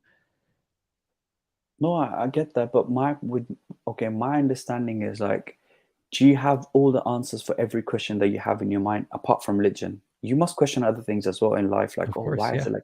But do you have all the answers for those questions? No, of You course never. not. Exactly. So my point is like, if someone's very deep into their own thoughts, like, oh, why is it happening like this? Why can't I reach Mars? Why can't I? I'm just saying, because a lot of people, they consider themselves to be stars. Some people consider themselves to be turtles, animals. Now you're seeing everything in real time. So my point is, you have to have a set of standard that, okay, this is what we're going to believe in. This is how we're going to run the society. But when you leave everything on individual level that you think for yourself, that person's going to think for themselves, that person's going to think for themselves, then you have a chaotic society where everybody is confused, like, oh, where am I going? Everyone's got their own Is that way? skepticism Do you going on. see, like, you're pulling me into the discussion about where I know where this is going about genders and whatnot, but I'm not saying genders, I'm saying no, like but in, like, do you see the societies that aren't basing their life on religion are Mhm. falling apart while the societies that are basing their life on religion are thriving? Is that what you see? No, I don't see that. You know what? Should I tell you why? In Pakistan, because I'm Pakistani, in Pakistan, there's less to none. There's very few people live below the poverty line, but yet there's less homeless people in Pakistan. The Canada, obviously, you see in Toronto, but if you go America, you see the most homeless, drug addicts, alcohol addicts, like all Wait, sort of like taking one metric, you're still not really answering. Are you saying that people overall? they're content. I'm They're not more even sure content. about the homelessness thing. I'm not going to argue against it because that's I don't know enough about Pakistan to know if these stats are true.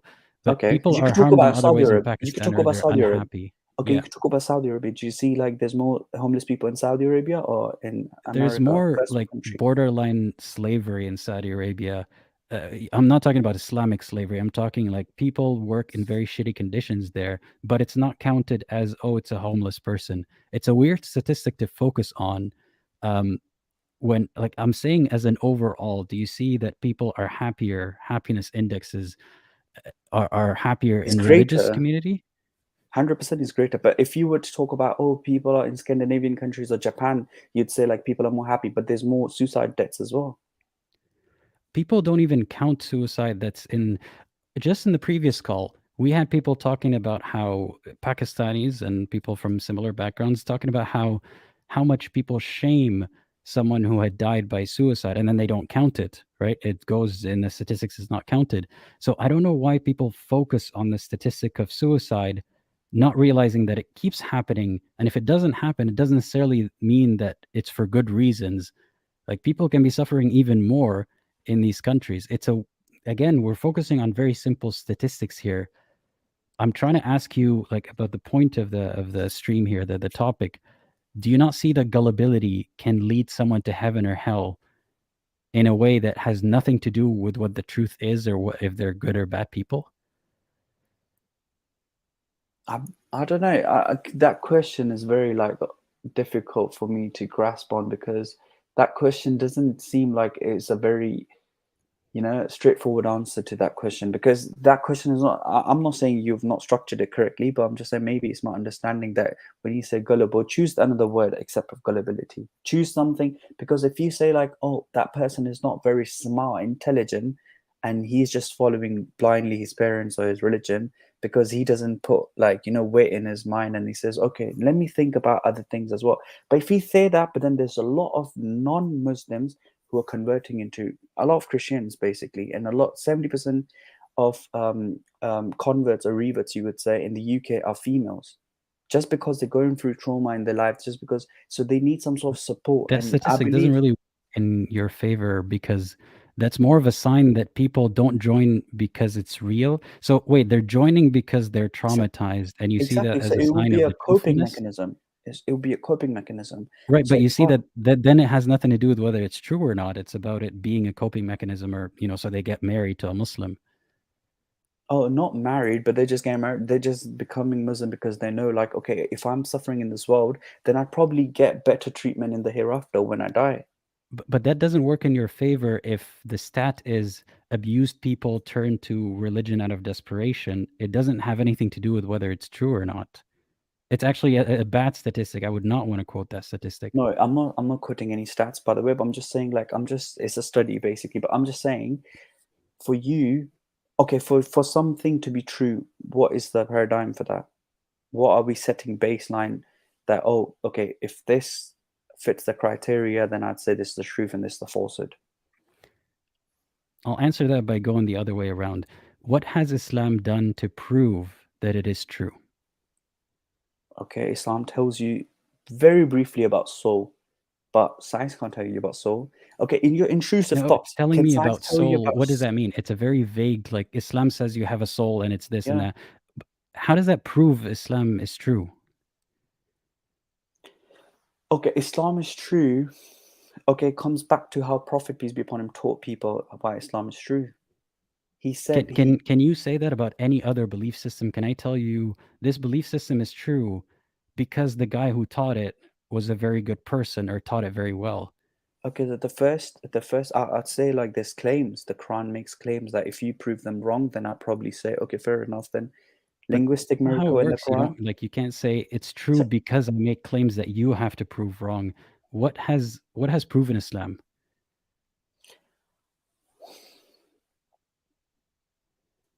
what there's not a single thing that I could probably just tell you, like, oh, this is what Islam is. I'd say Islam. Why isn't there? But that's the problem when people give a constellation of, if you look at this verse, it talks about the stars, and if you look at NASA, said whatnot, like, where's one thing that proves Islam?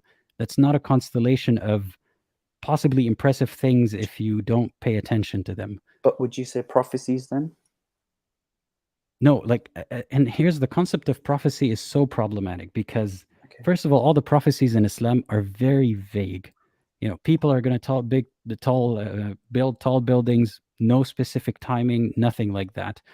And prophecies, or being good at predicting something, still doesn't prove anything. Are you saying that God's best method of proving Islam is, at the time, telling them, wait till after your death and the people after you will see that I was right about prophecies?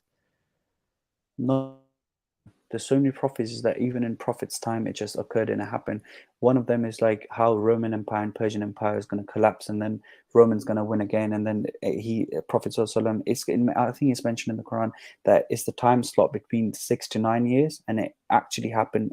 I don't think that's mentioned in the Quran, but do you apply that method to anything in life, where someone says, if you want to believe me, wait a few years and I prophesy that something will happen, and that should prove other claims that have nothing to do with war? Do you take that method in any other thing in life? Yeah, because of that, I'm specifically talking about at that time, because people were in aware of this, and then Sallallahu Alaihi Wasallam, Prophet Sallallahu Alaihi Wasallam said like, okay, this is going to happen, and people were like, no, these are the biggest how do you say, empires of that time, and then how they're going to collapse, how they're going to, and Muslims conquered all of them. Muslims conquered was till Well, Spain. if I made a prophecy, okay, about the next football game, and I said, if this prophecy is true, and maybe the next one, maybe 3 of them in a row, whatever, if these prophecies are true, you have to believe me about claims about God and everything else. Would you take that method? No, I won't. But just tell me one prophecy that has not been it's been falsified. No, but let's talk about the method itself. If you wouldn't take that method to believe in things that have nothing to do with the Roman war or empire or whatever, like, why do you apply it only to Islam, where you take a constellation of random things and say this has to prove things about everything else? No, it's for me, it's just because I'll be very honest with you. Okay, you could say I've got a bias because I was born in this religion. You could say that, but there's a lot of people who are not born in this religion, but they have so much strong faith in Islam, and they're like pastors. I mean, like they're priests, Christian priests. There's a guy called Bobby, Christian Dude, Bobby. and there's a lot of people who have a lot of strong faith in Christianity, having left Islam or no religion or another religion. I've never seen a single person who was a very devout Muslim and he's left Islam and has become a Christian preacher or Christian actor. There's a few famous ones that I don't care to remember their names because I'm not a Christian, but it's happened. Just because you don't see it doesn't mean that's the definition of bias right there. No, I'm quite active on social media. I could come across certain people like, oh yeah, but I know Hamza's done this. I've seen so many, and you obviously quote them as well. Muhammad Ajab is not a reverb. I'm just saying there's so many people that I see even day in, day out, every Sunday. Shamsi is converting them because it makes sense. Okay, tell me one thing. Did you tell me? Wait, have you been around churches to see who's entering and converting and stuff? Currently, I'm in Canada and churches are empty. Honestly, they're empty. They're not. Right. But what I'm saying is, you don't see the obvious bias. Your algorithm is all Islam related. All the people that you look at who are converting are Islam related. Maybe the people I'll follow it. That's why the videos come up like that. Yeah, it could be that. It could be that. But okay. Tell me one thing. I today leave Islam. I'm just saying hypothetically. I leave Islam. So what should I follow, and why should I believe them? If I'm following Muhammad, which is you could say, okay, why is it true? There's no metric to know if it's true or not. But then the Western values, and then you could say like whatever the belief system I might have now, atheism, or you could say anything. Why should I believe that? What is the evidence for me to believe this is the truth? This is the truth. Or you always want to stay in a confusion that I don't know what's right and wrong. I'm just going with the flow. That was very loaded. I don't just go with the flow. If I were to go with the flow, I would be tormenting myself about how my conclusions are obviously different from everyone around me, but I'm kidding myself by pretending that they have the answer, even though all they're giving me is vague prophecies and whatnot. And here's what I'm going to answer you with. You're looking for a single system. If I'm not following Islam, what is going to feed me the answers? Life is more difficult than that. I have to assess everything based on, like, this is my go-to usually, the harm versus benefit. And sometimes you can't see the harm and benefit of something till you do it. Sometimes you have statistics to show you that if you implement this political system or whatever, statistically you're likely, to help people who are homeless.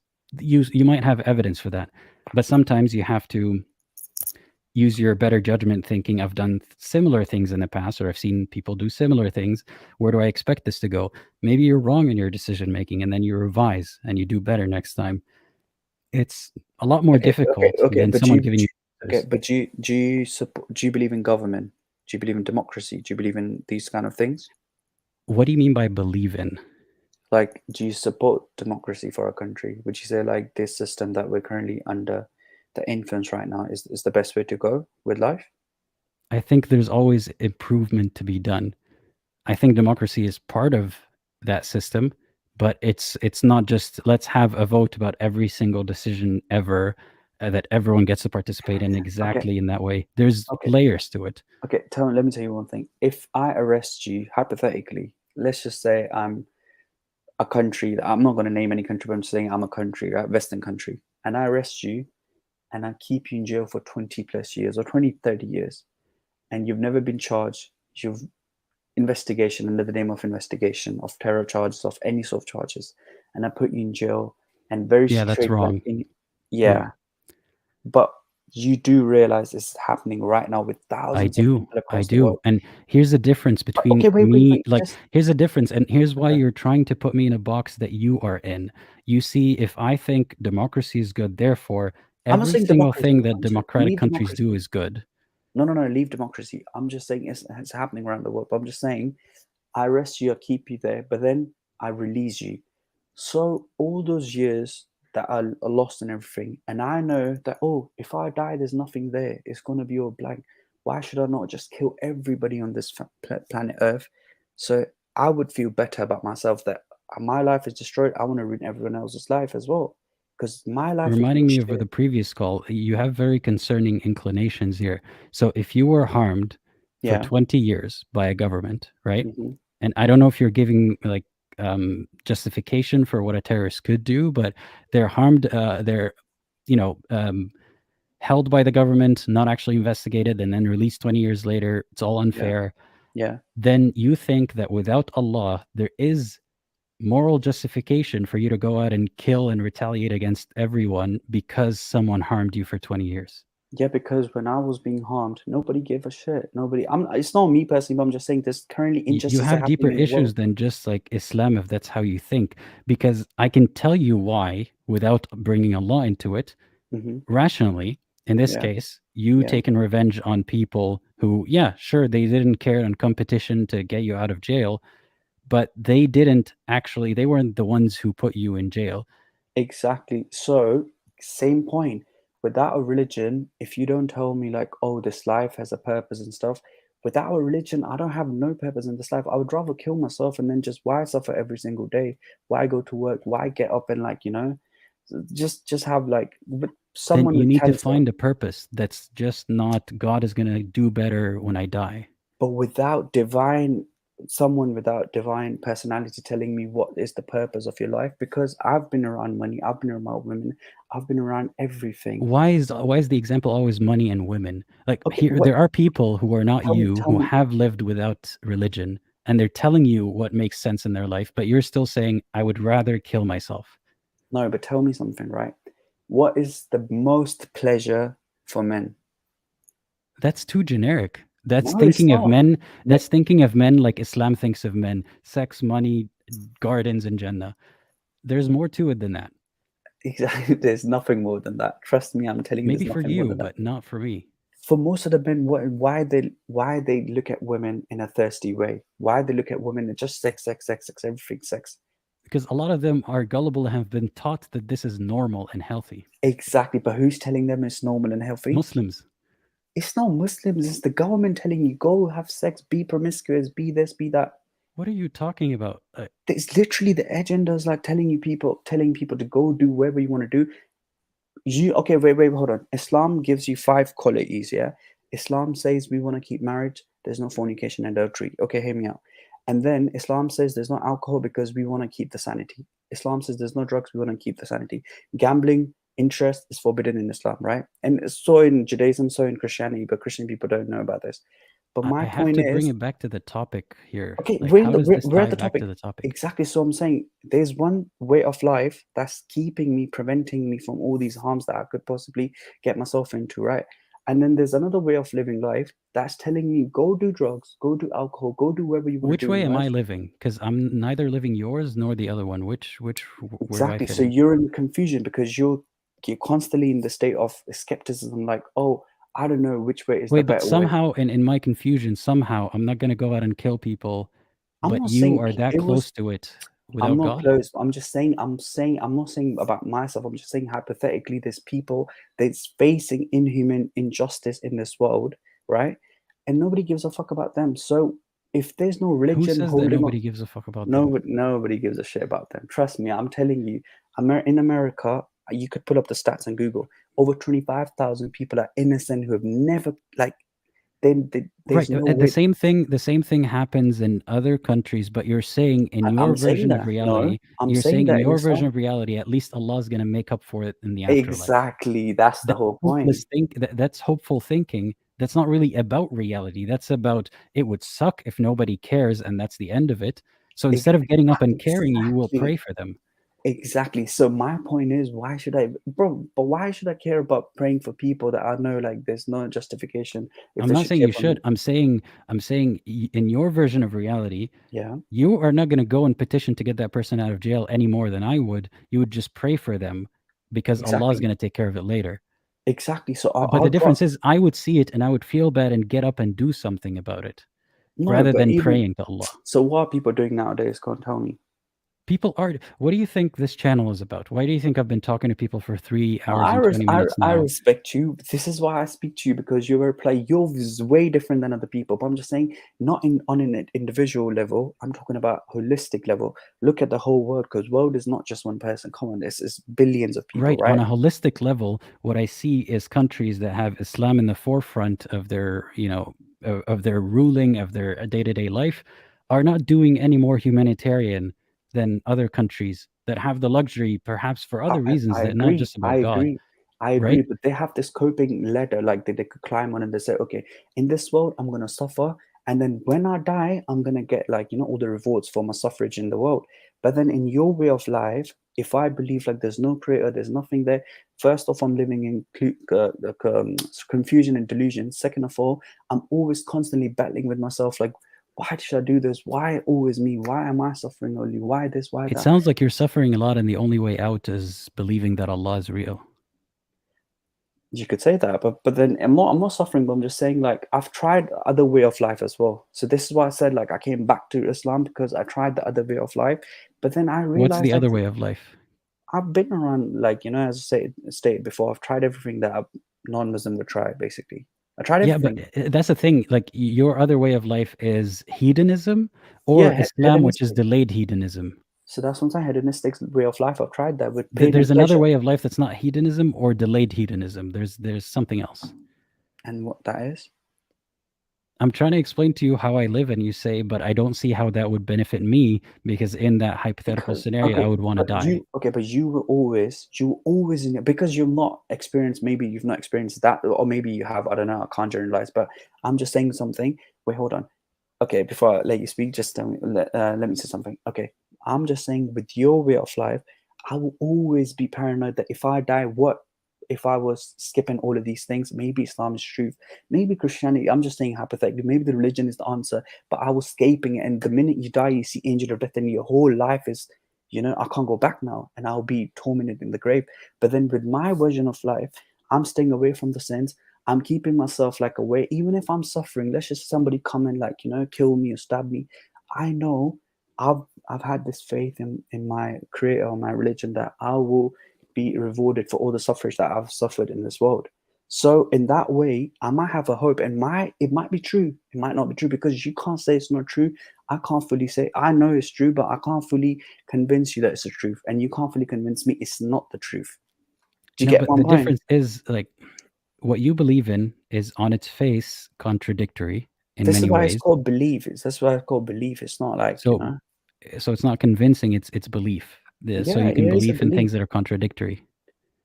There's no contradiction in that, but I'm just saying belief is a system which you don't have the full, I think, fact. So you could say that in my understanding, I do believe in things because I look around and I see the beauty in the creation and stuff like this. But in your understanding, you're still struggling to find out, like, okay, what is the answer to this? What's the answer to that? And then that would cause a lot of like, you know, trouble in your head, probably. I don't know, because in my No, state, it's caused me a lot more trouble as a believer because I can see that the answers that are Islamic answers don't make sense. I was more troubled by that than now actually saying, I don't know. but you're relieved now. In a sense, yeah. There's Because no then because then I don't have to lie to myself and say, even though everyone, what they're saying to me is contradictory and doesn't add up, and they're asking me to believe in something that doesn't add up. Like I no. used to think I was wrong. Now I realize, no, they actually can't even articulate why they believe that way. And therefore, then I don't have to worry about that. Okay, but then you're not paranoid about anything about when you die, something's could happen. No, because here's how I thought of it. Are you just saying it to say it, or you just you actually No, believe like I've there's said no that a lot such before. thing? I'm not paranoid about it one bit because if Allah exists and is the only reason I would be paranoid about it is it because of my indoctrination in Islam, and that has been resolved in this way. If Allah exists and He's all wise and He knows all my thoughts and my intentions and everything, He knows exactly why I don't believe. He knows it's not the simplistic, almost silly presentation of it in Islam that, oh, he refuses, oh, he's like too arrogant because their hearts have been sealed and all that stuff. He knows it's none of that. And then if he wants to be angry at me or if he's offended by that, there's nothing I can do to change that. I can't lie to him and say, I love you, and like hoping that maybe he's real and he doesn't torture me. If I think that of him, like, is he going to reward me for being so terrified of him and thinking that he's an egotistical maniac? Like, if I'm screwed either way, which is not likely the case, it Why would doesn't you seem to be screwed? likely the case. Allah has promised paradise for people who believe in Him, even though they sin so much. Doesn't matter. And that is a big fundamental problem I have here, because people can believe in Him without being good people, and people cannot believe in Him while being good people. Yeah. So him having the belief be the most important thing, it doesn't make sense. Okay, you could be a bad person but still believe in Him and still have your punishment in the judgment day, and after that, It's different than eternal hell. yeah, so it won't be eternal hell. That's the thing. But that's what I'm saying. What makes a person good Because if they're that- gullible and they believe in Him versus someone who's not gullible and they don't believe in Him? Yeah, but the punishment, I believe so, is because people are so arrogant to not believe in a creator. When they look around, and it's literally like the only people who say million stars. There's million it's the same- stars. But someone could look at that million stars and derive a different conclusion. Not that God created a million stars in like 2 days and then focused for 4 days on the earth or whatever it may be, just to then tell me that the stars are shooting missiles when that's Okay. not at all what they are. Like, it seems to point out more to a primitive understanding of what the stars are than to prove that God understood what the stars are. Okay, leave everything to aside. Just tell me one thing. Leave the religion to aside. But do you not see that how everything is calculated and everything is moving around is in a precise amount of calculations? The whole world, you know, there's like, you know, the earth How is does any of revolving. this tie back to It is believing because specifically in one God, So how in your God? so who told? Okay, let me tell you one thing. Who told the earth to revolve around a circular orbit in a certain speed or in a certain position? Who said that? Who advised the earth to revolve around? Why is it a who? Like, okay, and you're gonna say Allah. Well, how do you know it's Allah? Because I see the creation. That's the thing. How do you know it's Or you could Allah, say- not that there's okay, leave- something, a or who you that could- created? Okay, there's something, but you don't even believe in that something. That's the thing. How do you know it's Allah? I would go back to because it Because started. a man said that there's going to be a war and someone's going to win. That's how you know that. No, I know through Prophet Adam, Prophet like Ishmael. You trace. This is my question. Why don't people trace back that? You know how Jewish people say they're the ethnic people, they're the chosen people. They have their ancestry back to Prophet Ibrahim, Prophet Ishaq, like, you know, Isaac and stuff. But why don't the modern scientists trace it back like this? Where did we all come from? Who's the first human being? They would say it's a monkey, and they say like everything came from a start. You're still not really answering. Like, you're pointing all the things that I could answer each one of them, and it's going to take a long time. But you keep pointing to they believe this, they believe that. What makes you believe that it is Allah, not that they believe wrong things? See, this is what I'm all coming back to, because Islam has given me sort of understanding, like, okay, we created life, we created death, and you will kind of come back to us and stuff. This is very promising. Tell me, like, if somebody said to me, you're not they going to die. believe things that you see issues with, or like that don't add up to you, and then your version is Allah says things that are, or Islam says things that are relaxing to me and comforting to me. But you didn't say why they make more sense, or they actually prove to be true, other than they're more comforting to you. I'll tell you, because in the other religions, I've not done like a very Not deep the other research. religions, just Islam. Like that's a problem when we're talking about Islam. We're always looking at the other religions. Just Okay, but Islam. let's just talk about Islam, because it's given me answers to the things. Islam has given me at least some sort of like, okay, you will suffer in this world because God is going to test you, and so is everyone else is going to get tested as well. And then when you die, you'll be answerable for every little deed that you've done in this world. How does any of that prove that it is Islam is true? This is why I said it's a belief system. It's a religion. It's a belief. It's not something like, oh, I can put it on paper and say, look. How do you get that belief? Obviously, my parents introduced it, but then I've done my own research as well. And then when I read Quran, and not just you, if you were to introduce someone to that belief and for them to adopt it, aside from saying the words, what would convince them of it? Like, okay, can you get faith from convincing? I would, the way I would try to convince is like, okay, tell me I'd say all the rulings in Islam are beneficial for you. Name any sort of system in the world which is beneficial for you. They can disagree, and like if you start saying every ruling is beneficial, one can easily get sucked into hours of talking about specific rulings that are obviously not beneficial. But do you prove that God is real and this specific religion is real because the rules are good? No, because the way of life is good. You could, but then one can argue forever. Like, that's a very subjective thing to say that the way of life is good. Again, like, Muslim countries are not doing very well. And you do know why they're not doing well? Shall I tell you why? And then you'd say, oh, conspiracy theorists and stuff like this. You do know there's a regime change in the world going on. Why do people trade in dollar? So see, you're saying that, okay, so there's some conspiracy behind this, but God's religion is not strong enough to show people how to live a good life and demonstrate it, and not stronger than the US? Furthermore, I'll tell you one thing. If no one was religious, let's just say no one in the world was religious, everyone was atheist, do you think there would be peace and harmony amongst people? Not necessarily, no. Exactly. So which way of life is more, there's more peace and harmony between in an I wouldn't say that. Just, or the dude, just right now, there's people in a certain country in the Middle East, I don't want to put too much emphasis on this, are trying to lynch a woman for saying, a Muslim woman for saying, I believe in Muhammad, but I think that heaven is too much of a brothel for me. And they're trying to lynch her. And you're telling me that's a peaceful way to live? Yeah, more because than people, each person has their own understanding. This the same is going on in India with people. That's not what we're saying, though. You're saying that it's a better way to live for people in general, but then I'm showing you how it's a volatile mess. Yeah, but it's the lack of understanding of the people. That's the thing. But my point is, look at okay, Islam. Okay, Islam. You would say like originated with Muhammad and stuff like this. Okay, I believe Muhammad, peace be upon him. All his companions, like Khulafai Rashidin, you know that all of them got killed. All of them got stabbed. Rulers, right? They were basically the kings at that time, or Khulafa, right? They got killed. And my point is like this whole system of like killing each other and stoning each other and stuff like this, oppression is always going to be there. Suffering is always going to be there. Look at, do you not see there's literally a war between Ukraine and Russia, and who initiated the war? We would never know things that our government know, because they hide stuff that we I think we're getting very far off topic here.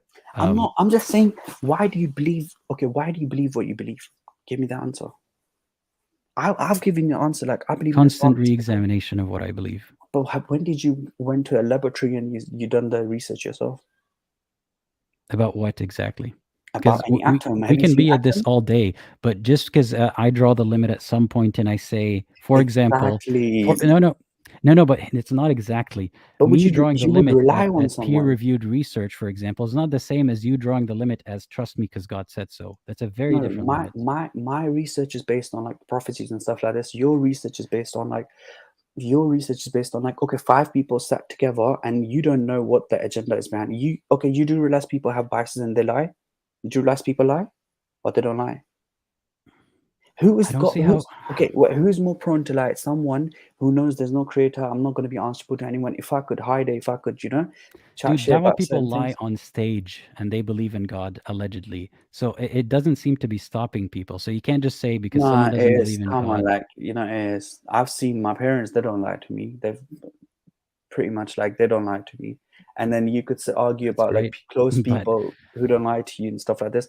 But my point is, someone, if I'm answerable to God, like if I'm saying I've got like a secret CCTV camera on my head, angels are writing. why do crimes still happen in places where people, in higher degrees than in secular countries, in places where people believe in God? I don't think According so. to your logic, go and they're tell me supposed then. to it's supposed to stop people. I told you. Let's just say people do either other in Pakistan, right? There's so much knife there. There's no stabbings there as such in UK. Oh yeah, they But just lynch people who disagree with them all the time, but there's no they stabbings. don't. Where the stabbing? I don't know. Okay, I get that, like the mob lynching and stuff like Didn't this. it just happen a few days ago? Dude, people have called me on this live stream during the last call describing horrible things that happened to them in Pakistan, and no one lifted a finger. And you're telling me that all that doesn't matter because the statistics say nobody stabs each other? Pakistan's population 231.4 million as of 2021, yeah? And UK's population is about 67 million. But UK has more stabbings and killings than Pakistan. Why so? Because people don't count in Pakistan.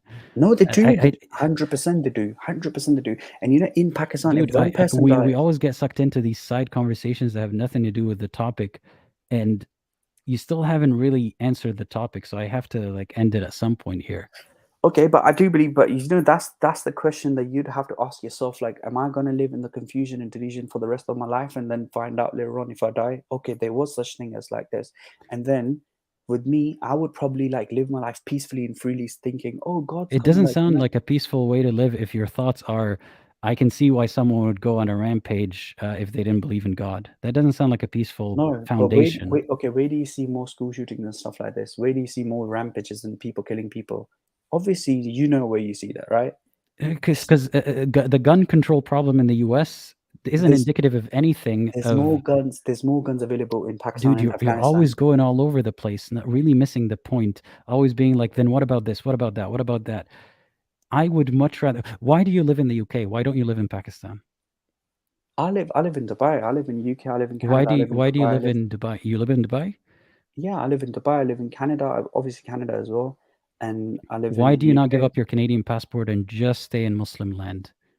And this is not an invitation. It's not me telling you to go back. No, I'm planning on going back. I'm choosing to find a job in Saudi Arabia and live there. I swear, I'm not even joking. So are you giving up your Canadian passport right now? I'm not giving away anything. I don't have Canadian passport. Why not? Anywhere. I've got a UK passport. I'm just saying, are you giving that up?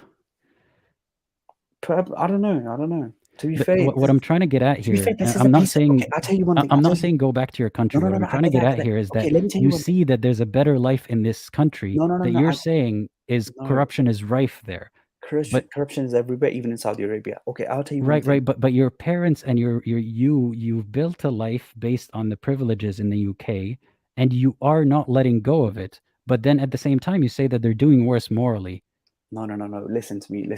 I'm not saying it's just a piece of paper at the end of the day. Do you think I love UK so much? I love Canada so much. It's not about loving. It's not about your alliances. I'm saying it's indicative of what you actually believe. If you actually believe that the UK is worse than Pakistan in terms of moral corruption, then you wouldn't step foot in the UK. But you know that it's more advantageous to be in the UK, and it's safe to be in the UK.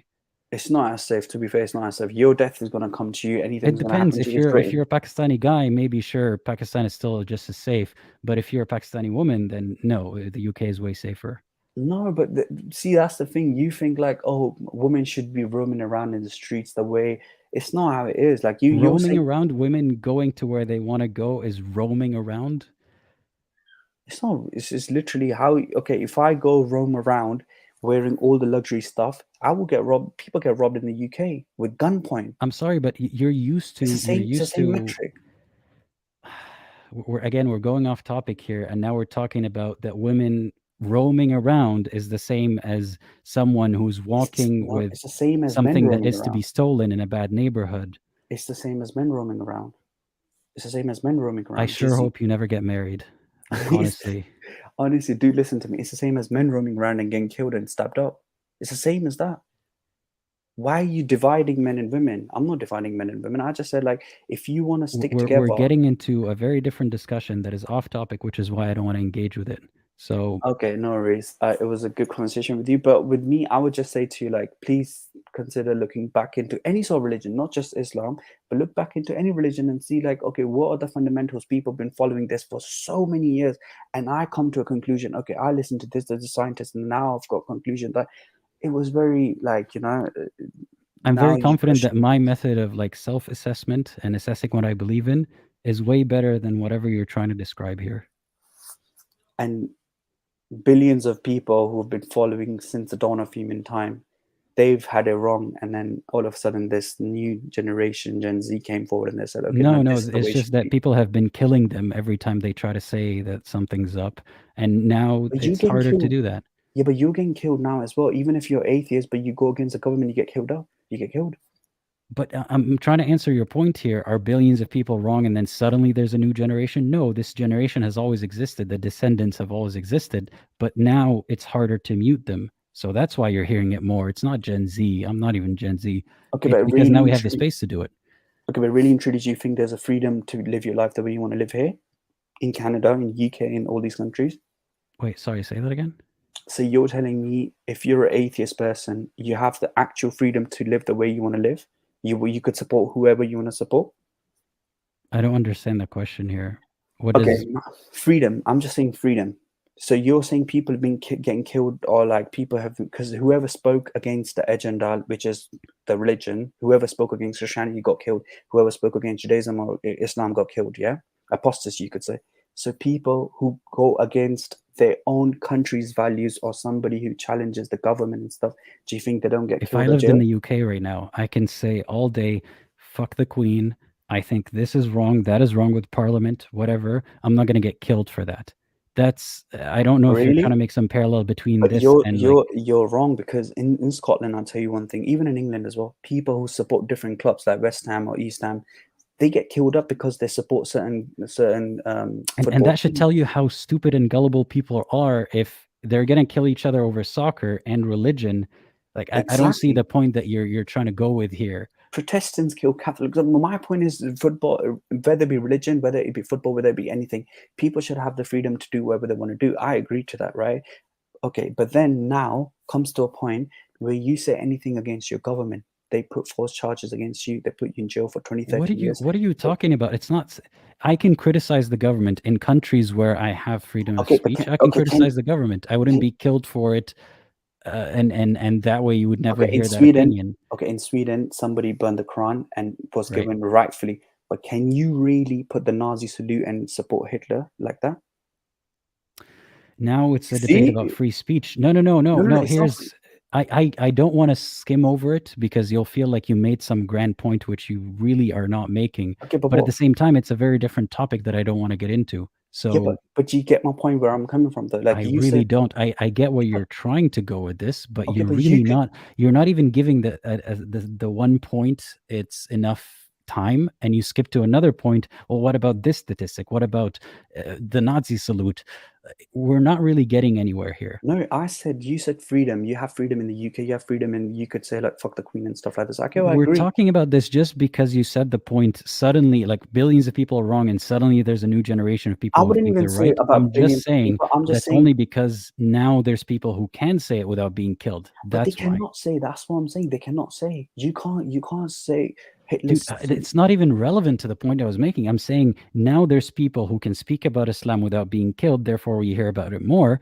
That's why it's not that billions of nobody thought to talk about this before. Now there's a bigger chance to talk about it. Okay, but That's then it. replace. It's not a commentary on how fair the UK Okay, but political replace. Okay, but system is. replace the religion with now the governments. Replace the religion now with. So you're saying the governments are just as bad. What does that have to do with anything? I'm just but describing a phenomenon here. You're saying billions of people and suddenly a new generation. I'm saying no, the mechanism has changed. The mechanism of suppression has changed. I would That's say it. I would say this is the whole new world order, or you could say like the whole people who control the world, few people who control the world's wealth and everything. They're the new religion. They dictate what your children needs to be taught in school. They dictate how you should be behaving. if you go outside the line, you'll be arrested. They behave everything. They literally tell you what to eat, what to drink, what to believe, what to If see. you say so. Yeah. But that's the reality, though. Do you not see You that's the literally reality? have someone telling you what to believe, and yet when other people tell you they're assessing their beliefs and whatnot, you're saying, no, but above all that, there's a secret force making you believe all that. 100%, I agree. My belief Who's system, more controlled by an order here? okay, but I get that. But with my belief system tells me what's going to happen after I die. But your belief system doesn't tell you what's going to happen when you die. Yeah, because my belief system doesn't extrapolate on, like, based on nothing, based on word of mouth, based on authority, based on, like, I don't know where you're going with this, but I have to get to the next caller now. Okay, so just last point. Okay, I agree to that, but then this is the thing. I don't want to live in the confusion, delusion. Oh, what's going to happen? The paranoia. I am not living in a confusion, but it sounds like I'm not you saying are I'm in saying a lot all of confusion, especially if you step out of your belief system. So if I step you out of my don't have belief to. system, I would be confused. That's the thing. All right, no worries, brother. Take care, and I wish you all the best. Yep, same to you. All right. We have two more callers, Emma, and then Muhammad would like to join. Oh yeah, the person I was thinking of, which I can't remember his name, the famous guy who left Islam and joined Christianity and is now deceased, Nabil Qureshi, I think is his name. I've never watched any of his stuff, but I'm just giving an example. There are people who have made that transition. Anyway, getting to the next caller, Emma. I hope you're ready because I'm adding you in 3, 2, 1. Hey, Emma, how's it going? Hello? Hi, I can hear you now. Yes. Oh, awesome. I'm so Glad you happy. figured it out. Yeah, I'm using my iPhone. I was using my laptop and it wasn't working, so I tried my iPhone. How are you? I am good. Thanks for asking. What about yourself? I'm really well. I'm a little nervous. That's okay. Well, So I want to start by asking you a couple of questions. Like, how did you find this live stream or this channel, and what motivated you to call today? well, I saw one of your videos pop up in my recommendations for some reason, and I saw that you were making this live stream about whether people are gullible who are raised in a certain religion, whatever religion that is. And I decided that I wanted to have a conversation about it because I like talking about religion and I am religious myself. I'm a devout Christian. And yeah. Mhm. I'm going to summarize real quick what I meant by the gullibility thing. So I'm not saying that people who believe are gullible by definition, or that the only way to believe is by being gullible. What I'm saying is God, say Jesus, for example, if you believe in heaven and hell and that a believer is more likely to go to heaven, then a person who is gullible and happens to be in an environment conducive to believing in Christianity is going to be a believer. In another environment is going to be going to hell out of no fault of their own. It's the same exact gullibility. Or that if someone is skeptical versus a gullible person, both in a Christian environment, the skeptical person is less likely to believe, and the gullible person is more likely to believe, again, having nothing to do with their virtue as good or bad people. So that's kind of the summary of what I was talking about. Yeah. So, well, I think that, gullible by definition means someone who's easily persuaded to believe something or do something. So someone who is raised in a certain religion, I wouldn't say that they're gullible for practicing that specific faith because that's what they were raised in. So they haven't really been easily persuaded to believe something because that's all they've ever known. So I would say that's more ignorance, that they're just they have lack of self-awareness, or they haven't done their research. Once they've reached a certain age where they've gained independence to think for themselves, they haven't researched why they believe the things that they do, that they do believe in. So I would say that's more like ignorance. If someone lets themselves be persuaded by a certain belief once they're an adult. Well, it's not that I'm saying that if you were raised in a religious family, you believe because of gullibility, but being gullible, say it's a quality that has nothing to do with the religion part on its own. So if you're a gullible and you're taught a religion, you're more likely to believe it, or if you're taught irreligiousness, you're more likely to believe it. But Yeah. by virtue of your gullibility, it decides your fate, in a sense. I don't think so, because you're making it seem like gullibility is a character trait, like something you're born with, and I don't think so. I think that gullibility is due to ignorance, and that's something that you can easily fix by gaining knowledge and doing your research. I think I disagree with that a little bit, because say, for example, someone believes in a certain theory about how the earth is shaped, and they do a lot of research and they gain a lot of knowledge, but then they're still gullible to believe something that has to do with the source of information they gave them was someone they trusted, so they're more likely to believe in that wrong shape of the earth, even though they've added a lot of information. So it can be one way out of gullibility is by gaining knowledge. Maybe it's ignorance sometimes, Yeah. but sometimes gullibility stems from a bit of a personality trait, not necessarily born with it, but maybe developed it growing up. Not having a strong sense of self-worth, or standing firm in your ground, or being a people pleaser, or I don't know, valuing community more than you value your own thoughts, things like that. So that's why I think gullibility is not just solved by gaining more information.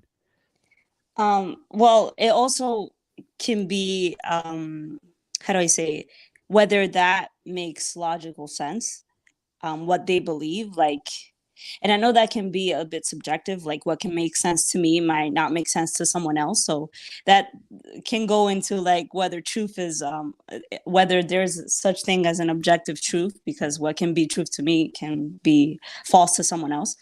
But I think that someone's upbringing, well, I think religion is a bit subjective in many ways, but I think that if someone has done their research, they like done a lot of research and then have thought about the things that I believe in, does it make logical sense? I feel like people will know the truth. And so, yeah, go ahead. Because I think that religion is also, like the person previously said, has a lot to do with faith as well, like believe in what you have not seen. So using that same formula of researching what you believe, why you believe what you believe, you're saying it will always lead you to the truth. So what about people who it's led to a different conclusion about God? I think that if you're really sincere, like I said, like I'm a religious person, so I do believe that religion, like it ties into faith. Like you have to have some sort of level of faith, and not just religion, like everything in general, even science requires faith, because you've never seen the Big Bang, you've never seen evolution, but you believe in it. So I think that everything requires some level of faith. But I think that, what was I gonna say? Well, I do have something to say about that. I mean, I don't necessarily believe in those things. I'm not even sure how, like, if say I believe what the scientists say about their interpretation of the data, that then they interpret that to mean that everything started from the same point and exploded outwards in the Big Bang and all that. Yeah. It doesn't necessarily have anything to do with what was before then, but also, sure, I'm putting in faith. I'm putting in some level of faith. I didn't actually verify this data. Same for evolution. I'm not someone who says that either of those things are absolutely true or that's how life came to be. I don't know. But even in that case, it would be putting in faith into a system that has been demonstrated to work in other areas as well. Like, we do trust science with everything. Like, we're talking right now because of science. You go to the doctor because of science, all that stuff. So I don't see it as the same kind of blind faith as, what leads people to believe in religion. You can still say that there's a degree of suspending your disbelief and suspending your skepticism, and I agree with that. But I don't see it as exactly the same. Well, there's different types of, there's different things in science. Like, you're talking about medicine and like the body, sure, because that's something that you can verify. That's something that is also can be quantifiable. Like you can see it, you can see your body, you can see different symptoms if someone is sick. But when it comes to like evolution and how the world was created and the theory of evolution and everything like that, I think that does require faith. Well, it requires faith. Again, I'm not a believer, so to speak, of that theory. But Do the you kind of believe in a faith, higher power? I'm not sure. I don't have a specific. Nothing has pointed to definitely yes or definitely no. I think creation is like, I don't know. I think creation is a big indicator, just because behind every designer, there's a designer. Like behind every painting, there's a painter. Behind every building, there's a builder. So if creation exists and I exist and I have reason, I have judgment, then that means that whatever created me also is intelligent and also has not the same, but similar attributes that I do, because everything has a source. Well, I'm undecided on the position of what the source of life is, because what matters to me more, like, say I presume, okay, we don't have the answer. Evolution and the Big Bang don't fill in all the holes. They're just mechanisms, but what initiated them, if anything? Say I believe, or I suspend my disbelief and I say it might be something bigger than us. I don't know how to get from there to, and it's intelligent and it wants things and it has a personality. That's the part that matters more than believing that there's a higher power or not. It's what we interact, like, then, what comes after believing that there's a higher power. That's the part that matters. So you, in other words, you believe that there could be a higher power, but you don't believe that it has been revealed, like that higher power has revealed itself, or if it has, it hasn't done the best job at it in different religions. I don't even know if it's something that is to be revealed or wants to reveal or has any kind of will. Like all of these presumptions that then it must be smart like me and it must be intelligent or have a will or any of that. All of these are presumptions. None of them seem obvious to me. And I can keep those presumptions up in the air till I find an explanation that says, and this is the description of it. And the religions that I've seen so far don't really point to that. So where do you think that all this came from?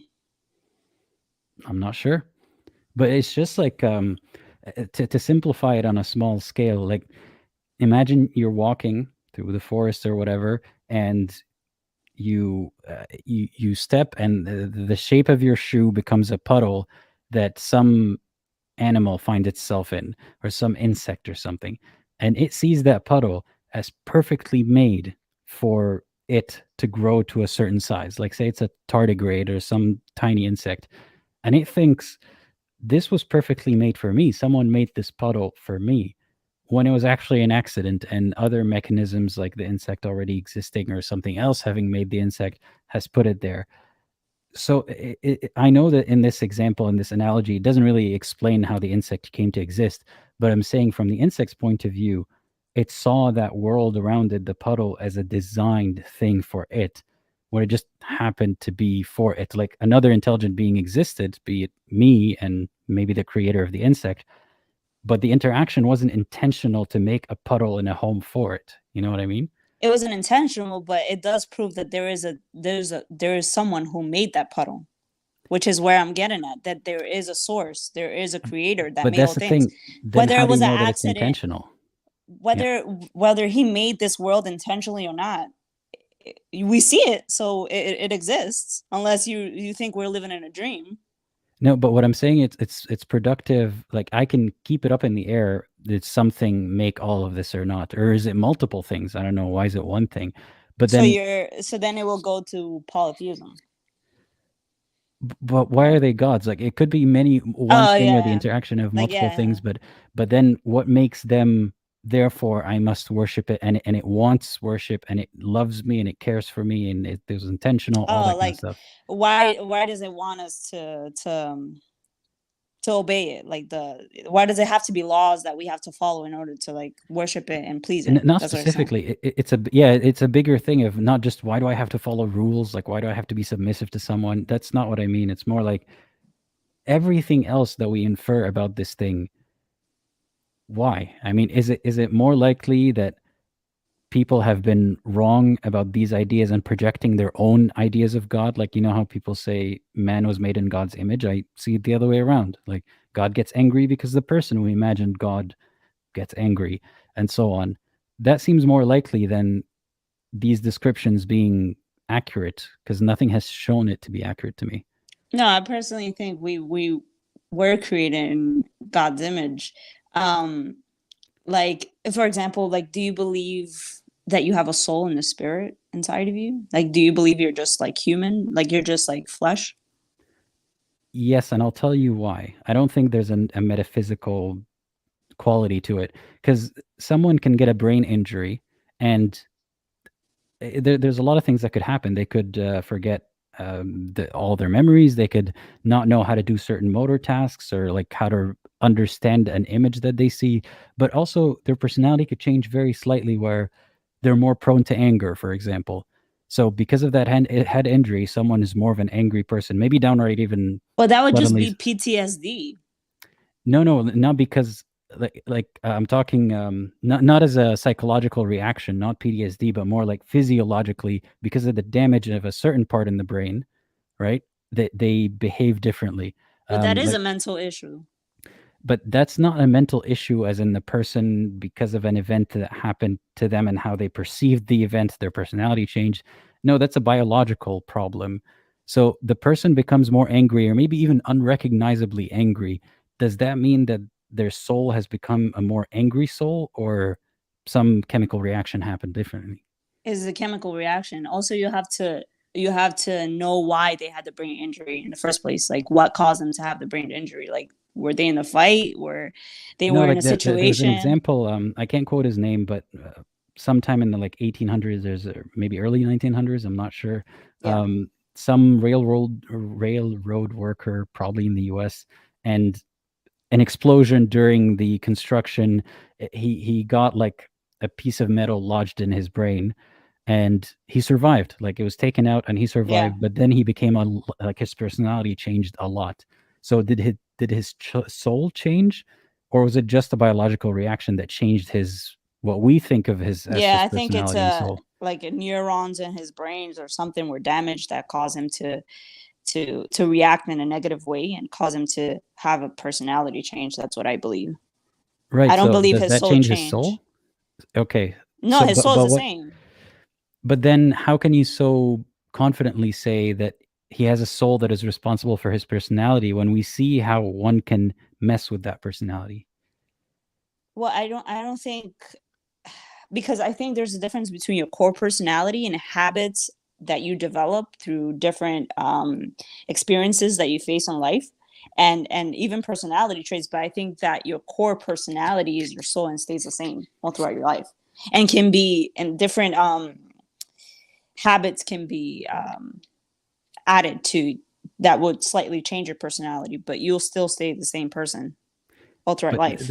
that's not really true. Like, that person had a change in personality. But your core How do you being get to does stay the define same. what his core soul personality is if all you see is how he presents himself? I'll put yourself as an example. Do you feel completely different than you did as a kid? Or do you feel like you're the same, like your inner being is the same? You're just older. I feel the same because of the continuation of me building memories on past memories. But if I forgot like the past memories, then I would feel like a different person than that person that they're describing. But then that's not your soul. That's just a brain issue. You see what I'm saying? Like, Not really, your because soul will be the same. You would just have a brand new start with your soul. Brand new not really, start because mentally. like say I was a kind person when I was younger, before I had an injury that changed my personality or made me forget my past. I can now not be a kind person anymore. I can be kind of a mean, grumpy person. Which one is my soul? Whichever came first? I think who you are in the worst case scenario. Yeah, Like, but the worst case if scenario you're, before the injury is different than, like, I would have been calm in a certain situation before the injury. After the injury, I'm I angry. don't know, you'll have to give me like a medical situation of cases, because I've never heard of someone completely, unless they've been like a trauma, like they've been to like through sexual trauma, but that's different. And No, that it's would be like yeah. What I'm saying is not as a result of their reaction to something happening, like a perception thing, like a physiological reaction. Sorry, psychological reaction. yeah. But changes in chemicals. Like, say for example, I had a chemical Yeah, but then imbalance. that's a chemical imbalance. That's not your soul. That's just your body's reaction to a certain circumstance that you're going But that's through. what I'm saying. Like, your soul is just a chemical reaction, your body's reaction to everything. Oh, okay, I see what you're saying. Sure. Because if I could see that the But chemical reaction is messed with and the personality changes, that means that the personality is a result of the chemical reactions. but then that will make you a mentally disabled person, because you're not being aware of your surroundings. No, they don't have to, like, the person doesn't have to be out of their mind, crazy, unaware of their surroundings. I'm saying that chemical reactions can have a change on our personality, Yeah. meaning that this personality is not an essence, a soul. It's just the chemical reactions. But then I feel like your soul will be your thoughts, your inner thoughts. But your inner thoughts might be Like- more angry now that you have a brain tumor or a brain injury or whatever it may be. Like, I it's don't think so. I still- think you're still the same person. I don't know, unless you give me like cases of that happening. I feel it's like hard to look it up right now, but if yeah. you look up like how brain I tumors will. change people's behaviors, you like in a brain tumor example, I can see why you're thinking the core personality is still there. If you take out the tumor, or like if the tumor wasn't there, it wouldn't make him more angry of a person. But what I'm saying is not that now the tumor has been incorporated into his personality. I'm saying that we can see that the personality is just a chemical reaction. Yeah. And when we change the parameters of that reaction, then the personality changes. Sure. But I do think like your inner thoughts and your soul is the same. As you navigate life, you're just older with more experience, or you go through different life situations that might change your certain behavior, but I think the core of who you are stays the same all throughout your life. That's Because why you have people say memories like, of it. well, sure, but like that's why people often say like, I don't feel my age. I feel the same as I did when I was younger, because your external appearance changed, but your inner soul stayed the same. Like, you don't feel any like too different. Like, sure, you might be more mature, but like your inner being has been the same all throughout your life. Well, I've never heard of like people be like, I feel completely different, unless they've been through a trauma. no, But that's being different. the same, like keeping the same personality or mood or whatever it may be, doesn't indicate that there's a metaphysical thing. It could just mean that your brain, the way that your brain works, hasn't changed too much. Like, the stability doesn't point to a metaphysical thing on its own. But it could be. Like, it doesn't prove it, but it doesn't disprove it either. I mean, at the same time, I could say you can't disprove that there's an angel sitting on my shoulder right now, or You can't like prove that. it. You can't disprove it, but you can't prove it. So Right, it could be either way, you know. So but I mean, like, my point is that things that could be either way, we can't point to a certain phenomenon, like someone keeping the same essence or same personality, as a sign that it's a soul, if it's just as disprovable or provable as they just have memories of themselves. But having memories doesn't, like, it's just memories. Yeah, but if you lose part of that, like, it doesn't memories, indicate how you then walk. you change personality, then you're not the same soul anymore as you would see it.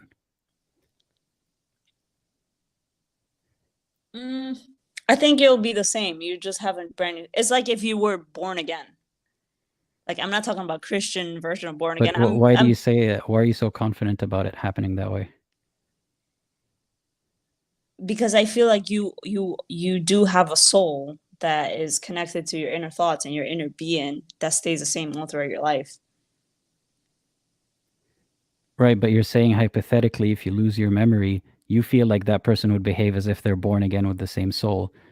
But you're saying that based on a belief that you already have, to But reinforce the you don't belief that you already have, have. Mhm. but you don't have proof of cases that where it disproves my point. You know what I mean? No, your point can't be disproven, because if you add a metaphysical layer to anything, you can't prove what's not measurable in this life. Ever. So But that's what faith is. Faith is the assurance of what is hoped for and the conviction of what is not seen. So you have conviction of what you have not seen yet. That's what faith is. So is faith a good way to go about life in aside from religion? Like, do you apply faith to medicine the same way you apply it to religion? Yeah, and people do. People, no, but you I'm apply saying, faith like, even say if you don't. If you go to a doctor, and instead of the doctor having went through med school and like studied a lot of things that people have reviewed and discussed a lot, but instead his method was that someone had seen through Jesus the ways to heal a human body, and he has a bunch of disciples that they say that they've seen the guy do miracles and all that. Would that be a method for you to believe that the doctor is qualified to take care of you? I feel like that's a bit different, because that requires knowledge on how the body works in order. Like, if you're going to do a surgery on me, then you have to know how my body works. You know, it's not, sure, I believe that miracles do happen, but if someone is doing that as a job, like, unless like they're a spiritual person, then they wouldn't be a doctor, you know. They would just be like a psychic, or not a psychic, but like people who do like healing things. You know what I mean? They wouldn't be a medical doctor. To be a medical doctor, you have to go to medical school. Right. So you would trust that medical schools do set someone up to be a doctor, that they verify that the person has went through tests and they've done practice runs on dummies and all that kind of stuff. We have trust in that. But when it comes to religion, what is that kind of rigorous standard that we apply? Because the reason why it requires faith is because the Bible tells us that we need faith in order to be saved. There's a famous verse that the you famous don't need verse med school, you have to believe that you need faith in my method. Because medicine is not the same as religion. You're comparing the two, is completely different. Faith requires so, like, faith. you put Religion higher standard of evidence on medicine, right? Like, you put more requirements for the medicine for the person who practices medicine to go through than the person who practices religion or says that they are God. Sure, because you're working on something that you can see, which is me, which is like a human being. Like, you can see me. It's well, you can't really like see the illness itself. Like, the illness could be invisible, and the healer could work in invisible ways as well. Just can you hear me? Yep. Okay. Yeah. Sorry, I had to charge my phone. Yeah. What were you saying?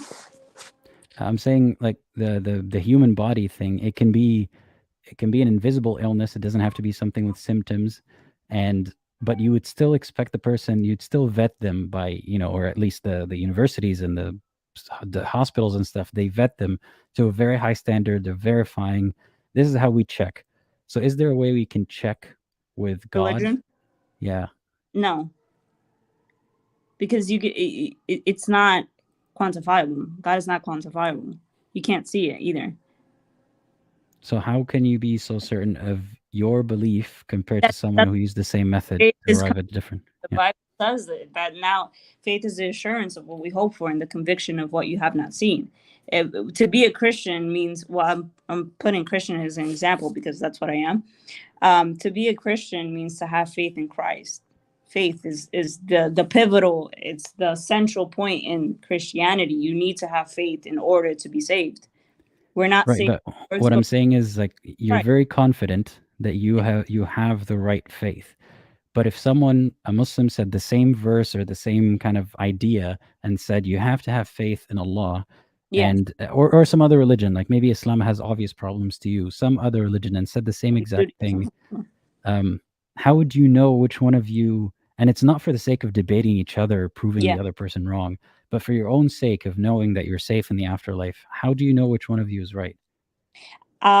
Because Christianity makes sense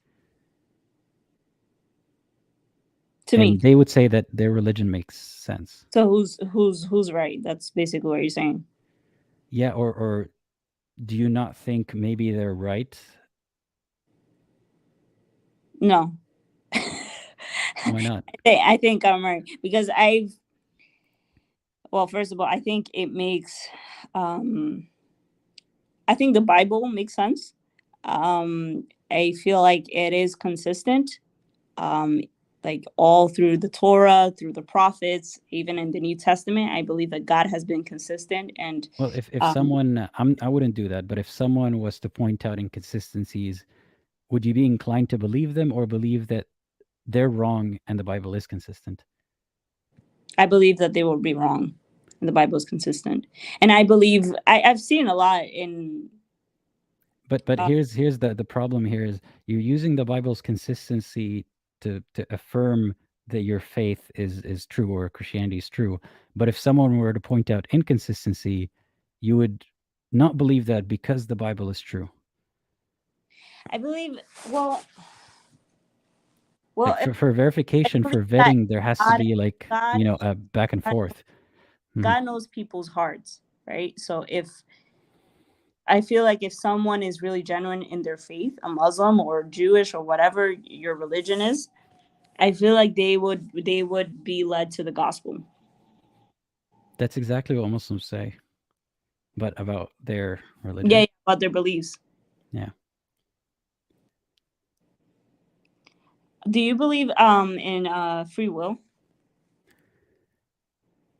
I'm also not very sure about that. I see, and here's why I'm inclined to say no. I don't think it's as free as people like to pose it, because when we think it's free, it makes it easy, to say this person did a crime, therefore they are a bad person, they should be punished. Easy, simple as that, done. But when you really like start to unpack it, why did they behave that way? I'm not saying that people are like absolved of responsibility for their mistakes because of circumstance, but when we actually see that the circumstance makes a difference and we can combat that by changing the circumstances or rehabilitating people a certain way, we start to understand that it's a lot more complicated than good and evil and right and wrong, and people are just doing things because they want to do the good or bad thing. So I don't think we have as much free will as we think we have. I think we operate within a lot of limited options, but we think that we have a lot more options than we do. Yeah, I hope that answers that. Like from a religious viewpoint, like if like you mentioned before with another person, someone going to heaven or hell, like you don't believe someone has the free will to choose their destiny? Because it's all the way, whether what religion they're raised in or their environment. Because of the methodology to arrive at the belief in God, whatever God it is, the method is not the same as what people use to do. For example, people like contrasting with science. Say I do an experiment 10 times and I get to a conclusion. Someone can do it again 10, 20 times and prove me wrong. And then eventually we arrive at the best conclusion for now. That method doesn't really work with religion. Everyone's method has to do with anecdotal evidence or like subjective things or how they feel. Yeah. And they say the same things, right? And so then it's clear that if one of these religions is true, it's kind of a game of chance. Like you don't seem any worse or better of a person than a Muslim who tell me the same exact things and arrive at a different conclusion, right? If one of you is right, only one of you, and if that God is not inclusive of all other religions and irreligions and so on, then it seems like an unfair system that has nothing to do with a person's choice to believe in something.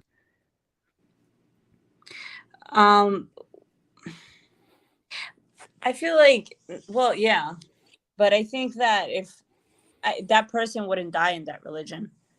If I believe that the Christianity is true and the Bible is true and the God of the Bible is true, I don't believe that my God will allow that person, if that person is true and sincere, to die in the wrong faith. But that's what they say as well. So, So is the reality that like all the people that are dying in the wrong faith are bad or do I insincere? die in the wrong faith or bad or Or insincere? insincere, yeah. Well, I'll tell you a scripture in the Bible. It says that God is looking for worshipers in spirit and in truth. That the reason why we're placed on this earth was to worship God, and we basically send ourselves to hell by disobeying God and not following Him. So I think that that person who ended up in hell, that they weren't chosen. Because the Bible says that many are called and few are chosen, that God chooses the people who will worship Him in spirit and in truth. And God So knows, why wouldn't God choose those people? because He knew that they wouldn't serve Him. So is it a coincidence that all the people who He hasn't chosen wouldn't serve Him happen to live around each other and have the same beliefs as each other? Sure, Or is that by choice? they can always leave the faith, and we see a lot of people doing Right, that. but the trends are that most people who God hasn't chosen happen to be around each other and believe in the same things. So it's not that God is selective, like either God has a bias against people of a certain country, for example, or that their beliefs have nothing to do with God choosing them, and it's just about a product of their environment. Well, no, because God knows the end, and because He knows the end, and He knows, it's like let's say you're watching a movie, right? And there's like 10 characters in that movie, right? And while you're watching the movie, you know what's going on, you know what each person is doing, and in the end, 8 get killed and 2 survive, right? So you know how it's going to end, you know how everyone's life is going to end at the end of the movie. So you know what you're going to do, you're going to choose those people that survive and that persevere, right? So is God like racist, and that's why He chooses more? He gives us the free will. It's just like the example that I put of the movie. Everyone in the movie is choosing how they live their lives, right? Let's suppose that you're God, you're watching the movie, and every character in the movie is choosing how to live their lives, but you know how it's going to end. So because you know how it's going to end and how everyone's life, how everyone is going to choose how to live their life, you're going to choose the people who you know will serve you sincerely from a sincere heart. Right, and those people happen to not be, for example, most of the people in Saudi Arabia. Is it a coincidence that Christ doesn't choose Saudi Arabian people? No, it's not a coincidence. They just have to live. Why? Like, are the people who God puts there like intentionally worse people? No, it's not. No, it's not intentionally. That's just because that was a place that accepted a certain religion that is, from the Christian point of view, false.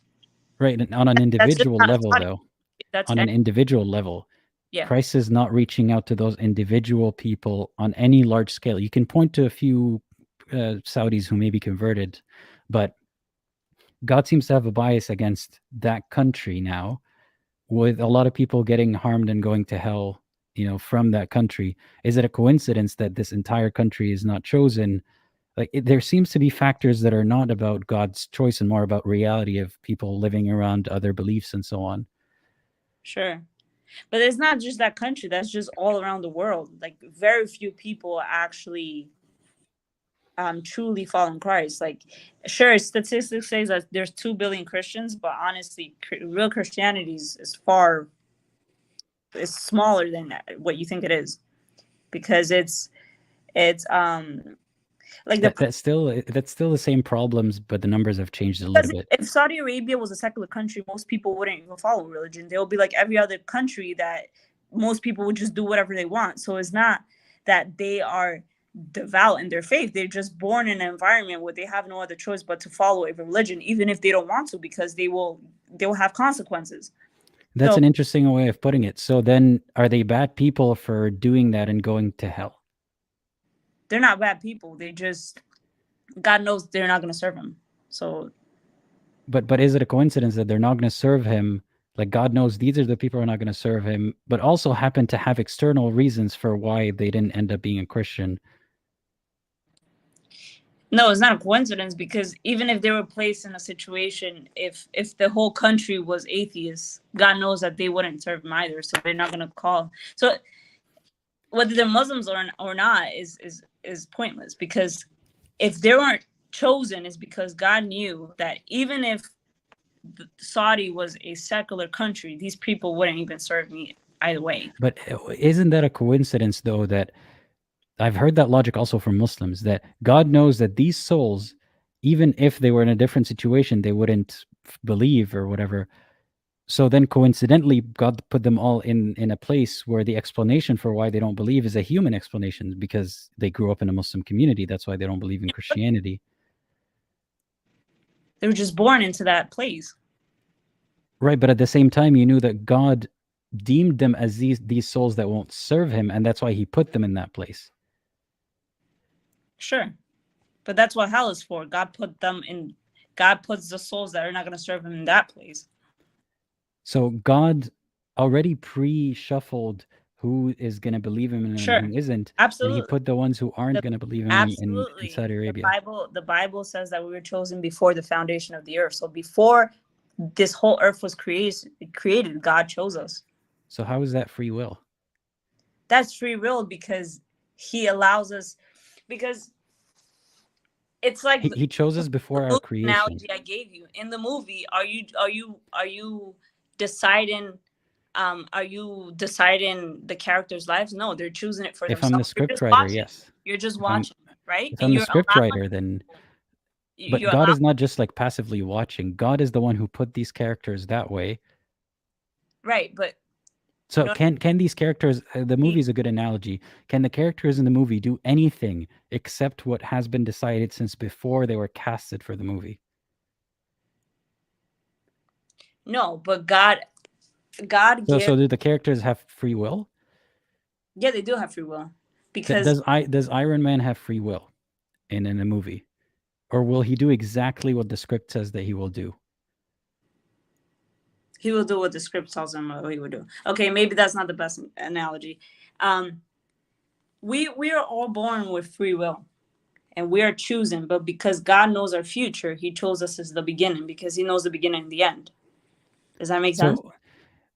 I get what you mean, but it's an extra layer of rationalization. So we see, here's the problem.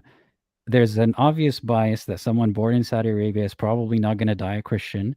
And the explanation for that bias is that, God already knew that soul was not going to be a Christian. Therefore, he put it in a place where it was likely to not grow up as a Christian.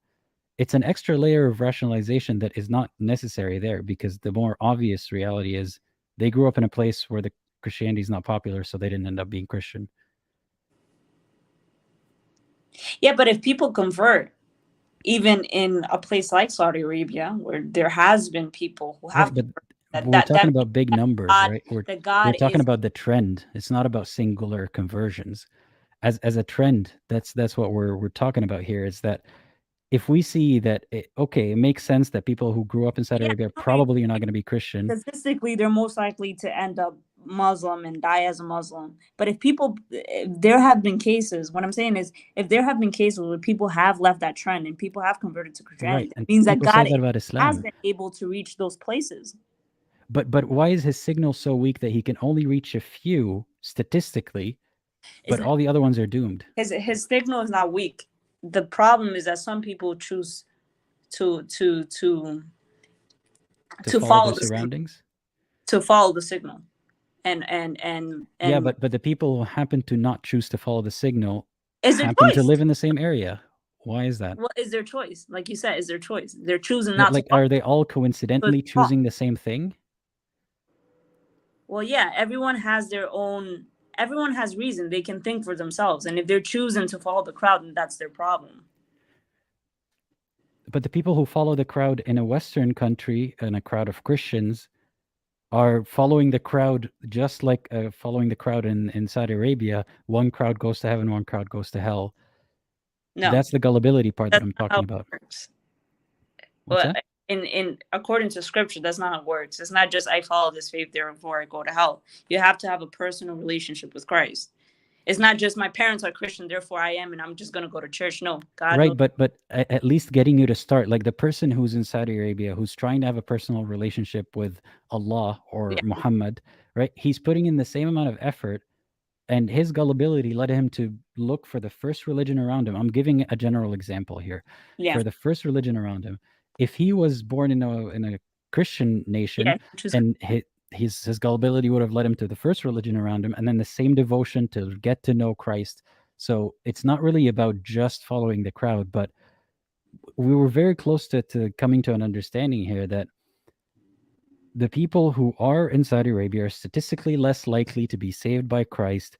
And you're saying that's not just because people follow the religion around them, but God had a plan for those people, knowing that even in a secular country, they wouldn't have followed Christ.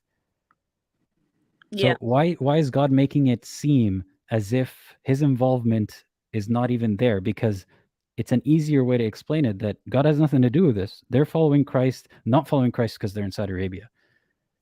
Not because God destined that the souls who wouldn't follow him anyway happen to be in Saudi Arabia. Like you see you what I mean? There's people, if God has sent signals and people have converted, and most have chosen not to, and they're all raised in the same circumstance and situation, then that means that most are just choosing not to follow it.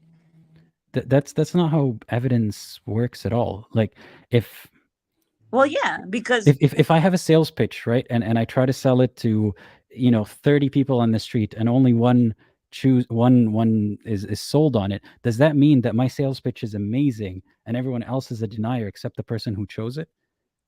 but that No, does, it's just coincidence that one person chose it out of 30. because they had the money. Not necessarily. Like there might Well, be yeah. reasons. Like it's. But the point here is that Because because there are some you probably converts. did a first come first serve. So No, but because there are some converts doesn't have anything to do with that religion actually being true and everyone else having rejected it. If anything, it kind of works against your point, because if the converts are so few, that means that there's a statistical bias that a Saudi person is going to die and go to hell. Like, so Christ is not reaching that area, or the likely explanation is they're following the religion around them.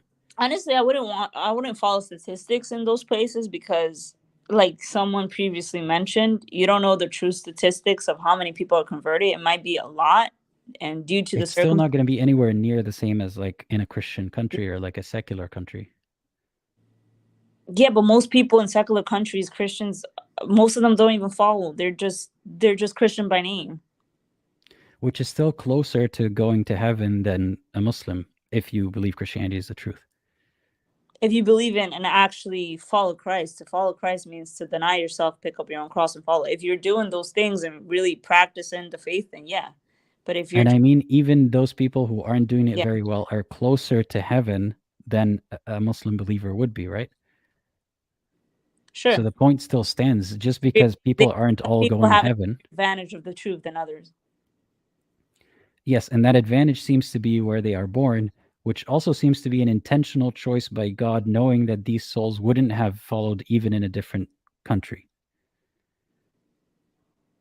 Yeah, but if they wouldn't have followed, then what does it matter whether or not they're put in a bad circumstance? God knows their hearts, and if they're But not, who says they wouldn't have followed? That's a rationalization that you had brought in to make sense of why they're doomed. who says? God says. Because if they didn't, then they would. No matter where you are, there's people even in the remote islands. They don't even have to be from Saudi. People in the remote islands who missionaries have gone to preach the gospel, and they still have accepted it. Sure, they might not be indoctrinated by another faith, and that might have helped. No, but the point is that it's clearly the circumstance that led them to be a Christian or not. So you're saying it's not just that the circumstance they happen to live in Saudi Arabia, but the explanation for that circumstance, because that on its own would be a problem if we just accept that people being born in the wrong country might doom them to hell statistically, and God is unfair. That's a problem. So the way to solve it is to think, Well, they wouldn't have believed anyway, and that's why God put them there. Yeah, but they wouldn't. But that's a rationalization. That's not actually true in any way. That's a way of getting God out of, like, off the hook for it. Well, how you know it's not true? You don't know. It's not a secular country for you to know for a fact that these people would still be religious. The reason why I know it's not true, it's the same exact thing that a Muslim would say. I've heard this exact thing about Islam. And the obvious, I think this is Occam's razor's principle. The simplest explanation is more likely to be true. If we had a complication of hypotheticals that don't really make a lot of sense just to get God out of it, it's more likely that the truth is the obvious thing, which is people believe what's around them. Sure. So you don't believe there's any type of objective truth or morality? That's a very different question. Well, yeah, it's kind of similar, because if you believe that we're a product of our surrounding and everyone has a different conclusion of what the truth is, then that means that there's no objective truth. It's just subjective to what you have been taught. I think that it'll take too long to try to explore that idea, but to link it to what you're trying to ask here, I would have to first see what the, like, just to weaken the foundation of me not having an objective proof or objective reality still doesn't remove the burden of proof of religion having to show said objective truth. So on one side, sorry. Oh, I think there is objective morality. Like the commandments would be a good example of objective truths of what you should and shouldn't do. Like, you shouldn't kill, you shouldn't. It's a claim of what the objective truth is, but it doesn't actually demonstrate that it is objective or true. It is, because it preserves communities. If you're going to kill people, if you're stealing from people, then no, but that's just showing by evidence that it's a good rule to have. But one can point at the same rules, but not really the religious ones. But if it's good rules, then, and it comes from God, and God knows the best for us, then if it works, those rules works, and they make a good community, and God is sovereign, he knows what the best for us, and he puts those rules, and that means that those rules are true.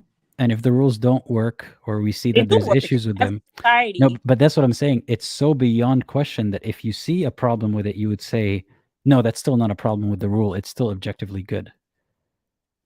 Like, is there a way to apply any scrutiny to these objective, self-evident truths? In every society, where they in every court, they have those rules that if you kill and you steal, you're gonna have punishment, because those things are not good to do. And it makes a better society when people are not killing each other, they're not stealing each other. Right, but none of that proves that it's objective or from God. When a secular person can come up with the same rule, don't steal. Like, that's not that difficult to come up with. They would take it from religion. Religion put those principles first. How do you know that these rules didn't exist before religion? Because they didn't. Historically, they didn't. It comes from the Bible. What do you mean historically? Do we have evidence? Like, how do you see that people didn't have a rule that said, don't steal till the Bible came around? How do you historically see that? Well, you can do your research. Yeah, but I'm not saying, like, give me specific examples. I mean, I can't, what does that even look like? Like, is there a document that would say we killed people and didn't care? No, you can't prove that people didn't have a rule before the because I didn't Bible. live those times, but neither did you. We can all base it on research. Yeah, but researching what? Like, what would that look like? That would, like, what's the piece of evidence that would prove that people didn't know not to kill each other, didn't have the rule till the Bible came around? I'm not saying what is it actually in history. I'm saying what would it even look like? Like, how do you describe such an evidence? Can you name me a society that lived before biblical times that practiced those things? I think the ancient Egyptians lived before biblical times. And they didn't practice it. They were killing each other. They were no. They had rules about this kind of stuff. They had laws. The Rosetta Stone doesn't the Rosetta Stone have some stuff about laws? I'm not even sure. But lived in Egypt, so he could have learned those things from him. No, that was before Christ. No, that's what Abraham. The commandments were before Christ. You know, the Bible is divided into two sections. You have the Old Testament and the New Testament. The Old Testament is about the creation of the world, Moses being handed the commandments, then building the temple. There are ancient civilizations that existed before Abraham, or before Abraham is claimed to have existed, because Abraham could have just been a story of past. You know, the 7 laws of Noah, all that were passed down since Adam, which were basically do not kill, do not steal, do not commit adultery. Those were basic principles that were passed down since the time. But you don't seem to understand here how to prove that they were passed down from Abraham, rather than these were principles that people have figured out in many societies, and then Christianity said that they came from Abraham. Well, I didn't live during that time, so I can't give you the Right, but then you can't claim that they did come from Christianity. We can say that these ideas were around in many cultures. Of course. Christianity, I think you're misunderstanding what I'm saying. Christianity didn't invent all these rules. It came from Judaism, right? Judaism is an ancient. Before Judaism, even. I'm saying these existed before. It's not a novel idea that was, introduced by Abrahamic religions. Yeah, I believe it was. And what do you base that belief on? Well, the Bible. The Bible is a history book. It's not a history book, though. Adam and Eve. It's difficult to really discuss something when it's used as proof for itself. Okay. Yeah. Okay, wait. Can you name me a civilization? You said the Egyptians. I think the Sumerians were even before them. The Samaritans were part of the tribes of Israel. Sorry, not the Samaritans. Maybe I'm misquoting this. Sumerians? Mesopotamians also, that's another one. There's a lot of cultures that existed before, but I could be misquoting some of them. But the point is, it's not like you've looked them up and saw that, oh, right, there was no culture that came before Christianity that said killing is bad, or Judaism. You believe it because Judaism and Christianity say so. Okay, setting those religions aside, and every civilization that I'm aware of, look at it, Greek civilization, Egyptians, Native Americans, whatever civilization, and every civilization that I'm aware of, people have always believed in some sort of deity and have always had principles on how to preserve life, like do not kill, do not steal, do not commit adulteries. Those basic principles, they've always believed in some sort of God, whether it was the sun, whether it was Yahweh, whatever it was. These things from Adam and Eve, whatever origin you believed in, every civilization, people have always believed in some sort of God and they've always. Well, a lot of these civilizations didn't believe in the God the way that you describe it. They believed in forces as gods. Of course, like I said, they've worshipped some sort of God. They believed in a higher power, whether what they worshipped the sun, the tree, Christ. They believed in an invisible force, whatever it was. People have always believed in something. So that means that there is an innate need to worship God, because people have always. Why did people always believe in God if it wasn't necessary in people's lives? I can give you an explanation. Now we have reasons for why to not kill, why to not steal, all these things that are not just because God said so. We can explain that in ways that, because it's beneficial for us to do these things, right? But then we also have explanations for a lot of what we see around us. We no longer see people drop dead and not understand that it's a plague and we need to do this and do that. Like back then, they would see these natural phenomena happen, or an earthquake, or volcano, or whatever it may be, or even just death and tragedy and disease. And they would start to come up with explanations. It must be the big thing that's looking over us, making specific decisions about our lives. He's happy with us not worshiping, or angry with us not worshiping enough. That's why there's a volcano, and so on. People didn't have enough information, so they filled it with these gap fillers. So and the way that they're so varied in what they worshipped should be a sign that everyone was kind of shooting in the dark. It wasn't about there's an actual entity speaking to everyone. Right. They believed in different ways, but they all believed in a higher power, that there was something greater than themselves. Every human. Because they couldn't explain the things that they saw around them. And now that people can explain it better. Well, no, I don't think people can still explain it. Evolution better is than still before. Like, not a fact, it's still a theory. But we can explain it better that you and I are benefiting from the explanations that back in the days of religion, people would have attributed to God. Like, without the explanations that have nothing to do with God, the people looking into, no, I don't think that the thunder or like this is just because God is angry. I will look at why electricity happens. And that's why we're talking today, because of that. But if we had stayed at that level of knowledge of God makes thunder and lightning, then we wouldn't have gotten anywhere. Sure, but many things are still left unanswered and still. Yes, we know that. And what does that require? That requires faith. So regardless if you're religious or not, you're still going to have some level of faith. But see, so here what you're saying is faith is the placeholder till we figure out the actual reason, and then we'll just keep faith for everything that we're ignorant about. Exactly. So why do you have faith in what you don't know instead of putting faith? Why do you have faith in theories and in science that hasn't yet found the correct solution to a lot of unanswered questions? And you don't. I don't, and that's the difference. I only have faith in the sense that I trust the institution of people, being able to criticize each other's findings and double checking each other's work. That whole framework usually leads to correct conclusions, or better than we would have done by just guessing. And that means that I trust, for example, I trust people enough that when someone makes a car, I trust that the safety board of whatever country is verified and all that kind of stuff. There's a lot of trust that I'm placing here, but because of these systems that we've actually benefited from, like we're talking right now because of electricity, because I trust science to that extent. But I don't just come up with, say, the theory of evolution. I'm not trusting it to the point, I'm not sure if I believe in it, but I'm not trusting it to the point that, like, I believe in evolution to the point that I will die on the cross for it. That's a very different kind of faith than believing enough to use the computer without having to understand how it works.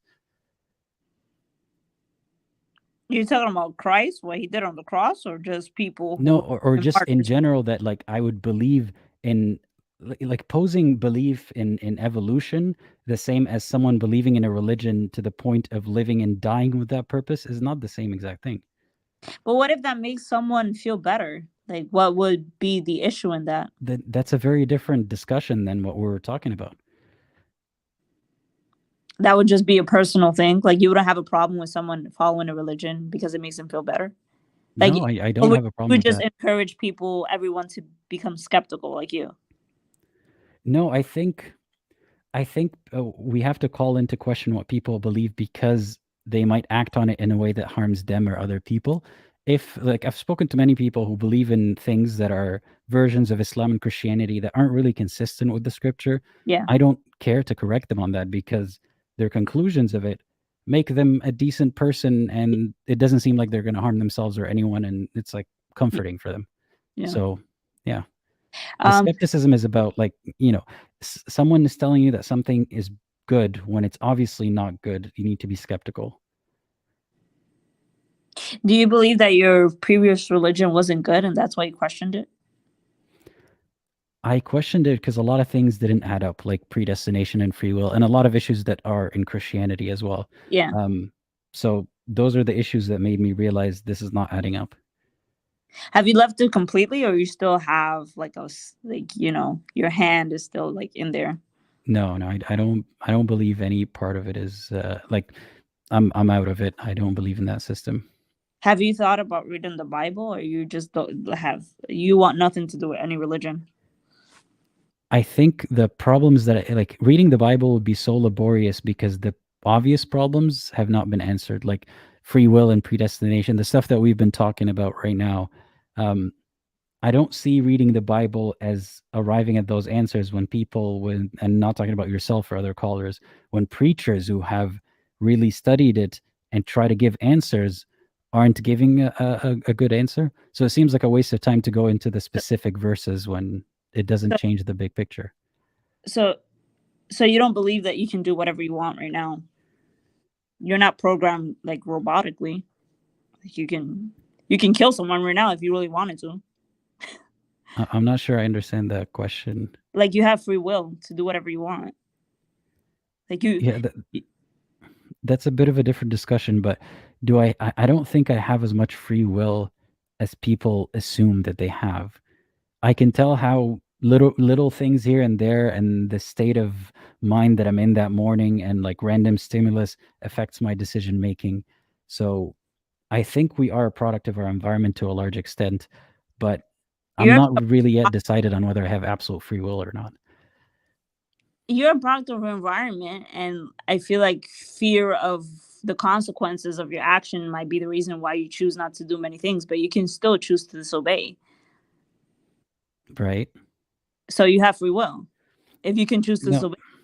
It's not about fear of consequences. There are things that I would rather not do, even though no one's going to catch me doing them, but they're not good and I don't want to harm someone else or myself. So exactly. But if you really wanted to do it, you would do it. You just don't want to harm people. I don't understand the question like here. You're saying that you're saying that you wouldn't do certain things because you don't want to, and you wouldn't harm you don't want to harm people, right? Like if you were to do something, like your actions might have repercussions and might hurt other people, but if you really wanted to do that thing, you would do it. If I wanted to kill people, I would kill people? I'm saying you have the free will to do whatever you want. Like, you shouldn't kill someone because you'll end up in jail, or you might hurt a family member because, they'll see their son or whatever dead. But if you really wanted to do something bad or something that you would, by society, says that you shouldn't do it, if you really wanted to do that, you have the option to do it. I don't think that's where my issue with free will comes in. Well, that's my issue with free will is that I see how much influence beyond our control it actually comes to play in our personalities and what we want to do. That's why I'm not sure if I have free will, but I'm not sure where you're going with that. Because you're saying that a lot of people, or we are a product of our environment, and it influences the choices that we make in our lives, right? That's that. But I'm saying that if you really wanted to go against what you were taught, what society has taught you, and what your family, your religion, if you really wanted to do that, but the influence isn't just what you were taught is good and bad and whatnot. Like, I'll give you an example. I went through certain events in my life that made me more empathetic. It's not because someone taught me it's good to be empathetic, or I saw a situation where someone was being empathetic, or in society, empathy is good. None of that. It was actually something very opposite to that. So that's a way that I was influenced by events that happened to me that made me a more empathetic person. That it's not because I was taught a principle and I refuse or want to go against it, Okay. But it made you, being more empathetic made that person feel, it made you feel better, knowing that you cared more about someone else.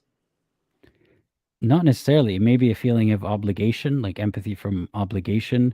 But the point is, I don't see it as much as like I chose to grow to be an empathetic person, as my environment shaped me, not through teaching me, shaped me into becoming a more empathetic person. So in that case, it wasn't my free will making me an empathetic person. It was my circumstance. So maybe I still have some extent of will. I'm not saying I'm devoid of all will, but it's not as free as people think. It's not 100% free. Yeah, I don't think it is. But you still have free will. It's just not 100%. Is it free if it's not 100%? Well, yeah, there can be levels to freedom. Yeah, then I feel like free sounds like absolute. So free, it's like when people say free speech, free speech, the absolute free speech is a different thing than free speech with limitations on hate speech or whatever. So free will with limitations, maybe, but not absolute free will. But then that can be applied to anything. You don't have any true freedom in any society in the world, because everything is bound to the circumstance that you're raised in and the society, religion. So nothing is free. Maybe. And that speaks to a larger point of how can God then be angry that certain people turned out certain ways when you see that the restrictions have been put on them since before their birth? Okay. But then, like I said, like God knew that those people weren't gonna follow him anyways. So see, that's the one rationalization that doesn't. It just serves to get God to get God out of trouble, basically. But at the end, like we will never. I don't believe that you will know everything, because God knows everything, and there's no way that us as human beings could ever know all the answers to everything. And I don't claim to, and I don't think that someday I'm going to know everything. But there's a difference. Like there's a difference between God knowing everything hypothetically. You say that this God that you know knows everything, and an actual God knowing everything up there. So just me saying I don't know everything is not the same as you saying, but my God knows. There's still proof that hasn't been done there. Yeah. But that doesn't, just because you don't have the answers to everything doesn't mean that that God doesn't exist, or that hell and heaven doesn't exist, just because you haven't found the answers. So yeah. Yes, but till I find a reason to believe that they do exist or proof of it, then it's safe to assume they don't. What would convince you? Like a prophecy being fulfilled, or having a personal revelation? As I've told someone earlier, like some of these things, like a personal revelation, might be a hallucination or a dream. I have dreams all the time. A lot of them have to do, like back when I was religious, they were religiously themed. So if I was a Christian, I would have seen Christ in those dreams. I would want it to be something that other people can verify, that is not just a prophecy about a specific thing. Like there are many criteria. It's not, I can't just make a list right now of it has to be in this form and that form. But I know that God is able to prove it without a shadow of a doubt to as many people as he wants to, if that hypothetical God exists. So proven beyond doubt, not because I'm arrogant, but because I am thorough. And I want to make sure that I'm not following the wrong thing. Yeah, but then they wouldn't have faith. And faith is a requirement. But why is faith a good thing? And that brings us back to the point here, and I have to wrap up soon to get to the last caller. Okay. Someone who is gullible is more likely to have faith in anything. Like take religion out of it. A gullible person, you tell them, that the community is plotting against you and blah, blah, blah. They will have faith in that because they're gullible. Why are we rewarding gullibility and faith more than skepticism? Well, it depends on the person's age, first of all. I mean, I can say all kids are gullible, but I would say that's just innocence. Someone who's above age, I would just say is ignorance. And I don't think that's a good thing to be ignorant, but that would just be like winning the lottery if you end up in the right direction of faith. Like that's what I'm saying. Why is there a lottery or luck based to it at all? I don't know. I feel like that's something that's a question that only God can know the answer to. And unfortunately, I don't. But it doesn't mean that God doesn't exist. That's what I'm getting. It doesn't mean that heaven and hell doesn't exist. Nothing means that God exists unless, like, nothing that we've been talking about, not knowing the answer to it means that God exists. And nothing that I've said means that God doesn't exist. But we have to, we have to agree that unless something is proven, we have to just say that it's up in the air, I suppose. But I can point to things that make me believe that God doesn't exist the way that it's described in certain religions. That's the difference. So you said that you do believe that there is some higher power, right? There could. I said there could be. I'm not sure about that. Okay. It's hard to know. There could be higher power. You don't believe that this higher power would want to to have some sort of relationship. Okay, Why? not because that's a Christian way of thinking. Some sort of way for us to connect with us, like That's through a a very prophet. human like So presumption here. you don't think that if a higher power did exist, he would want anything to do with us? Well, we always say that we can't know how God thinks, and God is so complicated and great and wise and all these things, and we can't predict based on what we would think or feel how God would think or feel. But then we come to this point, and people project that if I made something, if I had a kid, I would want to have a relationship with it.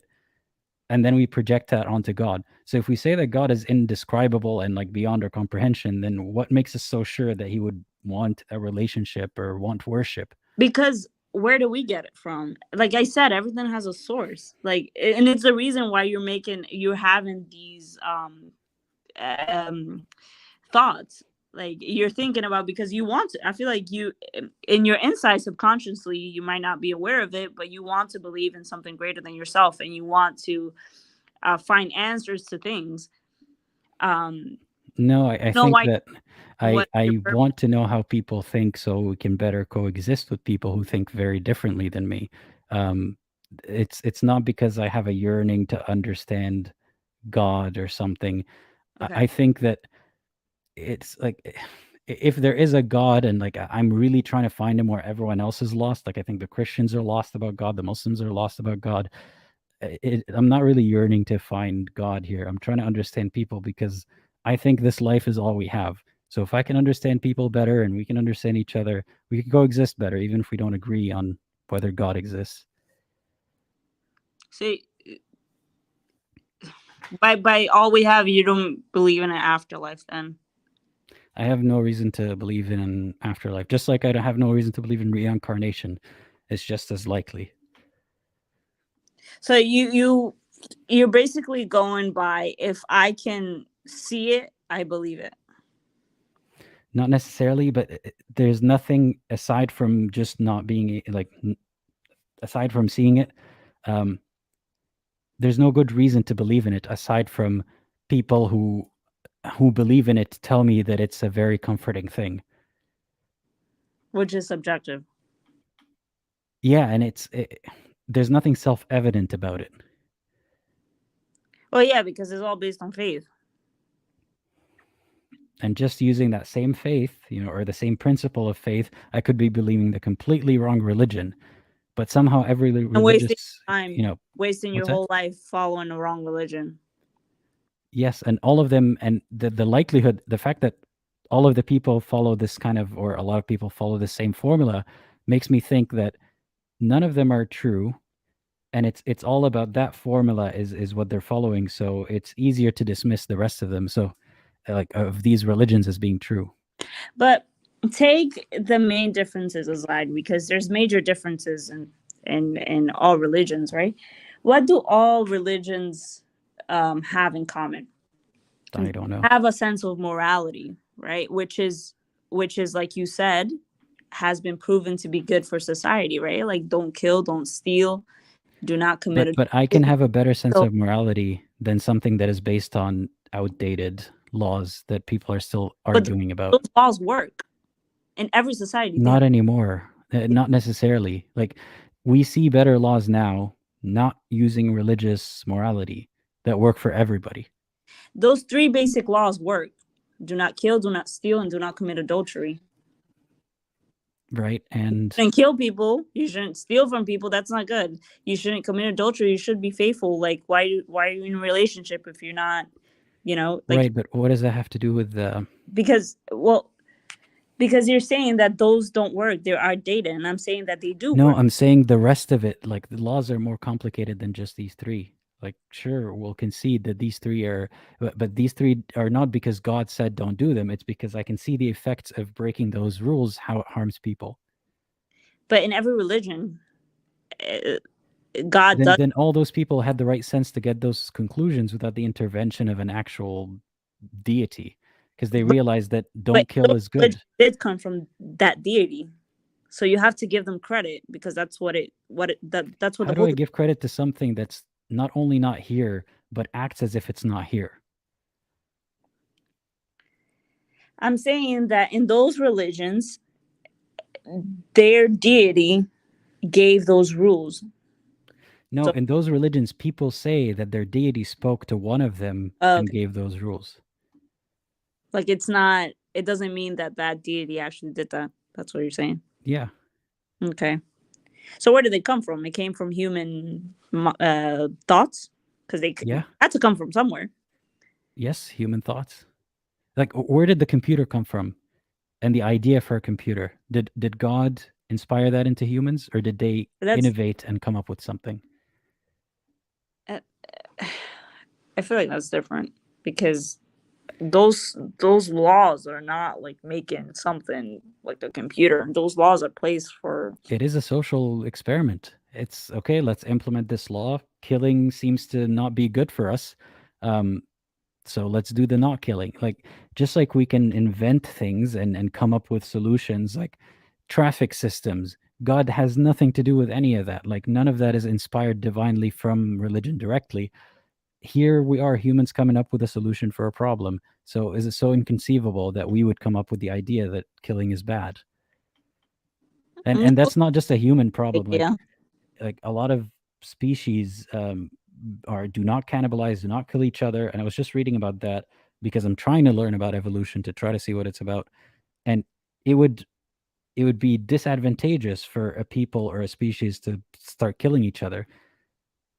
So the people who do have that inclination, the species who do have that inclination, they die out. And the ones who have the inclination to not do it continue living. I do have to get to the last caller, though, before I hang up. So yeah, this is a good conversation. I have one more question to ask. You should do this more often so I could call in. I do it every other week. Yeah, there's like a lot of topics that I would like to discuss. So you don't have an opinion on like major issues like let's say like abortion or gun control. Like, you don't really have an issue on those things. I know like a lot of religious people having a problem with those things. Well, I have opinions on them, but I try to not speak about, like, I don't like to insert my opinions on things on this, especially on this channel, but in general in public, unless I have a more nuanced view of it. So I've thought about the religious stuff very often. I'm having conversations about it, but I'm not looking into a better way to deal with guns than, just ban all guns or all that stuff. I don't have enough background to put an opinion out there. So I try to only have opinions when they're nuanced. They're like public opinions when they're nuanced. Okay, one last thing.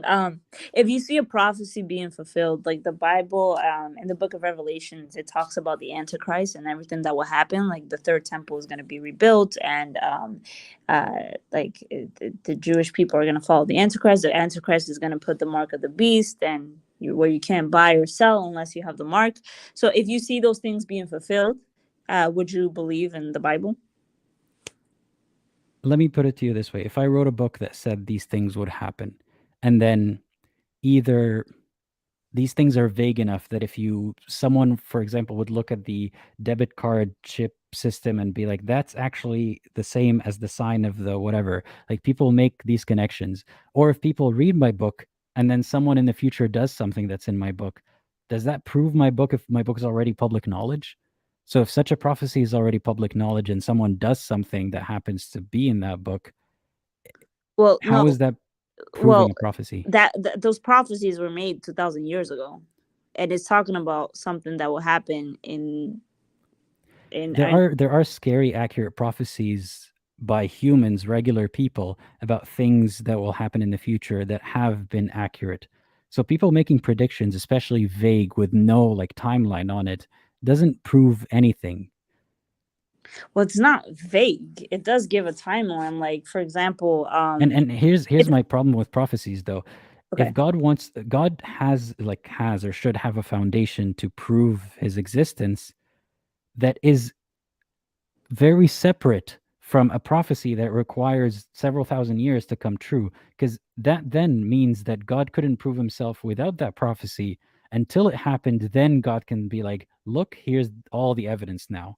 Well, what's the thing that is so obvious that cannot be denied, that doesn't require waiting to see that maybe someday something vaguely is going to fit this?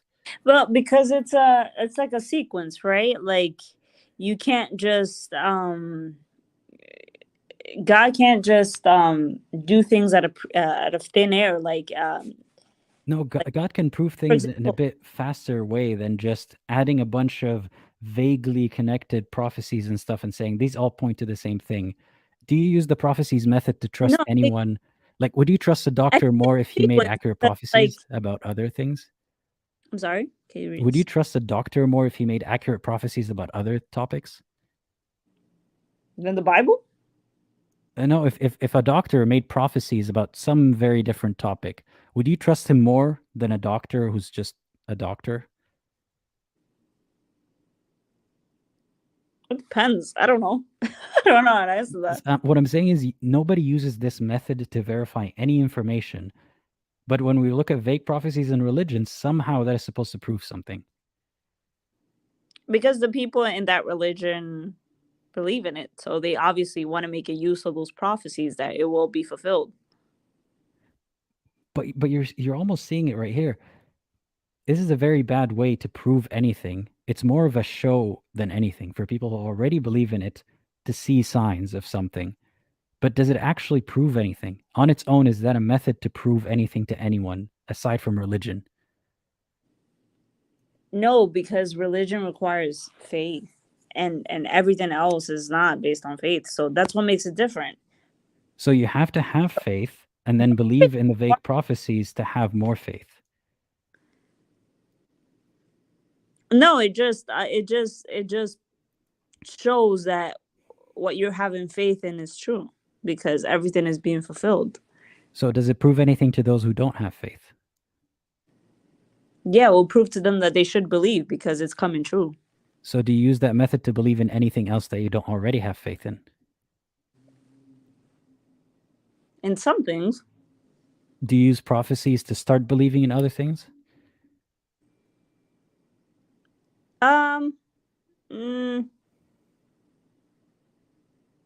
Like if someone were to prophesy something and it were to come true, word by word. No, not word by word. If someone were to prophesy something thousands of years That's from not now, vague, or though. like vaguely. That's not vague. The book of Revelation is very descriptive on what will happen in the end times. It's Right. just, Would you then believe them on everything else because they made good prophecies? do I believe it on anything else? Like, is that a method? Do you use that in your day-to-day life that No. someone would make a prophecy and then you would be inclined to then Not everyone adopt their uses faith? that method. Not everyone uses the prophetic method in order Because to, it's a bad method. Like, no one works that like that. That's not how you establish trust in something. You don't prove something by telling someone, well, here's a prediction about something else completely that'll take a long time to happen. well, That doesn't it doesn't take a long time. Sometimes it happens right away. And the point is, it's not a good method. I understand. Mhm. Well, yeah, that's true.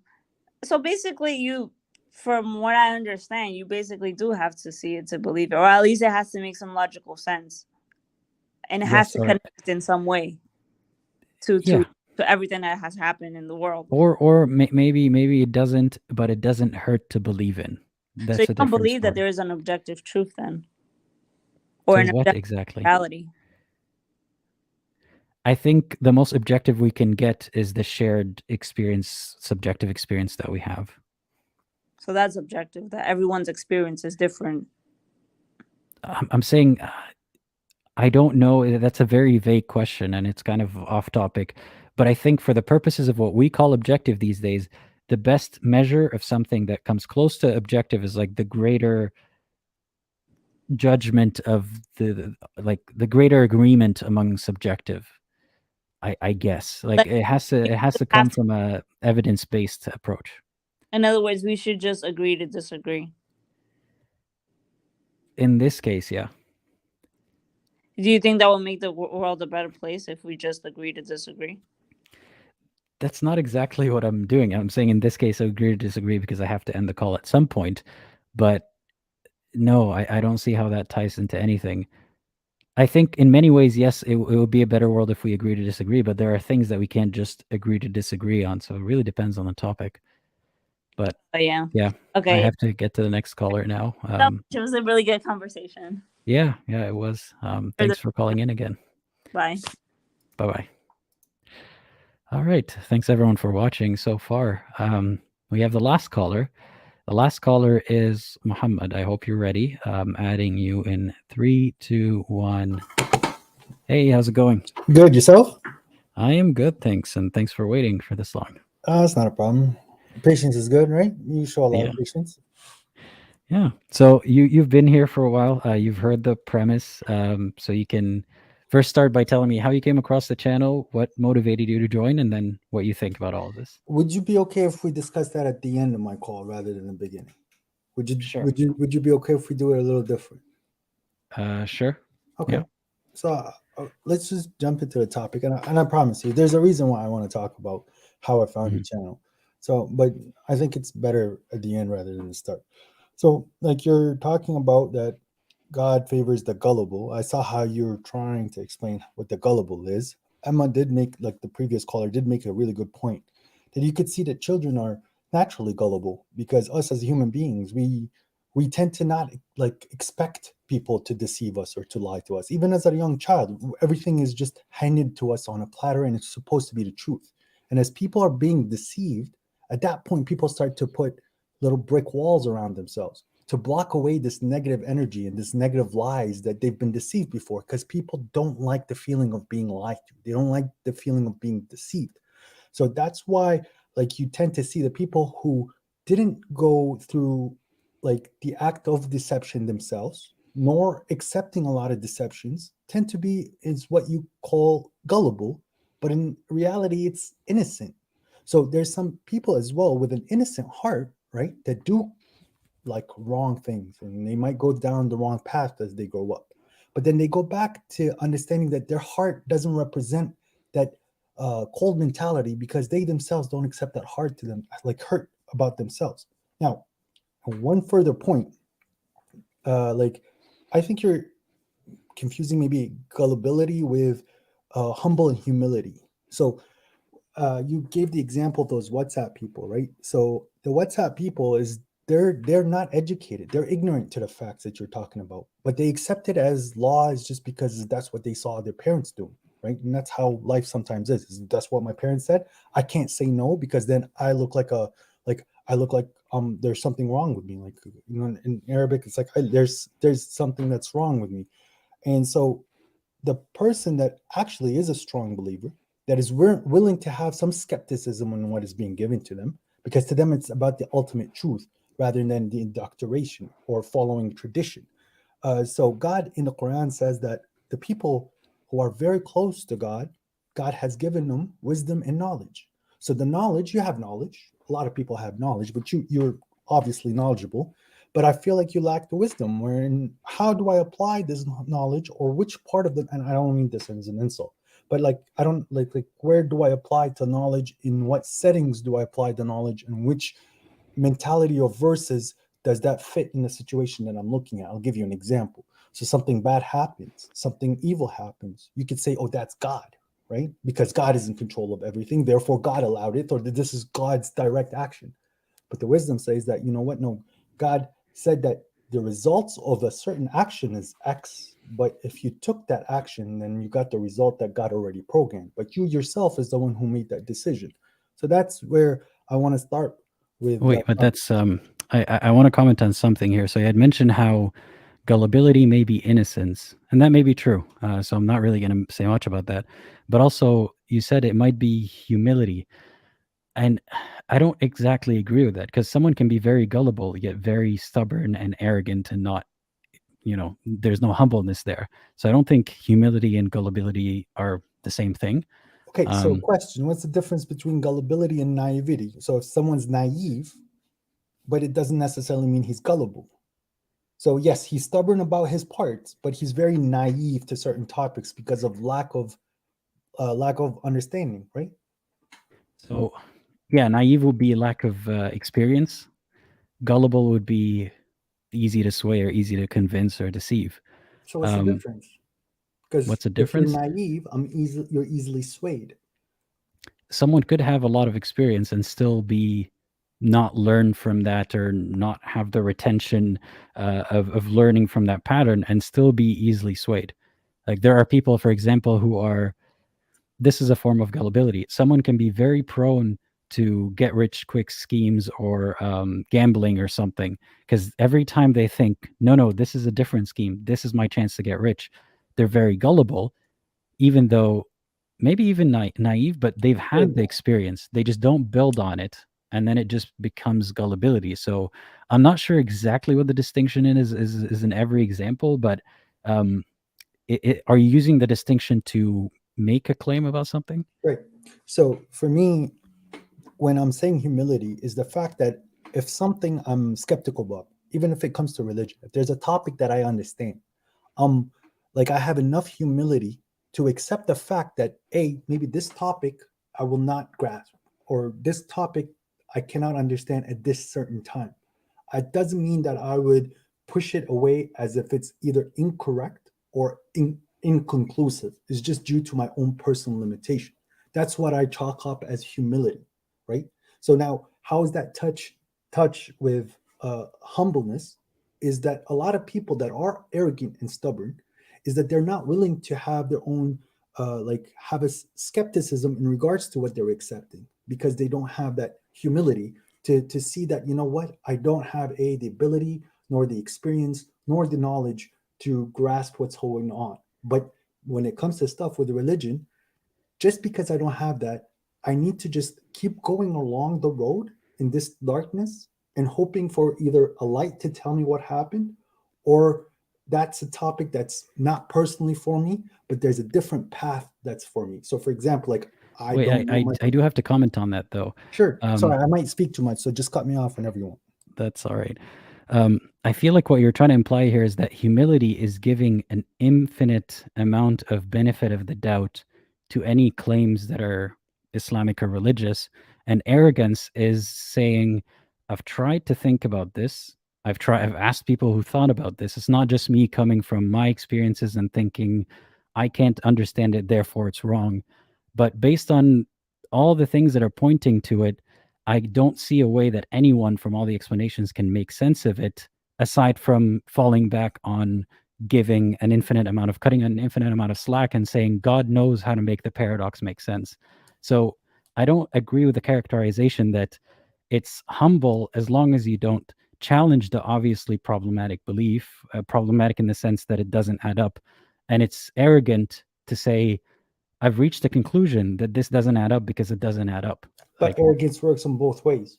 So arrogance, you're correct. You're talking about one side of arrogance, but there's the other side of arrogance where I know it doesn't add up. I know there is a flaw in the thinking. I could see the flaw, but I'm going to act like it doesn't exist, or I'm going to kind of like talk it away. So obviously when you're believing something, the core principles of what you're believing, the actual core understanding of the religion, it needs to make sense to you. Because if, again, obviously my name is Muhammad, I'm a Muslim, I'm a submitter, but like how many times have God said, do you not understand? أَفَلَا تَعْقِلُونَ? He used that term more than أَفَلَا تُؤْمِنُونَ, which is do you not believe? So it's like you have to, God is making like aware that you need to but actually the way that understand it's used in the Quran, أَفَلَا تَعْقِلُونَ, often comes after very like arguments that aren't actually coherent or usable in a debate. And then God would say, أَفَلَا تَعْقِلُونَ. Yes, they are, because I'm using those arguments towards you. This is the beauty of the Quran. So that, like, and again, I understand your position. So God is, when he's revealing certain verses in the Quran, it's a way of thinking, and it's a very simplified thought that can be applied to many things. So I'll give you an example. Go to a scientific theory.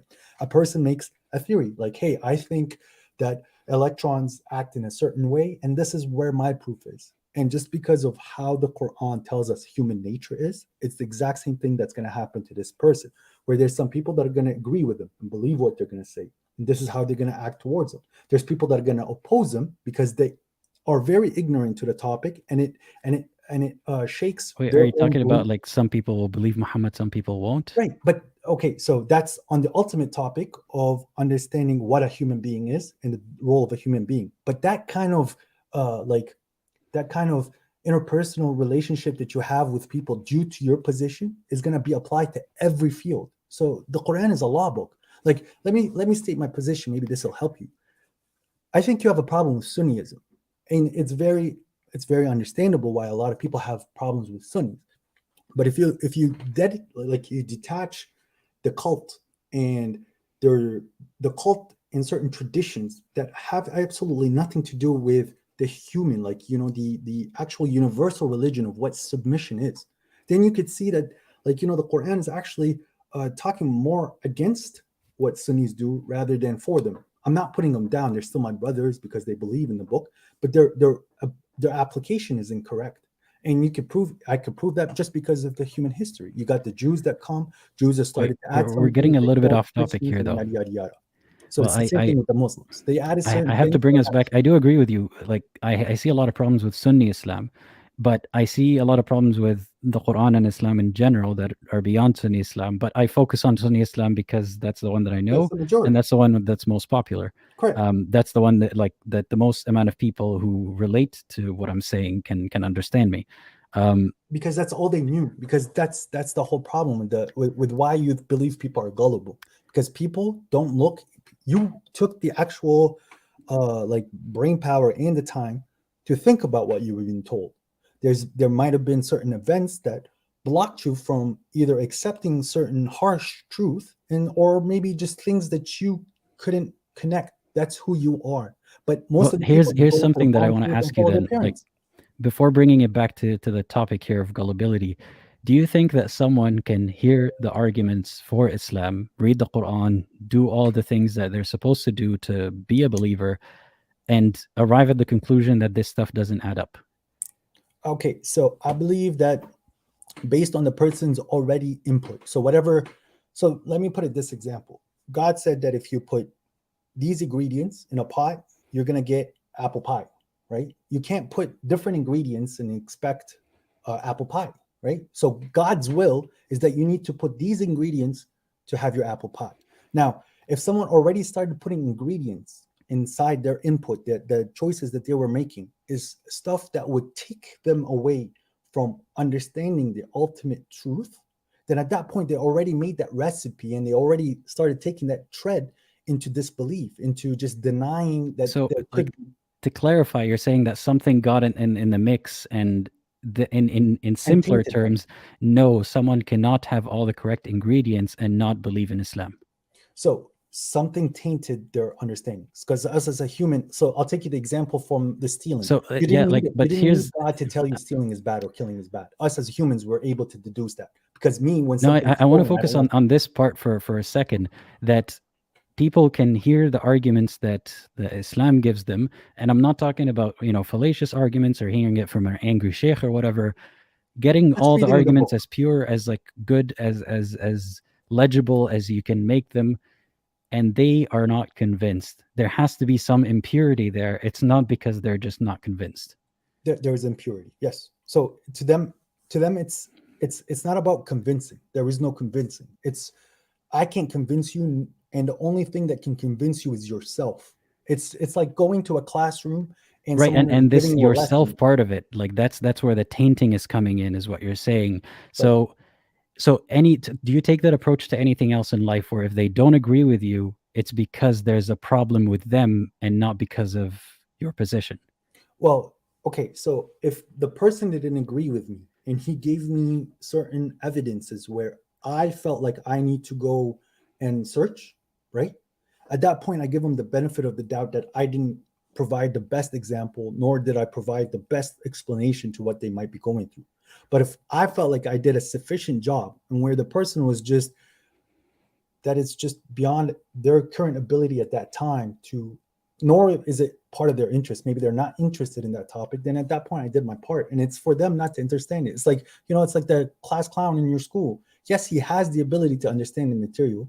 He can sit there and try to think about it. But if you don't think about it, then you're not going to understand it. But you have the tools to do so. And it's a very poor example to use, to be honest, because I know you didn't intend it to be that way, but you're still kind of not getting the point here. So you think that anyone who disagrees with your conclusion, they're doing something wrong. There's some impurity there. It cannot be that they've actually assessed it and they're not convinced. That's not a possibility. No. Yeah, yes, they assessed it, they not being convinced is they made a wrong choice. They made a wrong decision. So they assess the information, their style of assessing, their way, the logic, the processing, however they've been taking that information, there's a flaw there. Even Well, do even you if think they could honestly arrive at the wrong conclusion in that assessment? yes, they can arrive at the wrong conclusion, but that's just because due to who they are.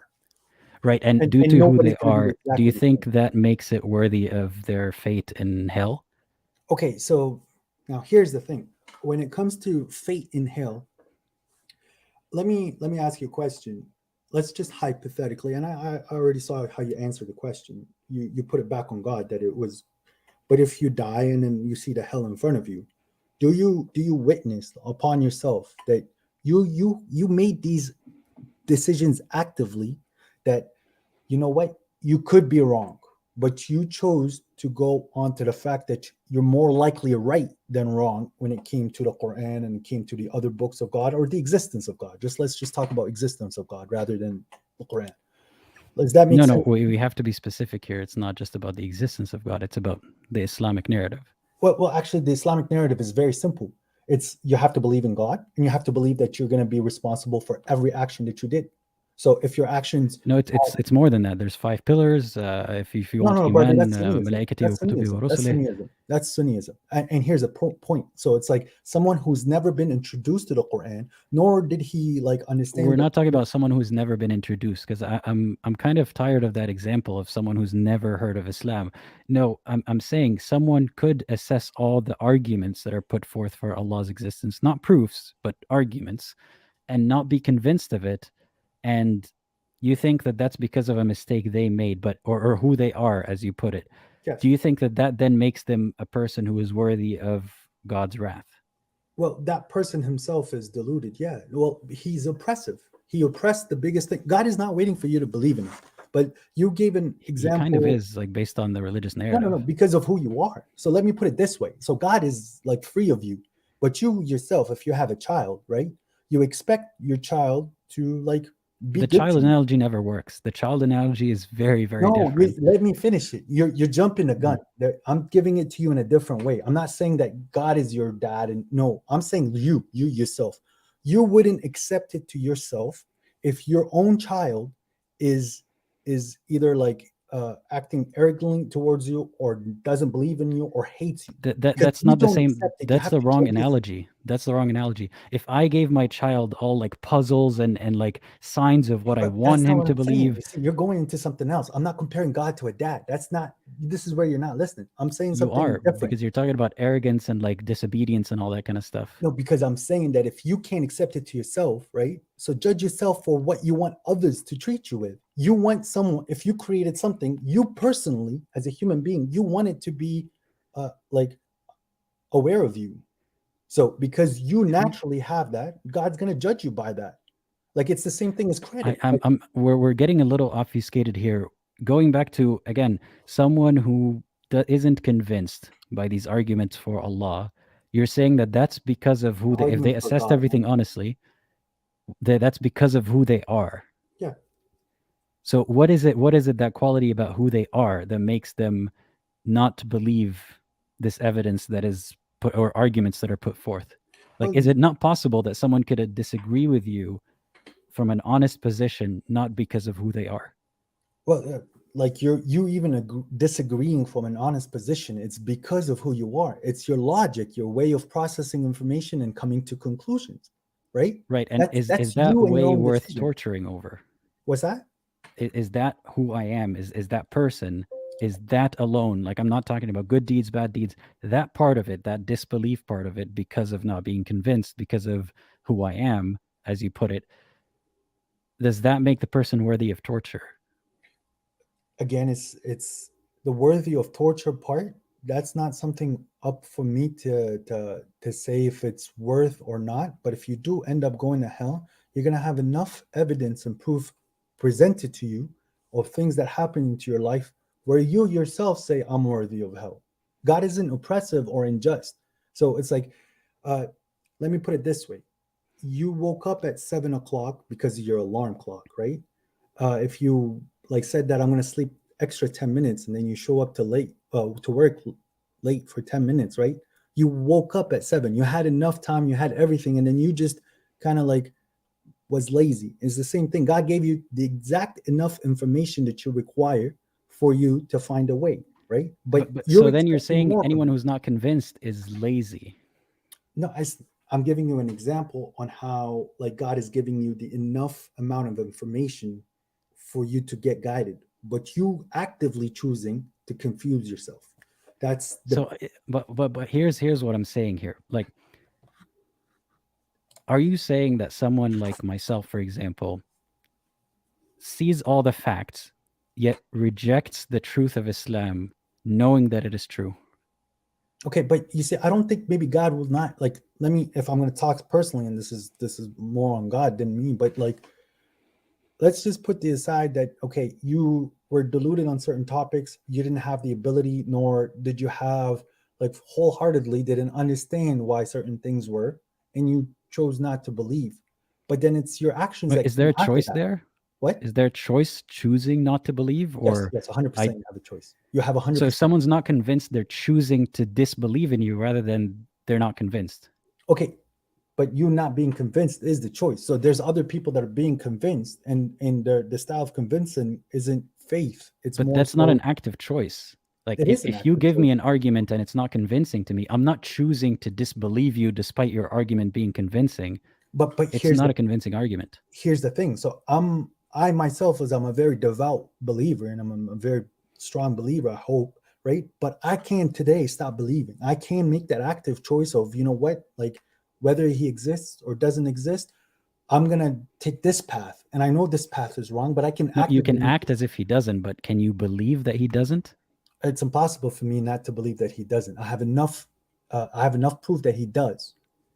Right. And someone could see it the other way around, that I don't have enough proof to believe that he does. Correct. It's impossible for me to believe that he does. And at that point, now the thing that will separate us, that is death. That's the only way we can settle this argument. I am with you that in a sense that due to there is this difference, and we can't really reconcile this difference, we still have to live in peace, because that's our natural inclination as human beings. We don't like stealing, we don't like killing, we don't like yada yada yada. So we should find as much peaceful common ground as humanity, as humans, and live there, because whatever the religion is preaching, not on the state affair of things, but just on a personal level, there isn't someone who's either secular, religious, or non-religious can argue against it. Okay, don't steal, don't kill, be nice to your neighbor. So the human values of religion is applicable to everyone, and that's the only way you get forward in life. Nobody wants to deal with a liar. Nobody wants to deal with a cheat. Nobody wants to like you yourself have the traits of like. So I'm going to say it. You like know, religion. Christians say that too. Yeah, you that have those. You're traits. acting And Christ-like. This is but why people get attracted. I mean, what's the term? Like it's like people get attracted to you, or like they levitate towards you and talk to you because you're a polite. But don't you see that it could be the other way around? That if someone, like say Muhammad was a very well-mannered person, and like, or a preacher, let's just use a preacher, is a very well-mannered person and people like him, then they're likely to believe what he's saying. It's not that because it's his Muslimness or adherence to Islam that makes him a good person that people like him. It's like Christians also say the same thing. They would tell me, you embody, like you have very Christ-like values. There's a Christian in you somewhere. But that's just projecting what you think is a good person, what a good Christian looks like, what a good Muslim looks like. No. You can't say that I'm projecting it, because you yourself is living it. So in your own personal idea of what a good person is how you're acting and handling yourself. So no, but we're selecting specific things in Islam that I agree with, that I behave as if, like, don't kill, don't steal, be honest, that kind of stuff. Right. That's different than there are a lot of things that morally don't see eye to eye with Islam. The only morals that you don't have eye to eye is understanding why God did certain things. That's where I see our differences is. And yes, you have certain issues. There's more to it, but with questionable hadith. I know that you have your doubts there, but when it comes to the Quran, specifically the Quran, your core issue is you're thinking God is oppressive. You're thinking that God hasn't given the proper chance to everyone else. But like, and God is not making a solid, coherent argument for himself. And God should be like, why is this about? I think I put a lot more weight on convincing, and that I believe people can be honest and convinced of something else, even though you give them all the correct information, and that doesn't make them a bad person. But No. there's no room for that in Islam. There is. There's no room in Sunnism. In Islam, there is that room. There is that room where, like God is judging you for literally who you are. There isn't like one standard, or how can I say, there isn't a single standard that everyone's going to get compared to. No, it's your personal. Well, the one criteria is belief, aside from everything else. Right, but that's the biggest oppression at that point, self-oppression. And the fact that, but here's the thing, just calling it like self-oppression that deserves punishment doesn't absolve it from it not really making sense that someone would be punished for not being convinced by bad arguments. You're not being convinced that the fact that maybe the Islam way of life isn't... No, not maybe. Because if we want to say maybe, then maybe Christianity, maybe Islam, maybe whoever else comes up with a theory about how things came to be. But is there something very convincing about Islam? Very, very convincing that I can't not see. The fact that you're denying a higher power. Islam existed before, like submission and the understanding of submission existed before Prophet Muhammad.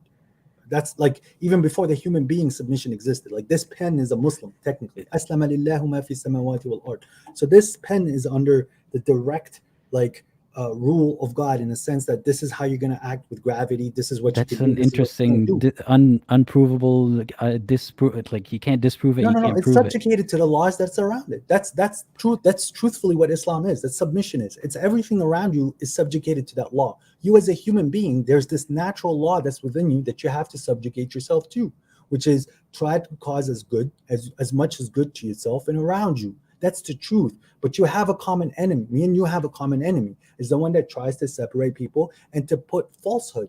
As you said, people are gullible. People like us as human beings. Not exactly what I had said about like people are gullible. I'm saying a gullible person in a religious environment is, by the system that Allah had put in place, is more likely to go to heaven than a gullible person in a non-Muslim environment, or than a skeptical person in a Muslim environment. Not everybody that believes in God in the last day, and not everyone that says is a Muslim is ending up in heaven. Right, but they have a better shot at it than someone who's gullible and ends up believing in Hinduism or no Islam or whatever it may be. No, so there's a lot of like they're being rewarded for their gullibility. Days. There's a lot of Christians and Jews and Sikhs and monotheistic people that are going to heaven in nowadays. Or whatever other, not just the Abrahamic religions. Right. They're gullible, they're swayed by whatever, is around them. And they may believe it very strongly, but they got into it because they're gullible, just like someone got into it possibly because they're gullible in Islam. So the gullible person, depending on the chance of where he was born, either his gullibility would lead him to heaven or lead him to hell. I don't agree with you there, because if someone who, how can I say this? Like, if you are a truthfully good person and you want truthfully good for the world, I think you will be judged for that. And in your route, right, God will give you the support in what you need to find the way to land you so that you can live forever, to keep spreading that good that you're doing. So it's innately, there's something inside you that's blocking you. Whether if someone dies not a Muslim, right, and not someone who's never heard of Islam and all that, someone came across Islam in many ways and all that, but dies not a Muslim, did God not give them these clues along the way, or like what's their judgment here? They did get clues along the way, and I need to understand what you meant by Muslim. So does he believe in God or not? Or does he have to adhere to following Prophet Muhammad, like that form of Islam? Because that's just one form of Islam and currently the best form of Islam. But as I said, Islam existed before. So the most generic form of Islam that you think would qualify them to maybe go to heaven and maybe avoid hell. Okay, so we can talk about how Abraham went into Islam, or submission is like God said to him, submit. Like, here's the proof that I exist. And Abraham said, I submit to the Lord of the world. Right. He actually showed him, according to the stories, actually did miracles to show him proof. But we're supposed to believe. No, that's not true. Abraham did it from logic. So Abraham logically deduced that God exists and that he cannot see God. Because he's seen the star and he said, that's my Lord. And then the star disappeared. And he said, my Lord cannot disappear. It doesn't make sense. My God shouldn't be leaving me. And then he's seen the moon. And he said, okay, so that's my moon. That's my God. Like it's brighter, and then that disappeared. And then he goes, the sun is God because it's bigger.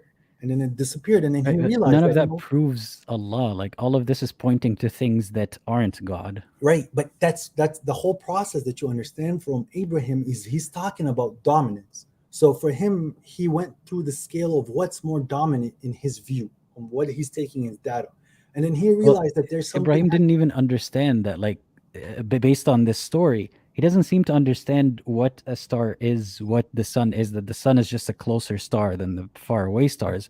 That's It's a what very we know simplistic now. view of looking at what's big. You know, that's the idea of dominance. Yes, This is it not is. really about, but size is not like, it's a very simplistic way of looking at it. Like bigger must be God, bigger must be God. But none of this actually coherently points to this proves that Islam is true. No, the thing that so you're actually taking the conversation away from Abraham. When I'm saying that the thing that Abraham used as a tool to deduce that God exists was the fact that there's dominance. So he tried to come up with a concept of what is the most dominant. What kind of idea can I come up with But that's the the most sun and the moon don't have dominance over stars. That's a him, bad idea. The dominance is in size here. That's all it is. It's dominance in They size. don't even have dominance in size. That's a very interesting point. The perspective makes it seem like the sun Yes. is huge. A lot of these stars are way bigger. But that goes back to what you were saying. Is God is But he gonna lacked judge you. perspective. One second, God is judging you for what you know, right? It's not about what the actual like size of the star versus the sun here, because God knows there's no way for Abraham to understand that at that point. God is judging him for whatever knowledge Abraham is deducing at this point. We now currently in this day and age know that there's stars bigger than the sun, but they couldn't deduce that, nor did they know that. So why would God judge him on that? God judged him in a peaceful manner to what Abraham was being able to see. But let's just apply to why he's saying Islam is true. To me, Islam is true is because God created me in a certain way that I have to submit that this is the way. I don't like it when people steal from me, so I'm not going to steal. Okay? I don't like it when. Wait, so sorry. now- Can you repeat that? You're saying Islam is true because God created you in a certain way that you don't like it when people steal. No, God created me in a certain way that I need to submit to. So the things that I don't like done to me, right, and others don't like done to, I shouldn't be doing. And the things that What does like doing things good in society have to do with submission and like God? So you're saying you know Islam is true because God created you. That's already like no. God, I know Islam is true because I have to submit to a way that makes me beneficial, useful. Because I've lived. But how does that prove Islam in useless. general? Like that you have to submit to a certain way that's beneficial for you. Right. I could say that about anything and everything else. But that's exactly it. So we're on the same page. You could say that we do need to submit to a way. So I found the most. No, I'm saying way. I could make the argument that I need to submit to something else, or I don't need to submit to, like, I don't have that inclination to submit. Neither of my position or yours says anything about the truthfulness of Islam. But then whether you need to submit to something or not. Well, no. You see, I understand what you're telling me, but I think you're. So for me, the point of submission, as I said, is for me realizing that the world around me needs a certain input for me to get the most positive output, right? I need to put the right ingredients. So the book, the Quran, is telling me the correct ingredients that I need to put for my best output. That's why I find the truth in it. It's like a certain way and a certain thinking and a certain mentality where I'm able to withstand a lot, deal with a lot of people, and piece the world that's going on around me without having too much of a stress in my mind. So here's, I'll use the same method, right? Please. If I find something that I use to better relate to the world around me, to endure things, to put it input, get output, all this stuff, does that prove that method is divine? Okay, so when it comes to if that method is divine, you naturally have to do the trial and error with the input and output of whatever you're doing in your life. So right, I'm asking, is that method, like, how do I arrive at the Islam is true, and you're saying for you things worked in a certain way that you found it to work better for you, and if I found something else to work better, does that prove that my thing is true or that Islam is not true? Well, you gotta have to present it to me. So to me, it's whatever. No, without presenting it to you, like your method itself, if is you could that find me a it's better working method, out I for would you. believe in it. If you could find me a better method of how I could understand the world around me, And again, as I said, I'm a person that believes that I have a creator. And No, I'm but here on a you're purpose. looking for a method with a title, with a name, like you're No, looking not a for... title and a name. I'm looking for a documented method. So a documented method in a sense where here's a book, here's how you should act. That's all I'm looking for. But remember, So the I'm a truth of it person- is that it's a book that already is documented and tells you how to act and works out for you, and therefore that proves that Islam is true. that proves that book is true. It's like a self-help book. If that self-help book is giving me positive feedback and me understanding the world, and I can see it how it's fitting in the world, then yes, I'm going to follow that book. So if I find a good self-help book and it works for me and I follow it, is that the same method as believing that this book is good, therefore it must be divine? No, because the divinity part is this book is claiming that it's divine. So if the self-help book told me that it's divine and it's helpful to me, then it's divine? I'm telling you the difference between just having a self-help book and then having a book from God. So yes, a self-help book can give you the instructions and the requirements you can to get through life, but the thing that makes it divinity is it claiming it from being from God. And then if it is from God, it needs to be like in contradiction. To me, when you're talking about okay, prophets, that's but before we get to that point about اختلافا كثيرة, if your method for determining if Islam is true is that the book is very helpful to you and it claims that it's true. right? But don't you see how this is not that's not how you prove a religion, that it works for you and it So claims what's a it's religion? true? The word religion in Arabic, deen, is law. Like the laws that your limitations. Because I'm putting these limitations that I read off this book on myself, I'm having a very easy life. I'm having a very positive life. I'm talking about whether this is from God or not, right? Yes. Like if just your method is it works for me and it's a rule book and it's a limitation book and it works for me and it says it's from God. Is that a method we can use to assess other books? It's proven itself is just because there's certain things that when you start to practice, you could see the truth in it. So take the example for meditation and prayer, right? So God says that prayer will stop you from doing certain actions and it will block you from certain things. And it's very true. People that are not even religious, right, that do pray and meditate, they find themselves having a little bit more control, self-control. Okay, so let's focus on that point then. Then I'm trying to formulate this, like why Islam is true. It's a book that has limitations and laws that works for you and does make your life better. You can see that. And it points to things like meditation that makes your life better. And the divine part is that it says it's divine. But it's not just saying I'm divine. It's explaining its divinity. So it's giving. Yeah. So we're still not arriving at the proof that it's divine. No, I'm telling you. So it's proving its divinity in a sense on how it explains God to you. So us as people living in the 21st century, our understanding of infinity and our understanding of the universe is much bigger. And that still fits on how an infinite being is being displayed in the Quran. There are many ways I can point that it doesn't fit, but every time I would point that it doesn't fit, you would say, no, it does because so and so. Is there a way that we can like get our opinions out of it and like see that it proves Islam? But like, I don't think it's in my position or anyone's position to prove it to you.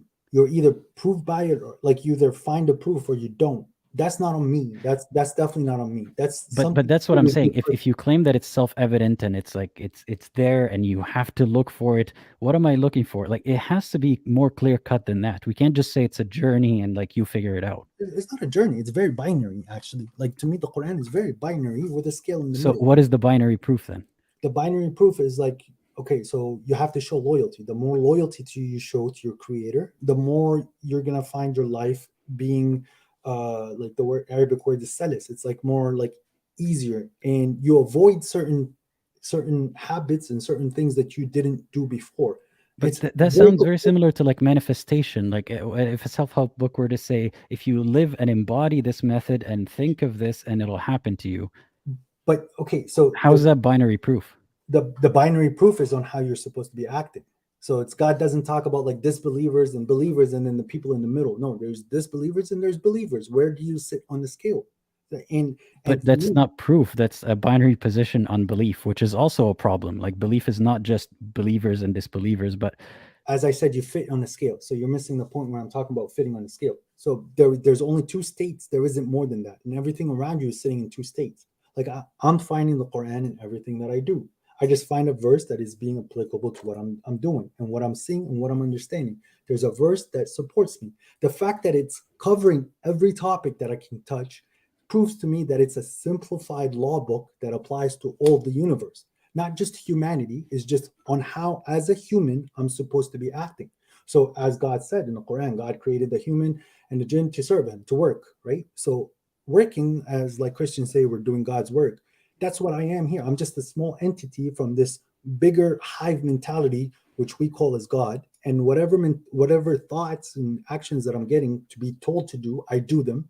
And this is me serving God. So it's like I'm walking the street. I like that you said it's proves to me, like doing this proves to me that I can fit it. You said I can see it fitting in many parts of my life. I'm not quoting. No, I'm saying the Quran, I can see it fitting in every part of right. So you can notice patterns and make them fit, and that proves to you that Islam is true because you can see it fitting in parts of your life.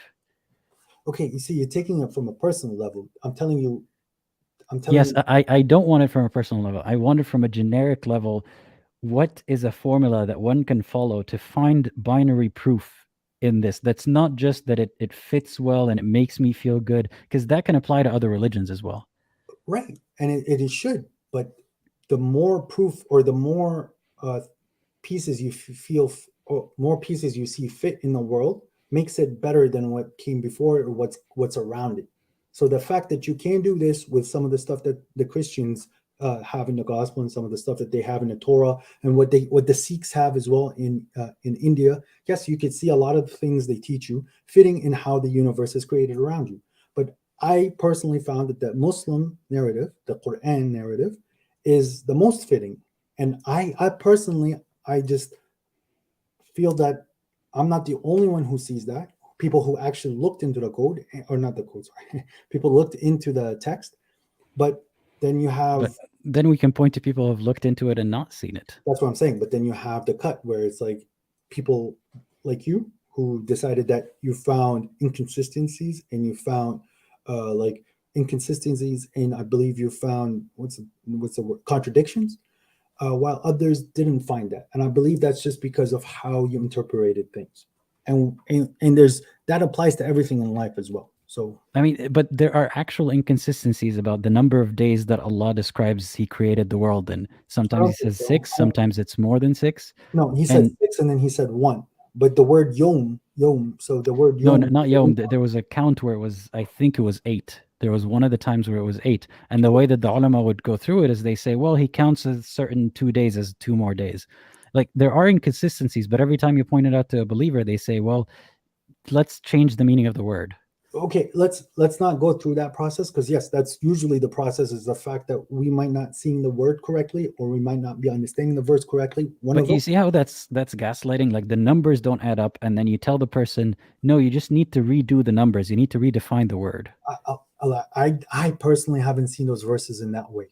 And Sure. nobody ever presented to me to show me a numerical inconsistency in the Quran. The only time people talked about was 6 days versus 1 day, because there is a verse where He says the day He created the heavens and earth, and then He created them in 6 days. There's the 2 verses. But the word yom means epoch. It doesn't mean like day.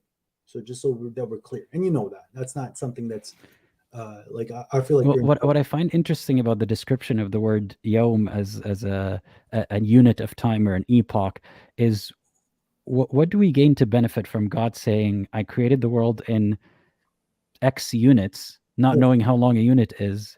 And because now, like back then, they understood it as a day, right? As a day, like a circular motion of like the sun's rotation and the Earth's rotation and so on. And now that we see, oh, it took a lot longer for the Earth to form. Now it's a unit that could mean thousands of years, so that it can fit the scientific observation of how long it took. So what's the point of God telling us an epoch? We translate it as day, but in reality, yom means day and night, right? So that's more technicalities. Yeah, but I mean, like, what's the point of God giving us this information if it doesn't even relate to the day that we're familiar with? The fact that God is telling us that patterns and cycles exist. And let's take it to the biggest picture. So let's just say we're on one really big epoch now, where us getting born and dying, and this epoch, and when this epoch is going to get restarted, this is when we're going to come back to life. So because everything around us is in a big cycle or a small cycle, or works in cycles in the same pattern. So God is revealing to us that like there's a major big epoch where you're all going to live, and then it's very easy to bring you back again, because I've done it before so many times around you. That's a mentality that I understand why God is talking about these certain epochs. Well, I don't want to push back on that one point too far, because I want to bring it back to the gullibility point here. So what I'm trying to convey with the topic today is that you can be a person who, like, gullibility is not a virtue. It's not something good necessarily to have. Maybe one could argue it's not a bad mistake of a person, but it's not necessarily a good thing. And because of gullibility, you may be led easily into religion in a way that a skeptical person would have a lot more resistance and maybe not believe, because the way that you described why Islam is true, the way that it personally affects you, the way that it claims to be divine, I wouldn't apply this standard of proof to anything aside from religion and think that they have a point. So why is it that I'm supposed to have blind faith here, and that a person with blind faith or gullibility or both would be rewarded, but skepticism makes you run into obstacles? Skepticism is doubt. Skepticism, if that sense of doubt, can cause you problem. So at what point, even as a believer, at what point am I content that I have enough knowledge now to live my life without having to pursue anything more? At what point am I content and satisfied with what I know? So there's that issue there, which is it's more of an ethical and it's like a personal issue to people, right? But also at the same time, sorry, I had another point on that, and but even when it comes to science, to me, I go back to the same religion thing. So it's like when I'm like, God is truth. God is the truth. So if I drop the pen and it falls, and I repeat that 100 times, that's God's words. God said that if a pen is at this height and it falls, gravity is 9.8 meters squared in the 6 days that God created that. He mentioned that. And me discovering that is... He didn't mention that. We discovered that. Yes, but that's what God put in his creation. God talked. God didn't, like, when he's creating, he taught. He mentioned everything that we're going to understand. So but it's like, these are all claims that God said and did those things. But that's how a programmer works, or a God, or a creator, or a logician. But that's still a claim. Like, we're still saying claims on claims on claims that God did this, God did that. Like, you can't point to it as a sign and that, say that gravity or like that this is repeatable is a sign of God because you claim that God did this. No, I'm saying that this is truth. And for me, any truth, I'm going back to answering your question. So because I could see that gravity is something that's repeatable and therefore there's truth within it, I'm saying that this truth came from God, and therefore my understanding of how the Quran works and how Islam is true is being applied to everything around me. Any truth that is being presented to me is that person or that book is being a medium from God. It doesn't necessarily have to be just the Quran. So any stimulus, any observation of anything, of truth, including the repeatability of gravity, is proof of God. To me, yes, that's proof that it. So breathing is proof of God. That it came from God. So the system. How does it prove that it came from God? Well, to me, because I keep saying to me, you just have to go through the first stepping block, which I think that's not something that you're going to take in a sense where understanding that there is a creator, that there is a programmer, that there is a logician. So to me, the God that created me is the God that created you. He's the one who's feeding me and feeding you and feeding everyone else. So yeah, I'm not going to take that step because nothing has shown that step is a reasonable one to take. But let's say I'm with you that there is a singular creator, right? How do we get from there to Islam? Well, to me, if there is again, sorry, I keep saying to me, but the next. No, it's good because it highlights that you're looking at it from your point of view, which is important. And I think about it a lot, right? So these are topics, but you. So if someone is coming to you with an open heart and completely honest,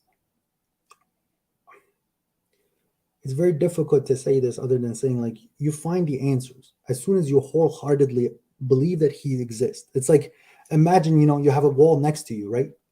Let's say I'm behind that wall. you can believe that I'm behind that wall, and you could sense that I'm behind that wall, right? Okay.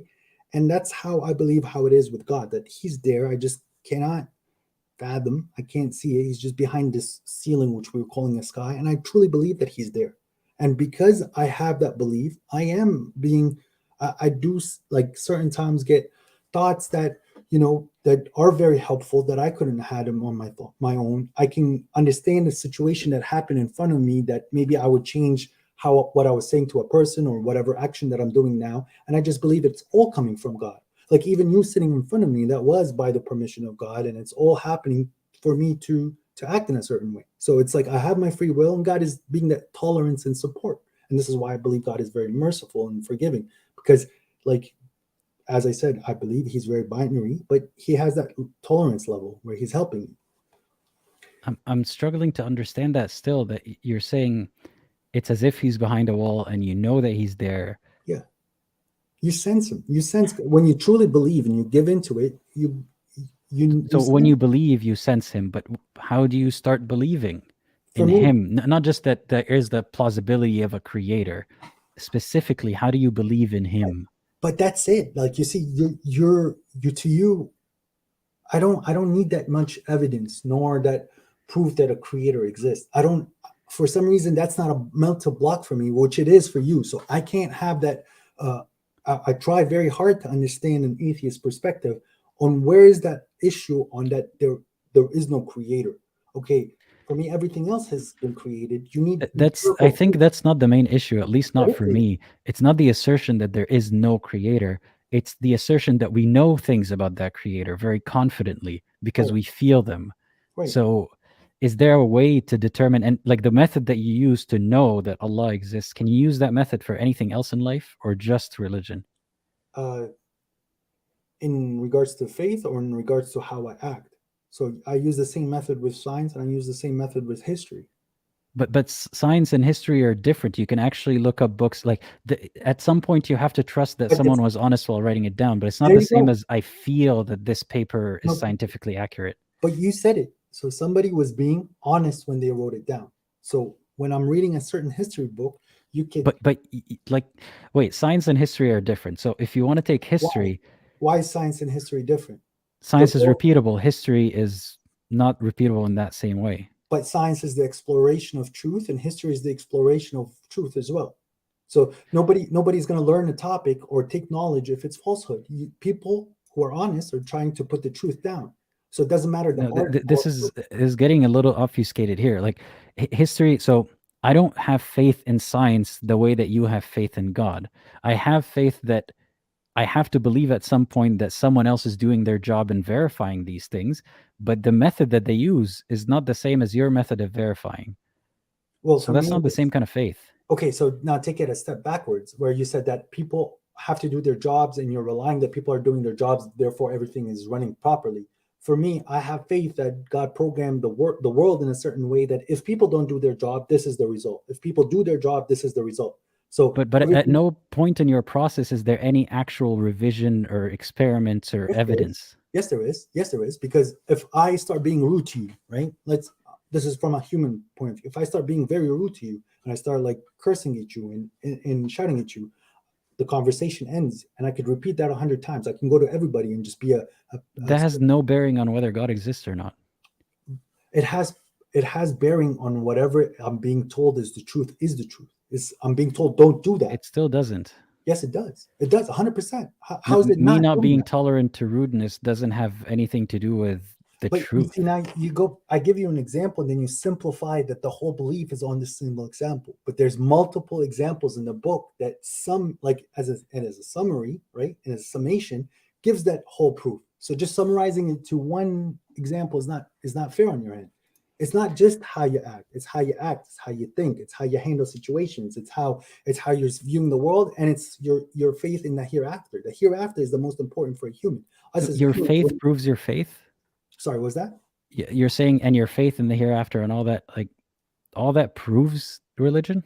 To me, yeah, because like I see a lot of humans, and me myself, we're susceptible to like not doing our part. We're susceptible to like, even as despite as how hard we want to say that we try not to hurt each other, sometimes we're arrogant or ignorant to the fact that we just do it. And sometimes knowingly we do it, right? So to me, understanding and reminding myself constantly that there's a day of judgment, I'm always reviewing my actions as much as I can. So even coming onto your show and sitting, like there's things that's like, you know what, like maybe he's taking too long, I'll quit. But then this is when I start to review my actions. Like, you know what, on the day of judgment, God told me to be patient, and it's not nice because I gave him my word. If I break my word, he's going to feel bad, and then I'm going to be in trouble for that. So it's not good for me to do this. So I'll stay and be patient, even if it's not something I want to do. So those, and then on the other flip side is that, you know what, like nobody's helping this neighbor. If I help him, I'm going to feel better about myself, and I should be helping him. It's not good that nobody's helping him. I'll go help him. And then on the day of judgment, I'm going to see, and I'm going to remember those feelings because it'll be written down in my book. I can relive this event that I was there for this person when I needed to.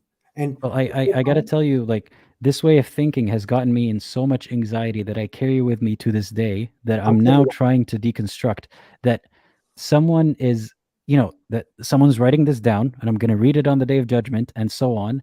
It goes beyond me revising my own thoughts and actions.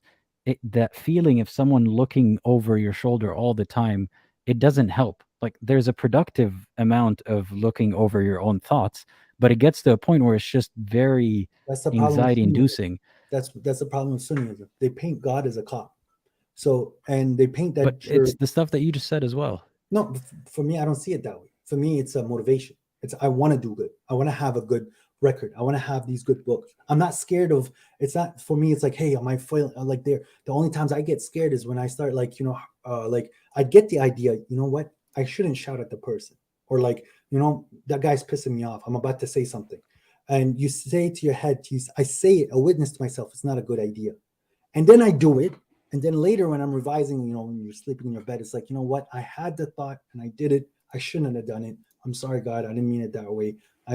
You gave me the inclination not to shout at the person. I should have been studied. Please, God, make me, like, you know, more patient when it comes to those times and remind me the next time. So this is how I view my religion. It's not about like, hey, you like went into the bathroom with the wrong foot, you're going to hell. No, you said this to this person. It's not that whole like regurgitate, being a parrot and having a certain style and a culture. That's not what religion is. Religion is universal. Anywhere I go into the world, the way I'm acting as a human being should be accepted anywhere I go in the universe.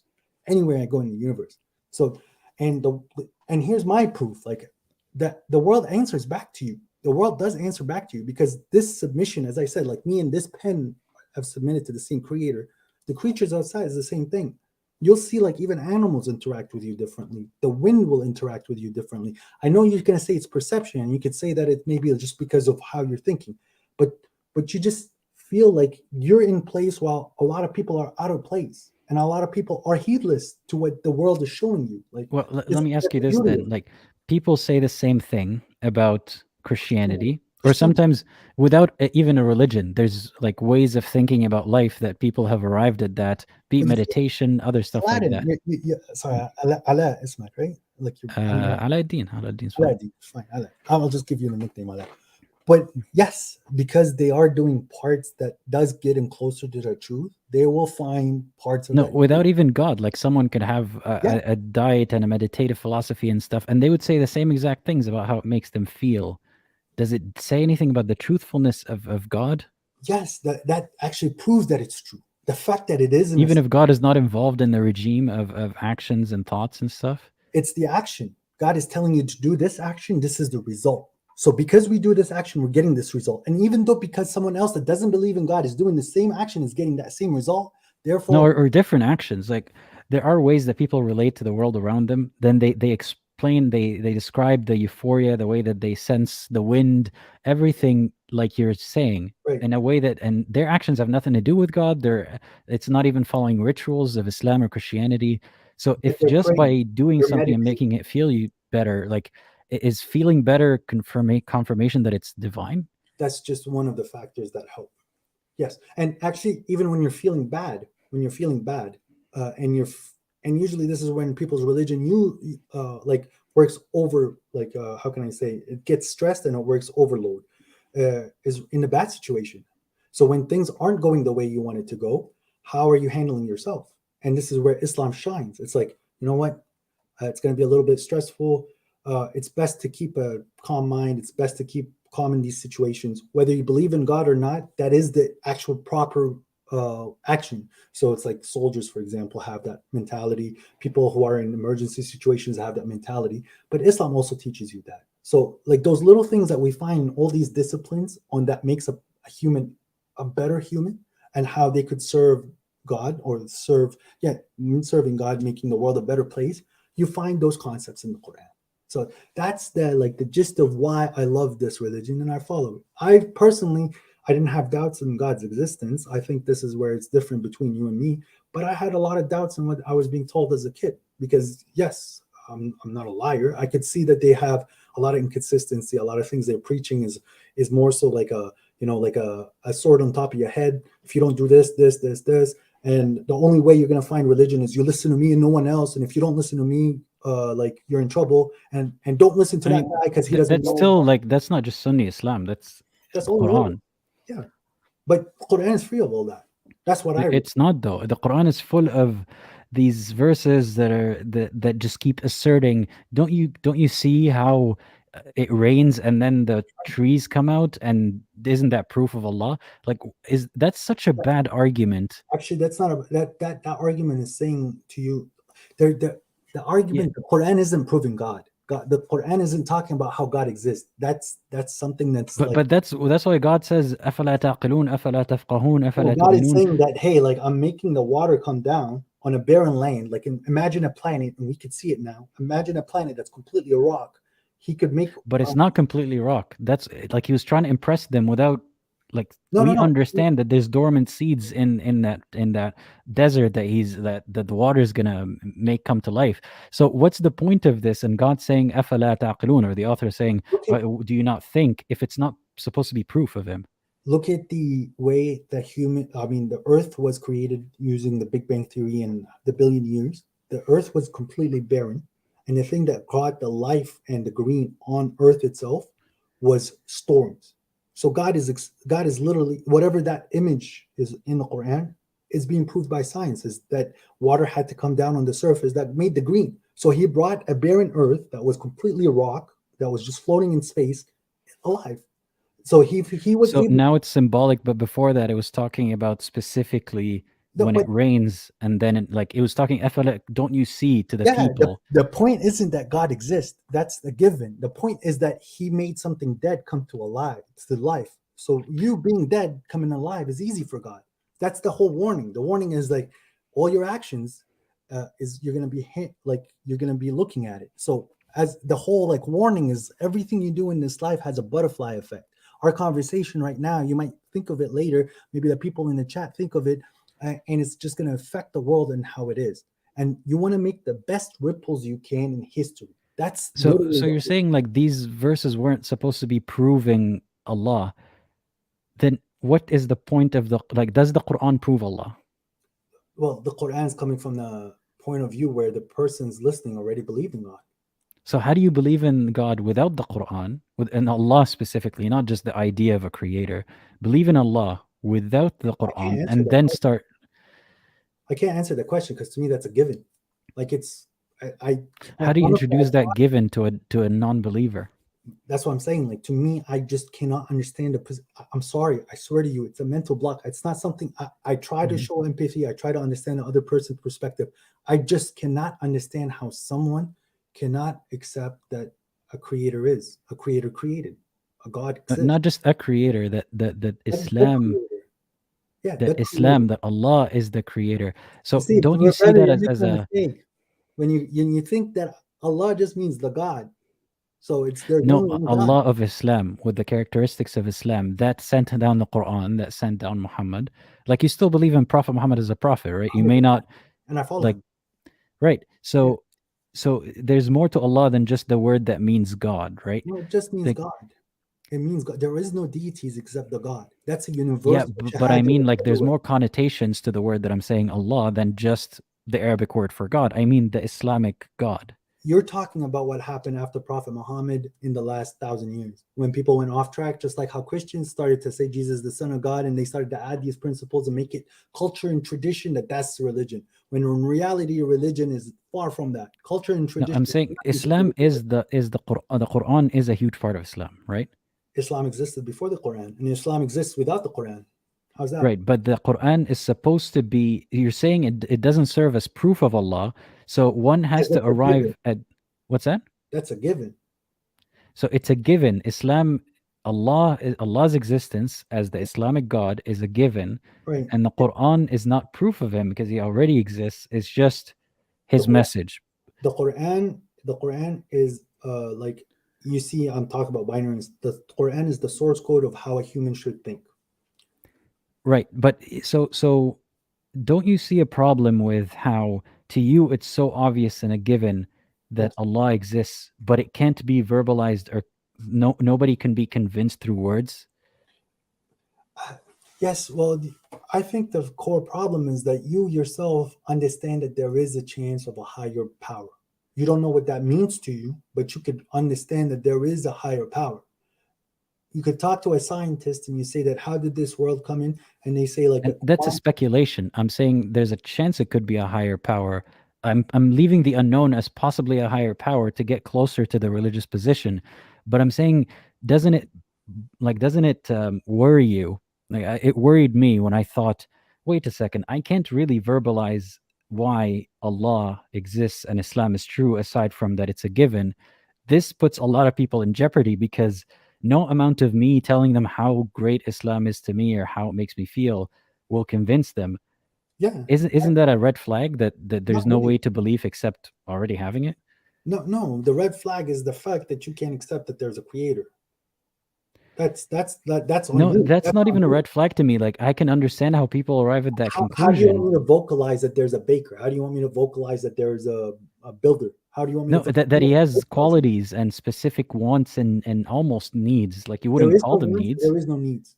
God has right, no but the way that he needs. behaves and like demands your worship, it's almost needy. But even if you call it a desire, a want, God wants you to worship him. So this is where your perspective is a little dark and twisted. So God isn't needing of any of this, and God doesn't want any of this from you. But the fact is, this is the best. He really wants it. He doesn't want it. He doesn't want it. He doesn't need it. He doesn't want it. God doesn't want our worship? God wants you to serve him. It's not want. It's God's telling you that's the best for you. This is what you need to do. But God does want your worship. Okay, maybe want is the correct term. Yes, God does want you to be the best that you can because he created you. That I can align with. But does God need you, or God is expecting it from you? Expecting it, yes. Needs it, no. But and here's a distinction. A lot of people Muslims say, I'll take that word back. Yes, he created you so that you could serve him. The word worship to me is servitude. So I'm serving. Right, but he doesn't need it. But he wants it and will torture you if you don't do it the way he wants, but he doesn't need it. It sounds like he needs it without admitting that he needs it, is how this is being presented. The torture is you torturing yourself. So it's like, it's if you didn't believe that God is benevolent enough and he's gracious enough to let you live forever, because like life is nice, that taste of life, that little life like apple, it's nice.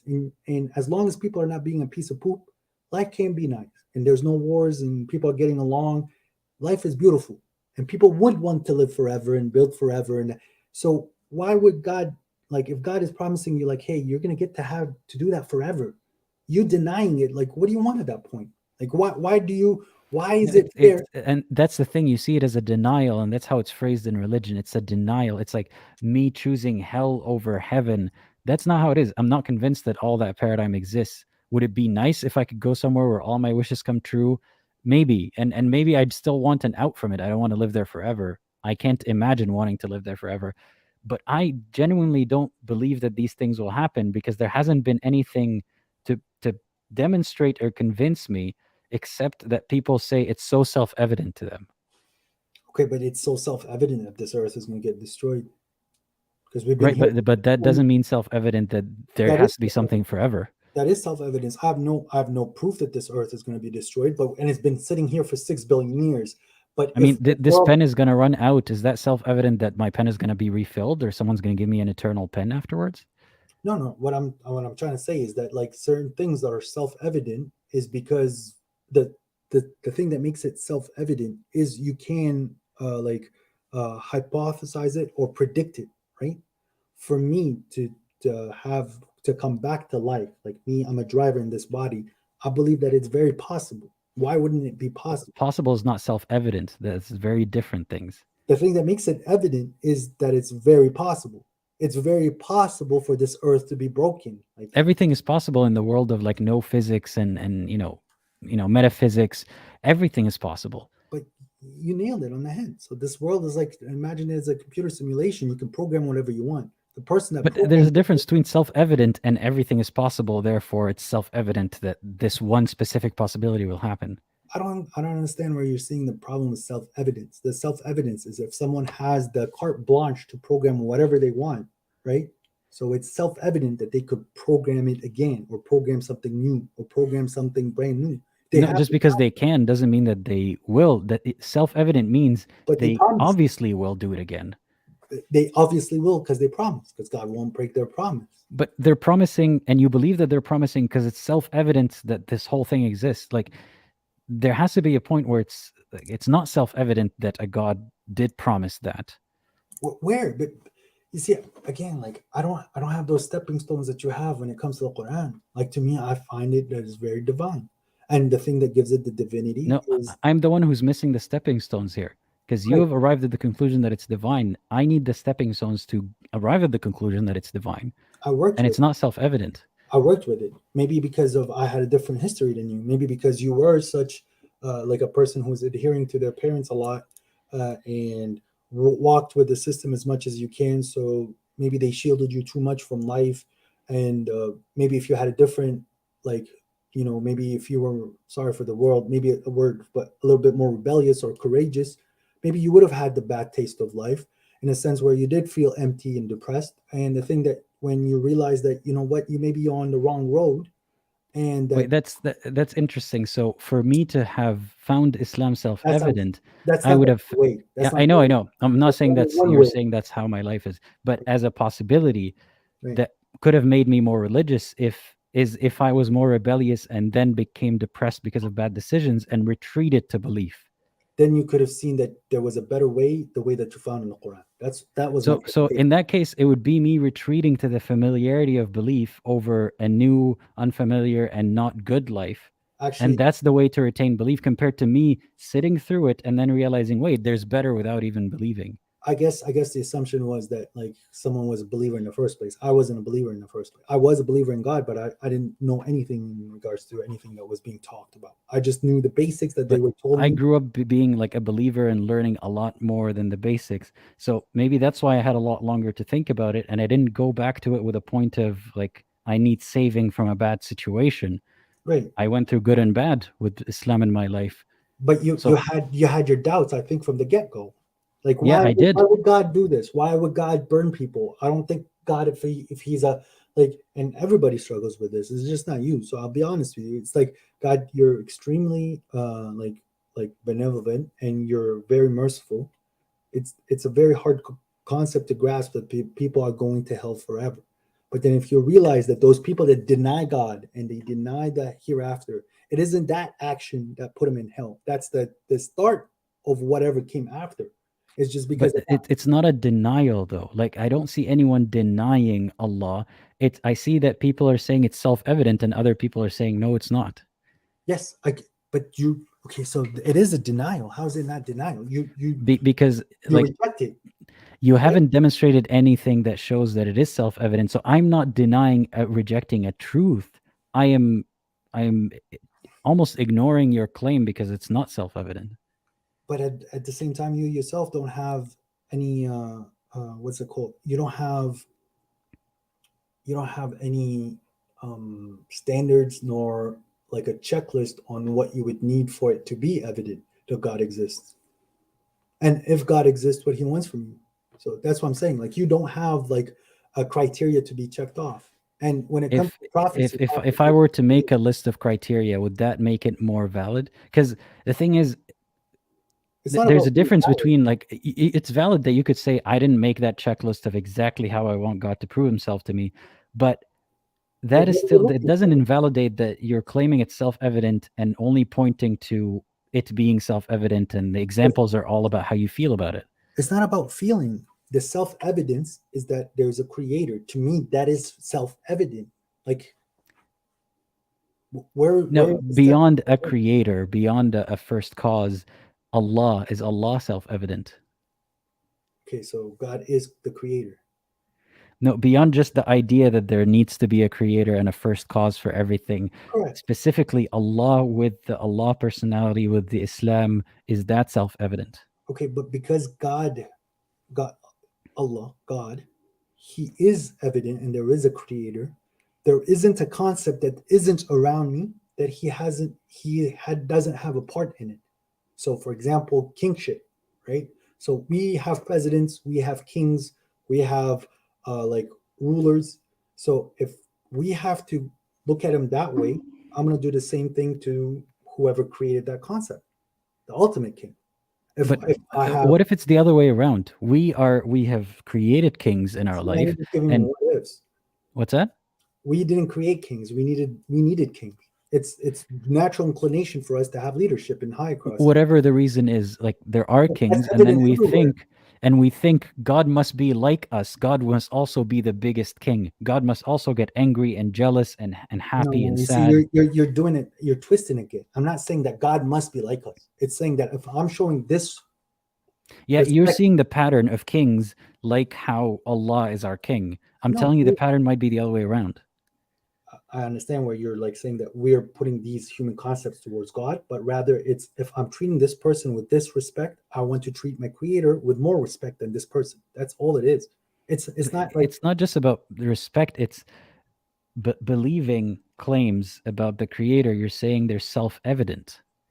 Well, to me, it's the concept of infinity. So yeah, so my God has to be able to listen to everything that would make a God. He has to see everything that would make a God. He has to know everything that would be God. He would have to be able to not lie, because then he shouldn't lie, and I should be able to trust him.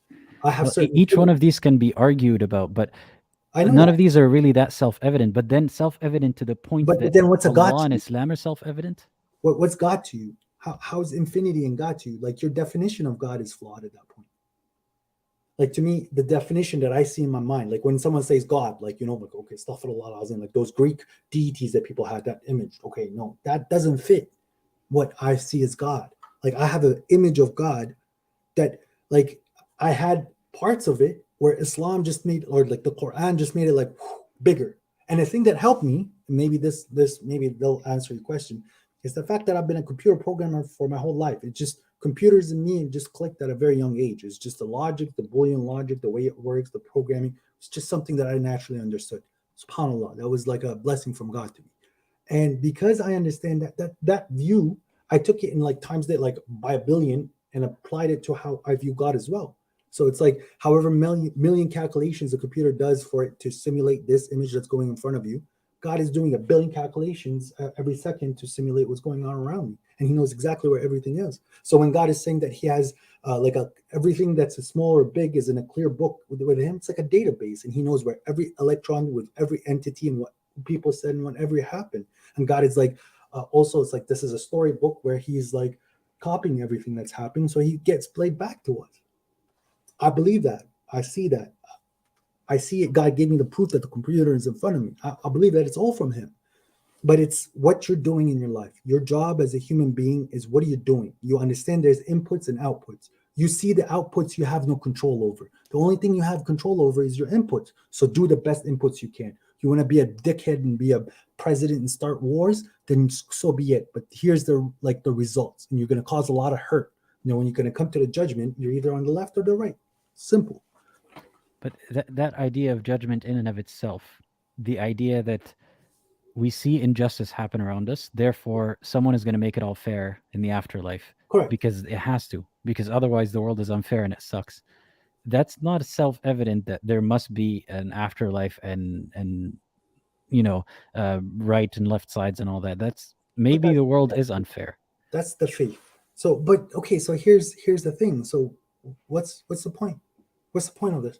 Like, if I go into your mentality, that's the only question that I don't see where. So, what's the point? And I'm sorry, I don't mean to be harsh.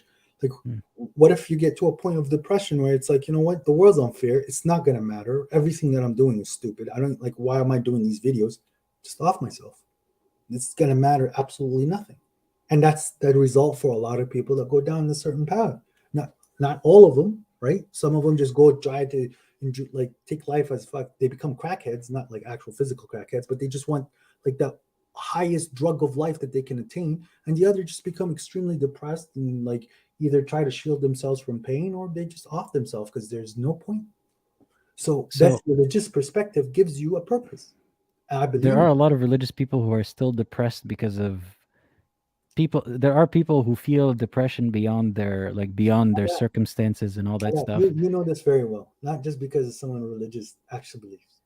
Like, aside from hypocrites and a lot of people, they say they're religious, but they want the worldly life, and they take the even believers. Like the insinuation here is that no believing person would ever feel depressed and want to kill themselves. I'm not saying like they would do it, but a lot of believing people do feel depressed and want to kill themselves and don't understand how, like, because they hope that heaven will make it better. But you're saying that without God, what's the point of life? Or specifically for someone who's very depressed, what's the point of life? No, I'm saying without an afterlife or without a purpose, what's the point of life? Like, if there is no afterlife and there is no let me put the analogy this way. If you go to a restaurant and it's not an open buffet, is there no point to eating? How's that? That's not what I mean. I'm saying like that's a weird way. I'm not talking about the open buffet and the rewards. I'm saying like no, I mean like food in a small quantity, right? Could be good, could be bad. You order something, you get what you get, right? Maybe you don't get to send it back to the kitchen. You make an order and you live with it. Open buffet, you get to try everything in the buffet forever as long as you want. So you can still enjoy a restaurant just because it's not an all-you-can-eat forever hedonistic kind of existence, or even eternal bliss, if you want to call it that. So just because going to the restaurant, like I'm not talking about just eating. You're already in the restaurant. We already exist. We don't have to come up with a point like say God is not real or religion is not real. That's what I'm saying. Like, why eat? If you're in this restaurant, you just woke up in a restaurant, why eat in the first place? That's my question to you. Like, what's because you're hungry, because there's food, because it's enjoyable. But you're gonna die. Like you've seen people die around you. You're gonna get to that point. What's the point? Like you're going there. So why do you like not rush death and then you go to heaven and do all that stuff? Like why are you living at all? It's been very clear to me, and I'm sorry, this might sound off track. I would love to see God. Like to me, that's like, and the only thing that's keeping me in between me and seeing God and asking God directly and being in His grace forever. To me, my heaven is to having the best thoughts that I can have and have the best relationship with my Lord, with no distractions and no like past events and thinking about conversations like this. It's just a straight, amazing feeling, straight thought process that I have with my Lord. And the only thing that's keeping me between that life and this is death. I want to die. I can't kill myself because that's self-oppression. But I would love to die. I can't wait to die. I would love to die and like. That's sad because I had these thoughts as a child. As a child, I thought, not because my life sucked. I thought, I wish I died before I hit puberty because then I'd get to go to heaven. Okay, you see, I guess the thing that makes me different from what I understood from the religion, to me, it's yes, the heaven's amazing because I get to like do what I would like to do on earth that I didn't do on purpose. Like I purposely chose to certain things not do is just because I wanted to focus on my relationship with God. To me, my prize is having a very good relationship with God. Like this, I have a love for Him that's incomparable. Like I love Him so much. Like it's very to the point that if it wasn't haram to die, you would want to die as soon as possible. Oh, 100%. I would 100% go see Him. Like, what's the point at that point? Like, what's the point of going? Let me point something out. Say Islam didn't have the rule that says it's haram to kill yourself, and it's actually admirable, like a monk-like kind of tradition where if you want to go to a certain area and like you off yourself there and like it's a Brother, tradition thing. The thing between me and like being in the grace of God is death. Yes, if there was no limitation on suicide, and that's one of the ways to show ultimate loyalty to God, I would take that ultimate loyalty. Isn't that concerning to you? So No. let's pause for a second here. Let's pause and think about it as an outsider. Like, I'm someone who doesn't believe that Allah is the God and Islam is true. And I see that someone's thought process is, if this book commanded me to die right now, I would do it. And the way I would see it is, that person is about to die and there's nothing else afterwards. I know, but at the same time, I can ask you the same question. Don't you find it kind of weird that you're willing to go through? I'm not pushing you to anything. Don't twist my words. And I know how the devil works. But isn't it weird that you're willing to sacrifice, like to go through this unnecessary pain, right? And all this torment, and you having to sit with me for like what, an hour and a half, and hear this stuff that can cause you headaches, and having to go through these bad events, which are usually more in life, or like mundane events in life, just for these little parts. Might as well just, if there's nothing after, why go through this pain? Like, I'm sorry. Well, the thing is, I already exist. I already exist. You exist, but you have the ability to not exist. And if my life sucked so much and there was no way out of, like, that's the case for example, assisted suicide for people who are like suffering from very chronic illnesses. Like, say someone has chronic pain that's so unbearable, like 8 out of 10 on the scale of pain, some, a neurological condition. It might be more humane if they decide to, if life is so unbearable, for them to die. But for most everyone else, there's almost always a way to find enjoyment in life. You're already here. If you kill yourself, you're not going to have a chance to find any enjoyment, and that's probably the end of the line. But it doesn't matter. For someone in your position, it literally doesn't matter. Like, all these memories and all these like good. No, at that point, but things matter, like, because we experience them. So I eat because I don't want to feel hungry, because I want to live, because I don't want to feel bad right now, because I'm alive to feel. So to end it would be to not feel. All those feelings that you have when you die is endless, useless. Like, right, but I want the good feelings. I still want to have the good and bad till I die. Why? Because I want to experience them. What does that change? It doesn't change anything about, okay, so there's a few ways I could answer that. My existence could change things. Like, say I cease to exist after today. Maybe there's several live streams where someone would have had a good moment that would have helped their life that never happened because I died. Who cares? So, but I care because I care about people. Once I'm dead, I'm not going to care. But I'm saying right now I care. Okay, right? but that's what I'm saying. So, like, whatever input that you're doing is useless. It's not, because people do experience things. You're saying unless things are infinite, they're pointless. But their experience as well is useless. So you're saying unless there's something to, what was it? Like forever. I don't know what the word is right now, but unless there's something to frame every human existence for eternity, every human existence is worthless unless there's an eternity for it. That's the sad reality. If there's no eternity, everybody's useless. Everything. No, it's not. It's like, well, what's the point? What happens to animals in the afterlife? They go to heaven. They clearly go. No, don't they like resolve their differences and die? That's because of one verse they didn't understand what it meant. But it's very clear animals are going to heaven, my friend. Even the sun you'll find in heaven.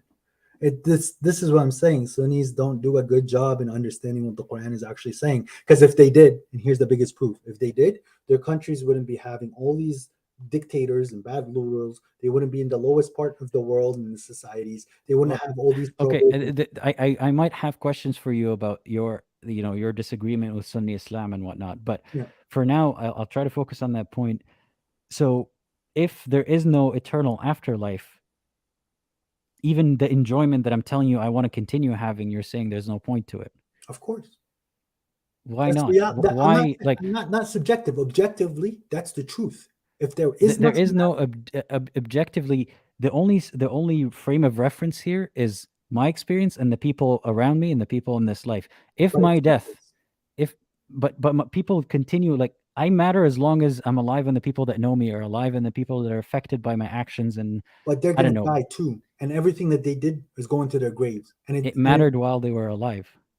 But The idea that things don't matter unless they're eternal is a very, very Islamic idea. no, I'm saying It's that not a this- self-evident the idea. actual reality of what you're saying is that however good, even if you lived 1,000 years, well, however much you're doing, right, in the large scheme of things of the whole universe, if there is no part two, right, then everything you did is for nothing. There is no result. By There's that no conclusion. logic, everything you do in heaven is insignificant because it's an infinite reality. No. Nothing you do is ever significant. Here's no, it does, because whatever you're doing now is going to be reflected in your heaven, your mentality. No, I'm saying like let's say why heaven has what you need to levels. do now to get you to heaven, but you're in heaven and you have an infinite scale of on the timeline. No, Anything Aladdin, you this is do what is I'm so explaining to you. insignificant. No, your heaven is based on your mentality. So however much you work here now, your heaven either becomes better or worse based on how good your mentality was. That's not what I'm saying. I'm saying however good you did here and you go to an amazing heaven, Right. infinity dilutes the value of it. Like What? say everyone on earth had gold, like mountains of gold. Gold would be worth nothing at that point. But that's now you're talking about time. I'm saying if you live forever on earth, then yes, your experiences matter.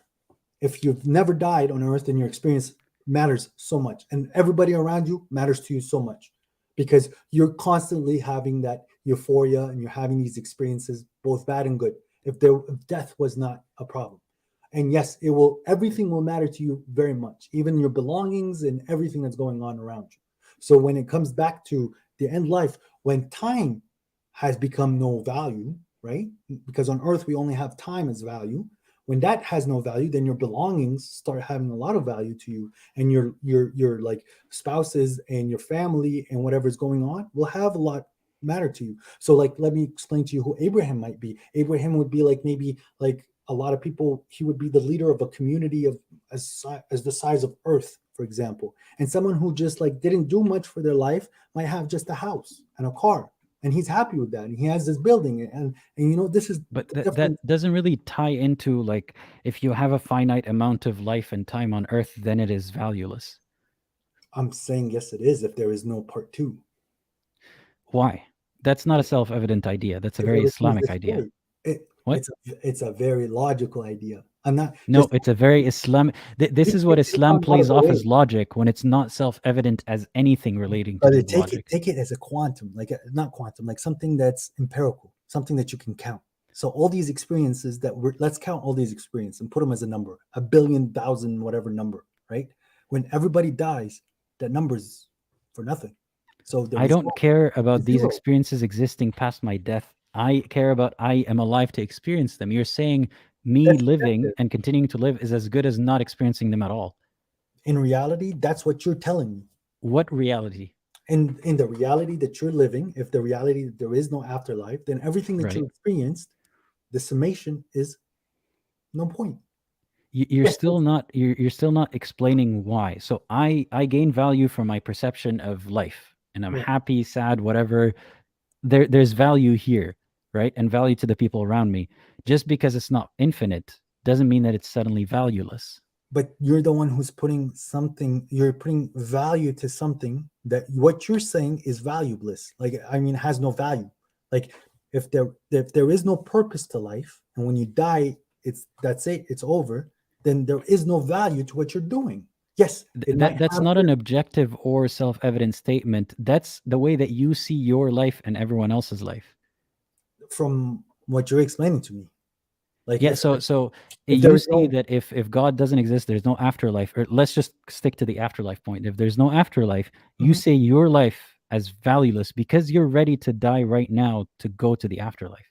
No, that's why it feels like it's valueless. I'm saying like whatever, me as a person, after I die, and if there is no afterlife, everything that I did, the summation is zero. It doesn't matter how good or bad or whatever it is. Who's summing? Who's counting? Like you're still thinking of the idea that someone is up there adding and counting God. No, me. I mean, the amount of experiences that I had, the good times that I had, all of that, the actual result and the net result of everything that I achieved is nothing. There was no point. Like that's what I'm saying. Does the point have to be an infinite statue that you like look and admire once it's done, or just the No, experience now itself? you're changing the topic. Tell me, what is the point if there is no afterlife, whatever the afterlife is? I'm talking about your point of view. If there is nothing, Yeah, I'm telling you, the point is what I'm currently experiencing. You insist that there has to be some eternal symbol no, and life afterwards to show for it. I think the easier way to explain this is it's not there has to be an afterlife to explain it to you. In what you're explaining to me, from what I understand, that these personal experiences that I'm going through in my life, if I die and I have no idea that they ever happened, then those personal experiences never actually mattered. They mattered while you were alive. You're saying that, but you yourself, it won't matter to you because you will never know that. Like they mattered while I was alive. It doesn't matter to me when I'm dead, but it mattered while I was alive. So why would I end it and end them mattering? Okay, I'm not talking about you ending it. I'm talking about just the reality of it, just the actual. Yeah, like, I'm telling you the reality of it. As long as I'm aware to experience it, it has value. And the people who when you're not aware anymore, does it have value? As long as someone else is aware, like say I am dead, but my relatives or friends aren't. Just for you. Does it have value after you're not aware to you? No, because I don't exist to perceive whether they have value or not. You said no. So since it has no more value to you, so at that point you're sitting in that forever at no value and no remembrance and no recollection. Well, that's like saying your car burns gas, so therefore it has no value because it's burnt by the end of your trip. What? No, I'm saying like it's like me coming and just like deleting you. No, like this is a very good analogy. You fill your tank, you take the car on a road trip somewhere else, right? Now you have no gas and you have no money that you spent on the gas. Does that mean that trip was of no value? No, the trip is still there and I still have my car and I still recollect what happened. I'm talking from a personal, if I just deleted you right now, right? So to you yourself in that situation, you're gone. That's it. Like right, but it doesn't invalidate that I had value when I was alive and like I perceived that value and I enjoyed it. That value only exists as long as there's other people, as you said, but when they're gone, then your value is done. So it's such a selfish idea to want your value to remain forever. Yes, my value only remains as long as I and the people that care about me and like are affected by me exist. I'm talking from an objective point of view. It's not about like having. Yeah, can you explain what it is objectively that means that you have no purpose? Your purpose is what you're making it out to be, and at the end of the day, the net result, the summation, is absolutely zero, because there's no scale to measure it to. Other than your personal feeling, but the summation. Maybe that's a reality that's difficult for you to accept that it is the reality. It's scarier to realize that no matter what you do, the sun is going to blow up in a few billion years and no one's going to exist anyway. No, whether you're a good person or a bad person, because that then makes it harder to think. That's a disgusting reality. It's not about accepting it. It just doesn't make sense to me. Like it's not about whether this seems to be where the world is headed. So if that is where the world is headed, then you have to think, I am doing good deeds and enduring hardship for what? For the sun blowing up at the end? And that seems more difficult, where I would say, yes, I will do it despite the sun blowing up in the end, because people will perceive like my life right now. That's not fair from you, because I personally know that the world is going to blow up, and I believe like God can put like a right, but the only thing keeping you sane is that there's an afterlife. Like you're ready to go there. No, okay. So if I didn't believe in God, I wouldn't consider the afterlife, and I would have been doing what I'm doing, was enjoying my life to the peak, like doing what I personally wanted as my inclinations and trying to get. But it's just because you're twisting my thing. I love God so much. I want to meet God. I want to go to the afterlife. But if I didn't believe in the afterlife, I would be living my life to the fullest. That's the difference. I wouldn't want to be killing myself. But so if you didn't believe in the afterlife, you would see that your life has value? No. You would see that your life has no value unless there's a continuation of it. That's how value works. No, value is not an infinity. Like things can be valuable even though they're not infinite. Value has a purpose. That's what gives value. It has its place and position. Right, and my purpose right now, I have purpose to live, and the value that I have on other people is experienced by them till they die. So just because it doesn't live past my life doesn't mean that it's valueless. You're juggling between, okay, so I agree with you there. If when it comes to the worldly life, yes, but in the afterlife, your value is zero. But you're saying if there is no afterlife, your value in the afterlife is zero. Well, Right. yes, because there is no afterlife. But I'm in a very, very, very like devout believer that there is an afterlife because it makes more sense that way to me. It means But that you haven't whatever explained action that how I'm it makes doing, more sense, or like what? what you haven't explained how it makes more sense. You said your life has no did. value after death if you don't believe in an afterlife. I did. And I said, after death, it doesn't matter. I have value as long as I'm alive. You're saying not only that, but you don't see a reason why one would continue to live. And you're not insinuating anything, but you're saying, I don't see a reason why anyone would continue to live if there's no afterlife. So it's not just that your life ceases to exist and have value after you die, but also there's no point right now. But I'm saying that there's two ways. Like you either kill yourself or you enjoy your life to the fullest if you don't believe in an afterlife. But because you believe in an afterlife, you want to build there instead of building here. That's the difference in mentality. There's an in-between. Like this regulation seems to be just popular among religious believers that I would do everything to the fullest in hedonistic fashion if there was no afterlife. That's how I would do it, and that's what I used to do. And maybe that's what makes you more inclined to believe. Like, and you're the second caller today who would say like they have these inclinations to do things that are maybe hedonistic. So this gives them like the idea that you're doubling or tripling or forever like investing into infinite hedonism in the afterlife.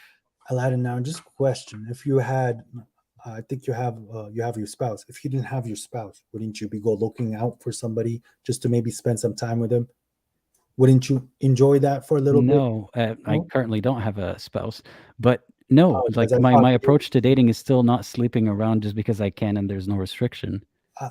That's not what I'm saying. I'm saying that wouldn't you like go, if that's something that you enjoy, that you would go do it in whatever style that is comfortable to you. It's not about morals or immorals at that point. And if you wanted to be a pig, there's nothing really stopping you. Not that it's like wrong or immoral at that point, right? It's no, there is that consenting. The way that I relate to people, it's not compatible with me to do that because it takes away a piece of me if I were to go out and be a pig. What's the piece?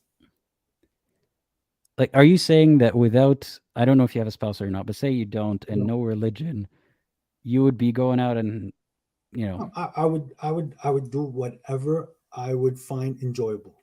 So whatever I wanted to do in that, it's not hedonistic and it's not about murdering and it's not about being a pig. Whatever I can get my hands on, heedless, completely heedless, because I have no consequence as long as I don't put myself in a position to find myself in a box or to find myself without friends.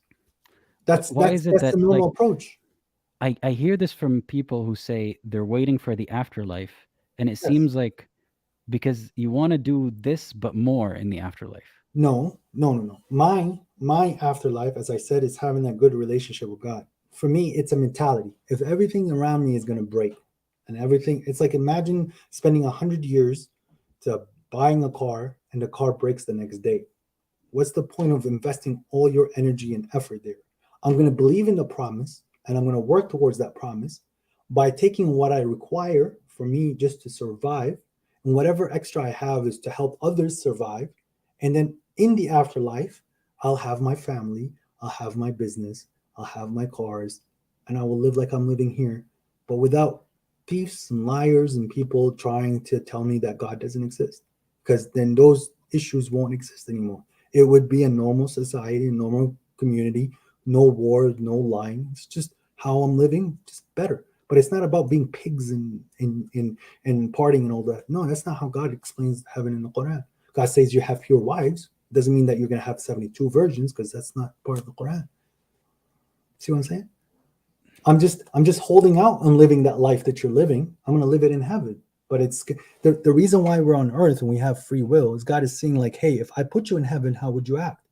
So I'm going to act like how I would act in heaven. But knowing that everything's going to break, I'm not going to invest 100%. I don't act like how I would in heaven.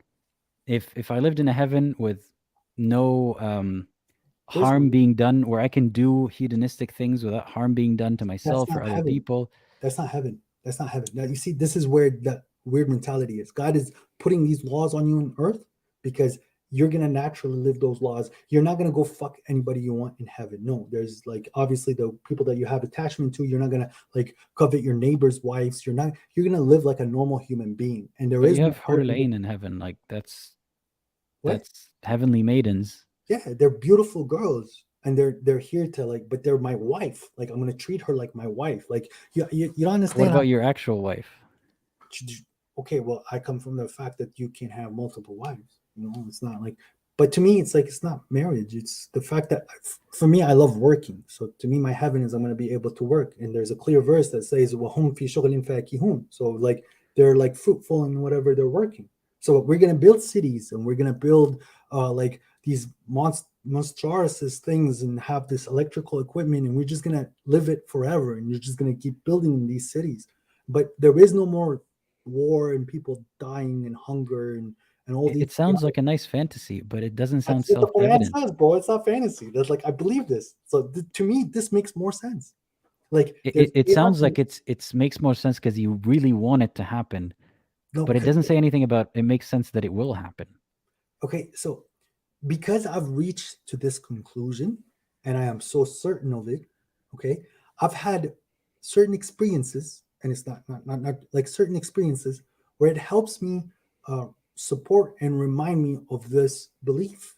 So, and because I have this, I'm just very like I don't want to say I don't care, but a lot of things don't harm me and a lot of things don't get to me. And I'm and like the physical world around me is supporting me in a nice way, in a beautiful way to get me to that point, because I feel like I found the truth that Prophet Muhammad, Prophet Jesus, Prophet Moses, Prophet David, Prophet Abraham, Prophet Solomon, all these prophets came to a similar conclusion. But so see, I found methods to relate to my environment and let things not get to me. Like the point is, I have live streams where people are not you. Like some people are very belligerent and they shout and stuff, and I don't let it get to me. I can have the same result without the belief in God. So it doesn't prove to me that it's a belief in God. It proves to me that it works for you. Aladdin, like again, this is one thing that I find with atheists. You give them an example, they say, well, okay, so because of this one example, you're going to summarize the reason why you believe. No, this is one out of many examples. Yes. Because the way that proof usually works is you don't give a constellation of things and say whichever one works for you. And if that's the case, then you can look at each and every single one of them and then say, this doesn't seem to prove anything. This doesn't seem to prove anything. So it's like putting your case in front of a judge and throwing a file full of evidence, and every single one of them is not really evidence on its own, right? Like a lawyer would go through it and be like, wait a second, or a prosecutor would be like, this doesn't hold up, this doesn't hold up, this doesn't hold up. Just because you have an impressive file of many connected things seemingly doesn't make it stronger. I believe that's how life works, and that's how conclusions are came up with. How people come to conclusions is by connecting the world around them. They put those connections that they made to the test. If the test holds up, they hold on to it. They might not have the full grasp of the theory, or they might not have the full understanding of what the material shows, but they have just enough for them to be satisfied with the answer. Trying to give that satisfaction to, or try to give that answer to somebody else is very difficult, because we don't share the same experience. You did not witness my eyes witnessed. We did not read the same material. But then how is anything about it objective if a big part of it is feeling and thinking and experiencing through one specific person's life? How is it objective proving because anything? Me and others came to the same conclusions based on different experiences. And me and others came to the same conclusions based on different experiences. Right. And that's it. That's where like our mental block is. Like that's where me and you cannot ever see eye to eye. Like to me, yeah. Like I can't understand your side and you can't understand my side, but we do understand what futra is, the natural inclination, where that, you know what, like as children we should be peaceful, and we were peaceful and we could get along whether you believed in God or not. Let's not talk about religion. Let's just keep to our sides. But if you're going to try to teach my kids that God doesn't exist, I'm going to have a problem with that. And I won't bother your kids, but let me teach my kids what I want. That's simple. You know, I'm in the business of making people believe in God, because I believe like that gives them enough support in their life and enough limitations so that they don't go hurt other people. If they can't control, like life is about self-control. And I believe religion is the best tool to teach someone self-control. And on the other side is that if if you're in the business of trying to eliminate me, I'm going to do the same. So here's the problem with your statement of why you believe is it boils down to that it's very personal and it's self-evident and you can't see it any other way. So how would you be in the business of getting people to believe in God if you can't verbalize this is why God, Allah, specifically Islam, is true? Because what I verbalized to you, some people understood and some people like you didn't understand. And I can't make everyone understand. That's not my position. Because if God wanted, he would have made everybody understand. But he gave us and that's another point. I know. Why would God not want to make everybody understand? Because he made a promise. He's not going to break his promise. He gave us promise. enough. Yes, he gave you enough information for you to make your decision, and whatever decision you made was your own. So I go back to that idea where like you're building the apple pie. You put the ingredients of this belief, so now you're going to eat and you could change the ingredients as long as you're alive. But because you put enough ingredients and you're working towards it, you walk down that path. So you're the ones who put those. You didn't even spell what these ingredients are. Doubt, like looking. No, I mean like the recipe for the apple pie without the impurities. You weren't able to spell that because a lot of it is self-evident. It's the ability to listen. It's the ability to show humility, which I explained is not like being okay with not knowing things until the answer comes to you. And the other thing is faith. And this is the biggest test of a human being. It's because we're very intelligent. It's very difficult for us to believe something that we don't like. Like it's like telling a dog, like, let's go to the park. Us as a human being is like, where's the park? When are we going to get to the park? We have all these questions, but meanwhile, a dog, and I'm sorry, I'm not comparing humans to a dog like that, but dog will go. If you throw these ingredients together, you could come up with cherry pie, which is Christianity. The same exact ingredients. Yeah, but now when it comes to the difference between what I believe and others believe is that my understanding of God shows a lot more loyalty to the understanding of like an infinite. Having a son means that you have an heir. Having an heir means that there's a possibility you're going to die, but God was never born. God will never end. God is infinite. There are ways to talk around that kind of stuff to show you that it's not actually the same as having a son and so on. But the point is, like the recipe is not as clear cut as you think it is. That only an impurity would make you not come up with an apple pie. The same recipe could get you to another religion or to no religion. But that's what I'm saying. So it's whatever you're putting is getting you to a path. As I said, like God decided that if you do X, Y, and Z, this is the results. You're doing the X, Y, and Z. But if you did X, Y, and A, you get a different result. That's what you call predeterminism. It's not predeterminism. Sorry, that is like everything already has been answered, and you get to pick. You can't like jump off a building and expect to fly. That's not what God programmed. God programmed you jump off a building, you fall. But you're the one who jumped. So God's will is that you're going to break your legs for jumping, but God didn't will for you to go jump. That's what I'm saying. That's the difference between like what God programmed and what you chose. God programmed that if you choose to like have all these doubts and insult Prophet Muhammad and insult certain things, choose to have doubts. Again, that's the problem that we see here. Just as it's self-evident to you in a way that cannot be described and convinced Aladdin, someone else. Just because you got the concept, I have these concepts where it's like, you know what, there's doubt here, but I can stop myself. It's like I can stop myself. It's like, you know what? I mean, yes, I've spent more years, I'm guessing, thinking about it as a believer than you. Like you said, you grew up not really. I was always a believer. I was always understanding God. I just didn't put as much attention as I wanted to. And in the last 10 years, or so, I've dedicated a lot of time and a lot of money and a lot of resources to serving my God. So. Yeah. So what I'm saying is, it's not like I came across the idea and I'm like, I'm arrogant. I don't want to wait to figure it out and I'm going to move on. It's so self-evident in a way that I can actually describe it to people and it makes sense. And I can't just say that it's just about my perspective of it, but I can point to the things that don't add up about it. And yet you see that it's more likely that self-evident and it makes sense is the correct answer. Well, because your method is much easier and people want to take the easier route.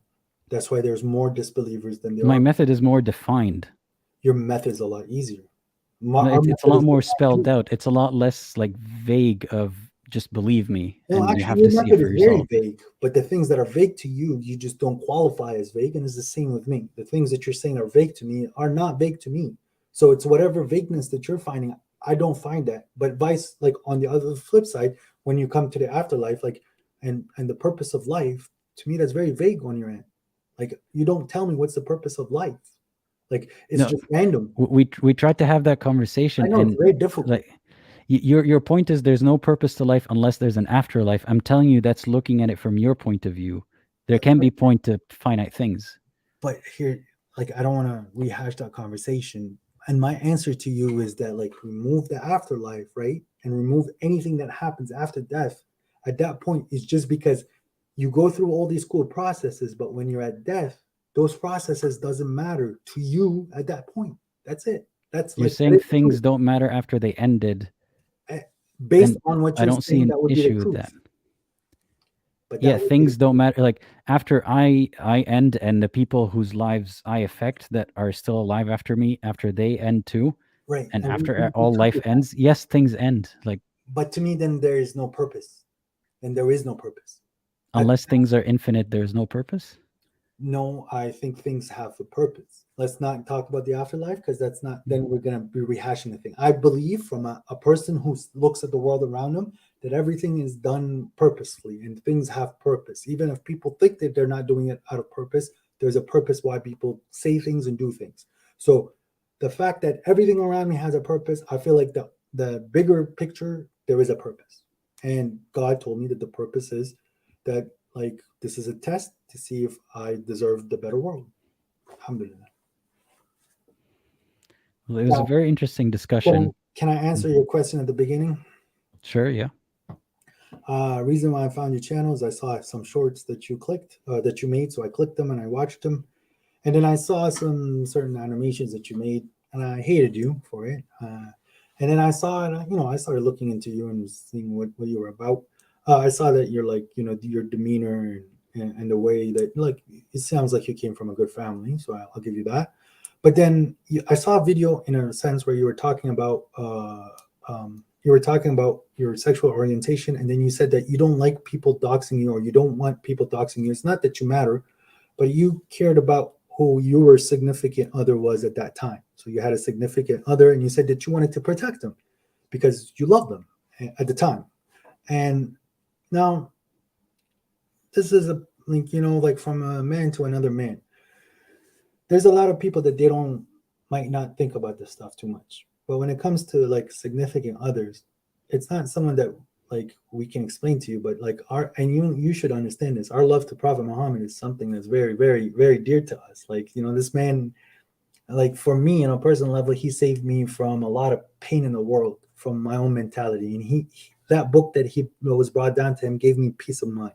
So I value that man a lot, especially for what he done. I know he has a lot of enemies, and I know Jesus has a lot of enemies, and people hate them just because it's the cool thing to do sometimes. And some people just read some stories about him that other people wrote. Like, I'm talking about hadith and whatnot. But I just feel like that same approach that you had about protecting your like loved ones, people are going to protect their loved ones too.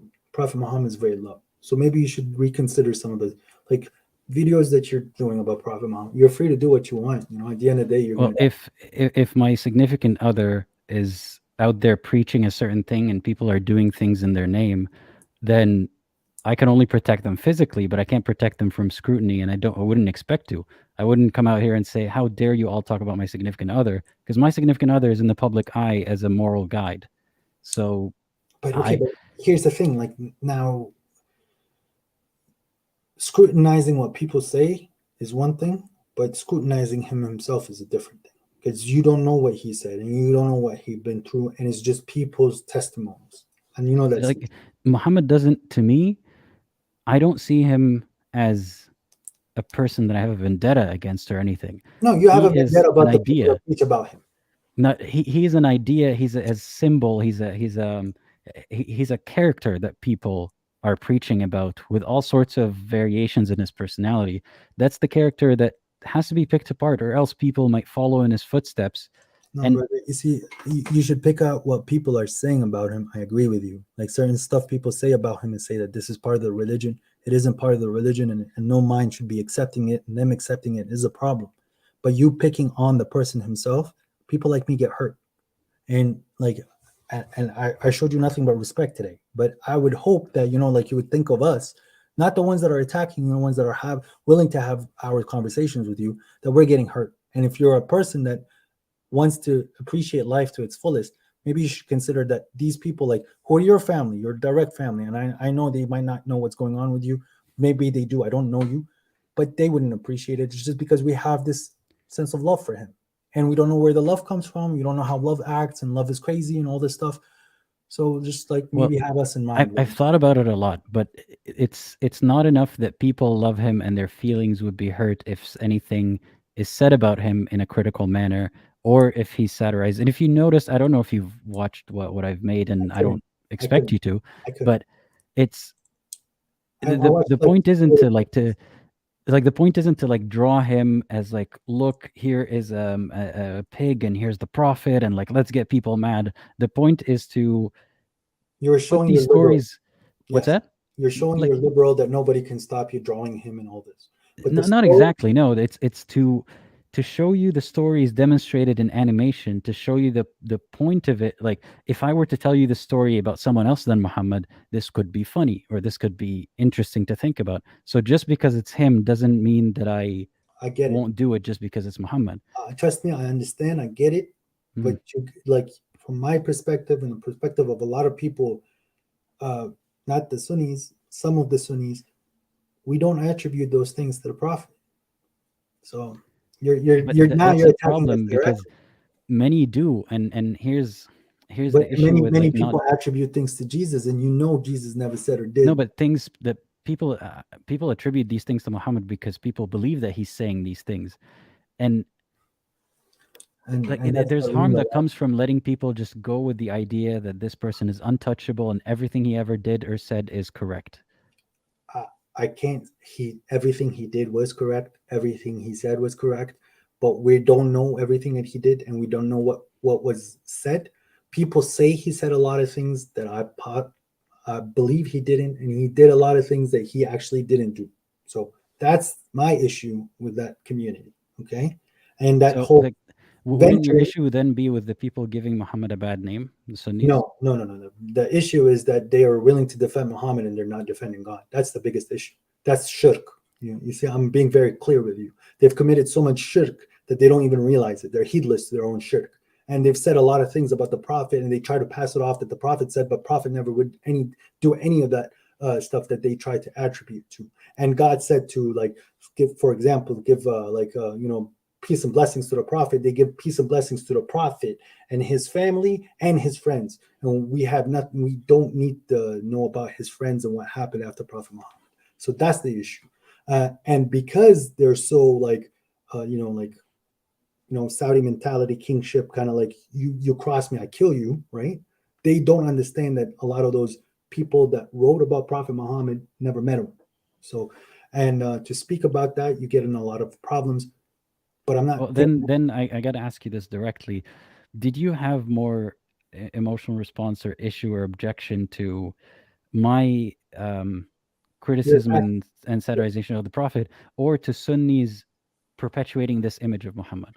Okay, so I have a problem with Sunnis perpetuating this image of Muhammad, but they're doing it from a sense of guidance, diluted blind faith guidance, and not all of it, just some of it. Yours was an attack. And there's no other way to say that. Yours, it's a criticism of his character, and here's the thing: they're not attacking him. That's the difference. Here's the difference: is the actual real life consequences because of their teaching of him. Let's assume that Muhammad is actually better than the Sunni Islam, and this is all like a fabrication of what Islam was supposed to be and who he is. Yeah. Because of people teaching Muhammad that way, the Sunni way. People have been harmed following in the footsteps of that man, way more than people's feelings would be hurt by them coming across my videos. I'm not talking about we could definitely see the side effects of the shirk that they committed, the association they did to God and his messenger, because we're living it day to day in the Middle East. And it's very difficult to escape because of people's close-mindedness, of them taking their like sheikhs as almost lords. Sheikh said it, that's it. Like, or ulama said it, that's it. That's the problem. So when it comes to you, though, they're coming from a sense of like, this is what I found my parent, this is my religion, I need to protect myself, there's a lot of craziness going on, and I'm not gonna like try to like go against the mainstream. That's their position. You, on the other hand, you're coming from a position of retaliation and attack because of their actions. So if they were actually doing their part correctly, you wouldn't need to do those videos, nor would have you needed to have that reaction. But you taking that reaction is going down a path of attack. Like, I see it as a complete attack at me. So I disagree, because I see it as a dismantling of that idea of, there are many Muslims out there, Sunni Muslims, who think that Muhammad did nothing wrong. And then they see a video of me talking about an instance of him doing something that they wouldn't expect to have seen him do. And that snaps them out of a situation where they would have in 10 years acted like Muhammad. Okay, I see that as like not retaliating or attacking. It's dismantling this idea of the holiness why of. don't you attack the system rather than the individual? And I'm telling you, the individual didn't say what they're saying, but you're But painting. he's the figurehead for the system. I mean, I empathize with you. I understand why to you he's. I think we should cut it there, and that's it. Because I don't think I can get to you. I can't change you if this is how you think you're making a benefit. I just wish you would consider the other people that, like, you know what, he is a figure, but I love him as much as I love Jesus, though. You know, like, I get really upset. Like, I sometimes throw things at the TV and this, and I just want to break my computer when I see Family Guy and South Park drawing Jesus in a very bad way. Like, I get physically upset. Like, you know, they're insulting. Well, isn't there a better way to deal with that emotion? Like, even as a Muslim, I felt like upset when people drew Muhammad, but I didn't feel like angry throwing things. I think it's a valid experience. It's a valid emotion. It's doing what you want. Like, I read, yes, I will throw a book and stuff. I won't hurt somebody, right? I won't like go to that levels. But I like, you know, it's like someone insulted my mom. I'd get pissed too. Like, but this person. No, but that's the thing. It's not that someone insulted your mother, who's a faultless person, who's just being insulted by, you know, because someone wants to get a rise out of you. Someone insulted a figure that God is supposedly protecting more than you ever could. So getting angry doesn't really help anything. No. But okay, so that protection, the protection is whatever you're throwing at him is going to be useless. Like, you're not going to, the people who are going to get guided, the people who are going to look for the information will overlook what you said and they just continue with their path. You're not going to affect the people who are like looking, searching, and trying to find answers. You'll affect the people who have doubts, and then you'll. No, I'm saying, like, for a second, the what, like your example of watching Family Guy, like, if I were you, I wouldn't be angry because Allah can do more to them than my outburst ever could. Look, to me, the anger is like, I have a genuine love for like Moses, Muhammad, Jesus, Abraham, and I have like you know, like they're just like how people have love for their presidents and their kings.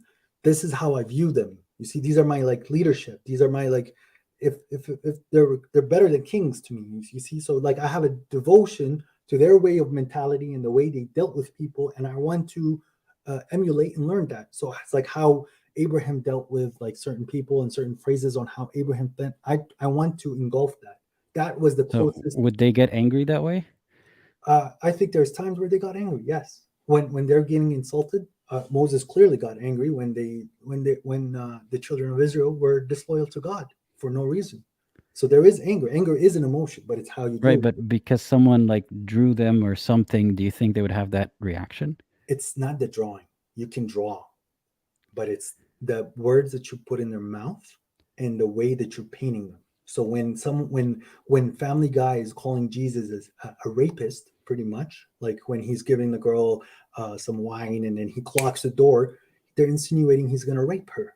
So I don't like people calling Jesus a rapist. And when people are going to draw Muhammad as a terrorist, Muhammad is not a terrorist. He didn't terrorize anyone. Nay, he was the one being terrorized. So like these concepts, I know people would like to argue, but I just don't like seeing it. So, and it's fair for me to get upset when they're drawing my prophets. Like, I love them, you know? No, I know. I'm just saying that I hope that for your own sake that you find a way to dissipate that upset or that energy. Don't Dr. Phil me. There's some things it's okay to get upset about. The way you handle your upset, like how you're upset, it's fine. But I'm 100% entitled to be upset when the people that I No, love, I'm not saying don't be upset or that, Yeah. it's fine. So what if they, draw Jesus that way or put him in that sketch?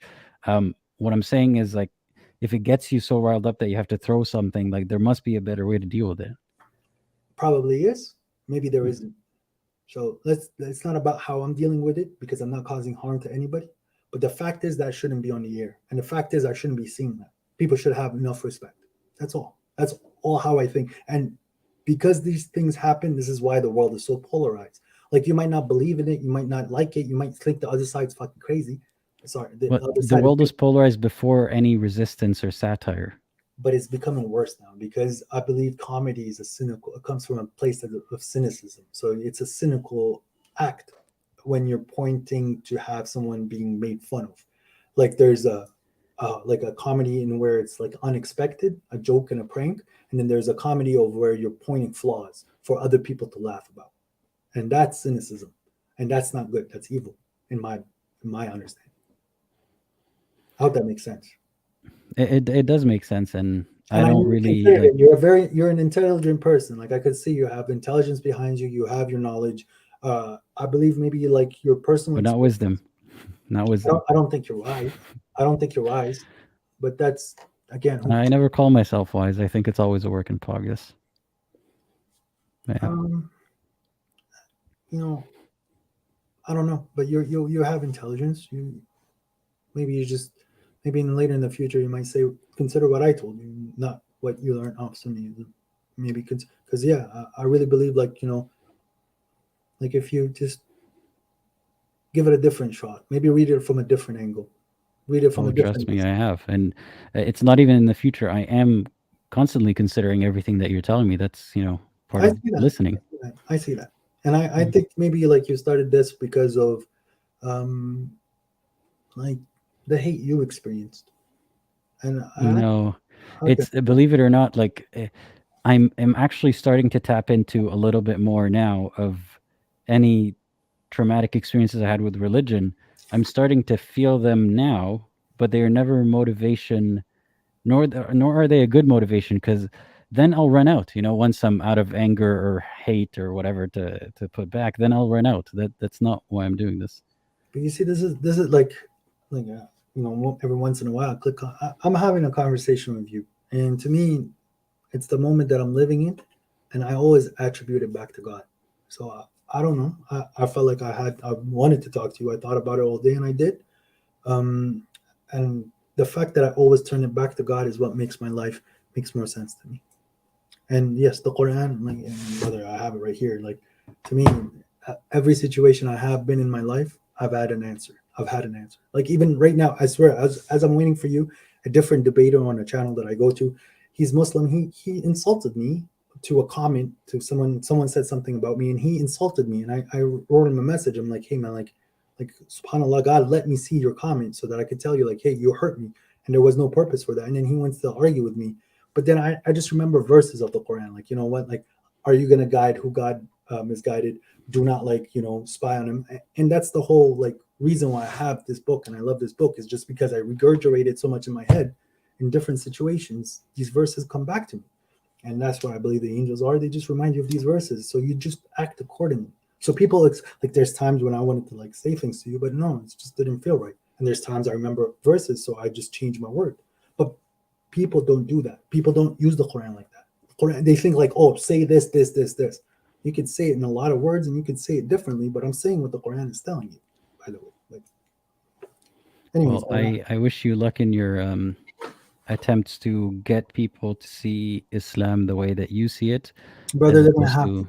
They're gonna have to very soon, because we're heading to a world war, and when the world war starts, at that point, people are really gonna not care about what religion you are. They just want to know that you're gonna be peaceful. You're not gonna rob of their money, and you're not gonna rob them of their food and stuff. And the war is gonna happen. There's no left or right about that.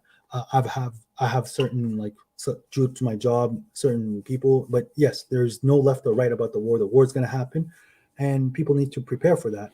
And at that point, it doesn't matter. It doesn't matter this whole YouTube stuff and all the stuff people are going to say, because people are going to be extremely either vile or extremely very protective So that's what we're heading into. And due to the fact that people are so polarized and heedless, like you're an atheist, but with a sense of humanity, most of them don't. And those people are going to act like animals, and those are the people that are going to be cleared up at the beginning of the war, usually as fast as possible. And then it starts the point of survival, and then from survival, we'll see how it goes there. The war is going to probably start in the east somewhere. I'm not going to go into those specifics, but it's going to slowly come to here. So we're the lucky fews that it might hit us at the very end, but it's going to hit us. So you have no choice. That sounds very alarming. It already hurts. وإنهم أكثرهم للحق كارهون. And I will just continue to hope that these conversations are as productive as this one was. As the verse says, فَاصْبِرْ إِنَّ اللَّهَ مَعَ الصَّابِرِينَ. I like that. So it is what it is, and I'm glad that you called in today. Thanks so much for wanting to call and then for giving it a shot and calling. Yep. I appreciate your contribution. It was nice talking to you. Take care. Yeah, likewise. Have a good rest of your day. Bye-bye. All right. Thank you everyone for the for attending, for watching for this long. I just want to read a couple of chats real quick that I wasn't keeping up with. I have no idea what Jules was saying there. Not only gullible, but to the criminals and sinners. I don't know what you're talking about. Mahmoud Saleh. Okay, something I wanted to comment about here. Mahmoud Saleh is saying, thanks for the super chat, by the way. Greetings. I challenge the guest Muhammad to stop lying and debate Christian Prince. If not, he's just blah, blah, blah. If this conversation was happening on Christian Prince's channel, it would have been over a long time ago, and it would have been a lot different. So if that's what you want to see, then, you should probably go see it there. But yeah. And Mo Jake, thanks for this very generous super chat, says, damn, bro, 7 hours, is that the longest you've live streamed? Yes, I have pulled an entire 7.5 hour a shift with no lunch breaks, no bathroom breaks. So for those of you saying that this is some kind of like cushy, easy money because YouTube money or whatever, no, it's not. Today there are very, very generous contributors. Thank you for that. But either way, I was going to be here for 7.5 hours. A lot of the callers were very interesting, and I didn't want to hang up on them. And I thought, let me just remain on the call for longer. So this will eat into my work time tomorrow, I guess. Thank you everyone for joining once again. If you would like to make this a cushy for-profit sort of venture, then no, jokes aside, if you want to help me continue doing this for longer, maybe till the war comes, I don't know, then please find the links in the description, my Patreon and so on. And thank you everyone for joining once again, and as always, think critically and think for yourself.